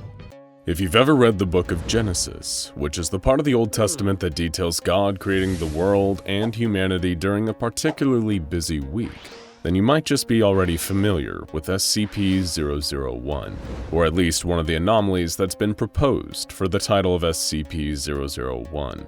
Because of course, SCP-001 doesn't refer to a single creature, object, or entity, but rather a collection of various anomalies contained by the SCP Foundation. Anomalies sharing the name SCP-001 include the infamous Scarlet King, a powerful eldritch being intent on ending all of creation that is thought by Foundation researchers to be one of the most dangerous beings in this and any other universe. But the Scarlet King isn't the only incredibly powerful being categorized as SCP-001. In fact, there are plenty of other anomalies with similar levels of destructive power. And one such being is a creature codenamed the Gate Guardian. Standing at well over 1,000 feet tall, the Gate Guardian is impossible to be fully contained by any means that the Foundation possesses. The anomaly itself, despite its colossal size, is humanoid in its shape, sporting wings that protrude from its back. While it usually has 4 of these, SCP-001 has historically been seen to have any number of wings between 2 and 108, sprouting from various places over its body, including its shoulders, ankles, wrists, and even its temples. This gigantic guardian also carries its own weapon, referred to as SCP-001-2. This weapon resembles an enormous knife or sword, capable of emitting plumes of flame. According to tests conducted by the Foundation, the temperature of the flames produced by SCP-001 rival that of our very own Sun. For reference, the Sun has a core temperature of over 27 million degrees Fahrenheit and 5,778 Kelvin at its surface, or almost 10,000 degrees Fahrenheit. You would expect a flaming sword that burns hotter than the sun to cause a considerable amount of damage, even if it wasn't in use, but the flames emitted by the weapon leave no lasting damage on the surrounding environment. It is capable, though, of annihilating anything that strays too close to SCP-001, burning them so intensely that their atoms literally separate, breaking potential attackers apart on a molecular level. Much as its codename suggests, the Gate Guardian stands solemnly at the threshold of some form of dimensional gateway, which is equally tall as SCP-001 itself. Behind the Guardian is a lush grove, abundant with fruit trees of astronomical size, as well as other beings that share a similar appearance to SCP-001. This grove is thought to be the Garden of Eden, the paradise that God created and that was inhabited by Adam and Eve. the first 2 humans in existence, according to the book of Genesis. As the tale goes, the pair were created by God himself and permitted to live in the Garden of Eden as long as they followed a single rule. Adam and Eve were instructed not to eat any of the fruit that grew from certain trees that God had specified. Within view just behind the Gate Guardian are 2 immense trees, one bearing apples and the other bearing different fruit of an unknown type. The one that looks like an apple tree is believed, even by some in the Foundation, to be the biblical tree of knowledge that Eve was convinced to pick a fateful apple from after an encounter with a snake. The other, the one with unidentifiable fruit, is thought to be the tree of life. However, this is all speculation, since it is currently impossible to venture through this gateway and verify if the realm beyond is truly the Bible's own Garden of Eden. This is largely because anything that breaches a kilometer-wide radius of SCP-001 is instantly vaporized. The Gate Guardian attacks with imperceptible speed, using its flaming sword to smite any person that gets too close. The Guardian actually moves so fast that it can hardly be seen with the naked eye. It appears to always remain in its solemn, dutiful stance with its weapon drawn and head bowed, only shifting for a fraction of a nanosecond to attack. Ranged attacks against the Guardian are just as ineffective, with all projectiles fired at SCP-001 reduced to atoms before they can do any harm. Even if said projectile happens to be a nuclear weapon, the Gate Guardian will be able to subatomically vaporize both the projectile itself as well as the person who sent it, regardless of how far away they are, all while not appearing to lift a finger. During an experiment involving SCP-001 on December 26, 2004, an SCP Foundation nuclear submarine called Nautilus launched a series of multi-warhead intercontinental ballistic missiles at the Gate Guardian. The retaliation from the Guardian resulted not only in the deaths of approximately 35,000 innocent civilians, but the blast is also believed by some to have inadvertently caused the 2004 Boxing Day tsunami. The severity of this incident came dangerously close to revealing the Foundation's existence to the world, resulting in them rapidly deploying any means necessary to erase any trace of the 35,000 victims' families, friends, and other related individuals. In order to avoid questioning, the SCP Foundation administered amnestics on an almost worldwide scale, and the O5 Council banned any further tests on SCP-001 that involved nuclear weapons. In what was hoped by the Foundation to be a test with lower stakes, they sent an expendable D-Class personnel towards SCP-001. The D-Class approached the area where the Gate Guardian is located, and as soon as they saw it, they could hear a very clear command in their mind: leave. The D-Class personnel reacted exactly the same way you or I would. They promptly turned and started to walk away. They didn't need a 1,000-foot-tall entity with a flaming sword to tell them twice. The researchers running the experiment were not swayed by the request and ordered the D-Class to continue moving towards SCP-001. When the D-Class continued to ignore their commands, they were terminated, as is standard policy when dealing with an insubordinate member of D-Class. SCP-001 appeared not to like this for some reason, though, and the researcher site as well as the researchers themselves were immediately obliterated by an unknown force, though it's a pretty safe guess that a certain flaming weapon was responsible.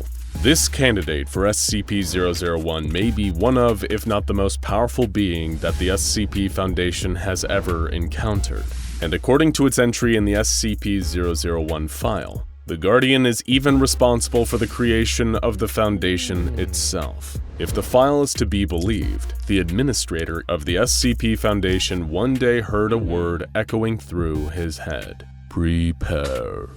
This one-word instruction led him to starting the SCP Foundation, containing countless dangerous anomalies and entities in preparation for an uncertain future. In all that time, since the very beginning of the Foundation, the Gate Guardian has remained standing at its post. While it is not aggressive nor openly hostile towards humanity, the Gate Guardian doesn't seem to care much for us either, at least as individuals. It rarely interacts with human beings when left unprovoked, and venturing too close to the Guardian, however, is not an automatic death sentence. The Guardian first communicates with any living being approaching it via a telepathic message, instructing them to either leave or forget. If whomever has stepped too close to SCP-001 complies with the instructions, they'll be able to freely leave the area, while simultaneously forgetting every detail of the Gate Guardian's existence. Ignore these warnings though, and SCP-001 has no qualms about completely eliminating you from reality. Given its enormous destructive potential, it is no wonder that the Foundation has tried to use the Gate Guardian to eliminate other dangerous SCPs, each with varying results. The Foundation at one time even attempted to use the Gate Guardian to destroy the infamously indestructible SCP-682, better known by the appropriate name of the hard-to-destroy reptile. Due to the malicious contempt SCP-682 holds for human beings and all other forms of life, it is perhaps one of the most dangerous anomalies the SCP Foundation has in containment. SCP-682 is also one of the few creatures the Foundation actively wants to terminate, a task made that much harder given that 682 can regenerate its entire form from as little as a single cell. The Gate Guardian had already shown time and time again that it was capable of massive destruction, and researchers working for the Foundation hoped to harness that power to rid the world of SCP-682 for good. 682 was placed on an unmanned vehicle and carried to within 1 kilometer of the Gate Guardian. The Guardian attacked the vehicle, seriously wounding but not killing 682. It seemed even the mighty SCP-001 couldn't kill the hard-to-destroy reptile. While the researchers were disappointed with this result, it is worth noting that 682 made a very interesting comment to the Guardian. 682 mentioned that the Gate Guardian is not Uriel, but a pretender. Uriel is the archangel that some religious texts describe as the Guardian standing at the Gate of Eden with a fiery sword. So does this mean that 682 knows that the Gate Guardian is not actually an angel? Or that the location it is guarding isn't the Garden of Eden at all? Any truth or meaning behind these comments has, as of yet, been undetermined by the SCP Foundation. A later experiment involved both SCP-001 and SCP-073, the anomaly otherwise known as Cain. Cain is a male humanoid of possible Arabic descent whose arms, legs, spine, and shoulders are replaced in an almost cyborg-like fashion with beryllium bronze. Much like the Gate Guardian, SCP-073 may also be the same as the one mentioned in the Bible's book of Genesis, who, according to the biblical story, murdered his own brother Abel out of spite. As punishment for his actions, Cain was cursed to eternally suffer for his wrongdoing. In the case of SCP-073, any damage inflicted on him is deflected back to the attacker, but Cain is made to feel the pain of the attack. Any plants or plant-based matter withers and rots in his presence, and he is cursed with a perfect memory, keeping him forever haunted by his murder of Abel. When Cain was brought before the Gate Guardian, an unknown incident occurred. The Foundation's records are heavily expunged, but we do know that somehow Cain's usual ability to deflect incoming damage back at his attacker had no effect on SCP-001. The encounter left SCP-073 unconscious and even permanently blinded nearby research personnel. It was as a direct result of this incident that the O5 Council demanded that no further experiments of any kind were to be conducted on SCP-001, with the administrator even filing an executive order that no SCPs be exposed to the Guardian, and that SCP-001 was to never be used for the attempted termination of other SCPs. Of course, perhaps it wasn't just the mistakes of the past that made the Council decide that SCP-001 was best left alone. At some point, an erratic transmission was received from Site-0 by Foundation personnel, detailing an XK-class end-of-the-world scenario. In the transmission, the sender, believed to be another member of the SCP Foundation, described an event during which the Gate Guardian finally left its post, stepping away from the entrance to the Garden of Eden. SCP-001 has left its location, the sender wrote. The gate is open. They are riding forth. Oh God, it's so beautiful. The transmission then goes on to repeat various phrases including, "The Lord shall reign forever," and "Hear, O Israel, the Lord our God, the Lord is one." What can be inferred from the rambling transmission is that the event being described is the end of the world. Some believe that once God deems it time, his angelic armies will lay waste to the earth in order to remake it as a paradise. When this occurs, SCP-001, the Gate Guardian, will open the gate he stands in front of, allowing the other beings like it to emerge into our world, ready to cleanse it. Perhaps most interesting is the source of the message. The transmission was received from within the Foundation from Site-0. However, when questioned by personnel, 05-14 told them that no such message had been sent or even existed. While some disregarded the transmission telling of the end of the world as a hoax, it was then that a timestamp was discovered. This warning had not been sent from Site-0, at least not yet, and was dated several years in the future. Despite this ominous warning of things to come, the Gate Guardian remains inactive, standing at the threshold to Eden, waiting.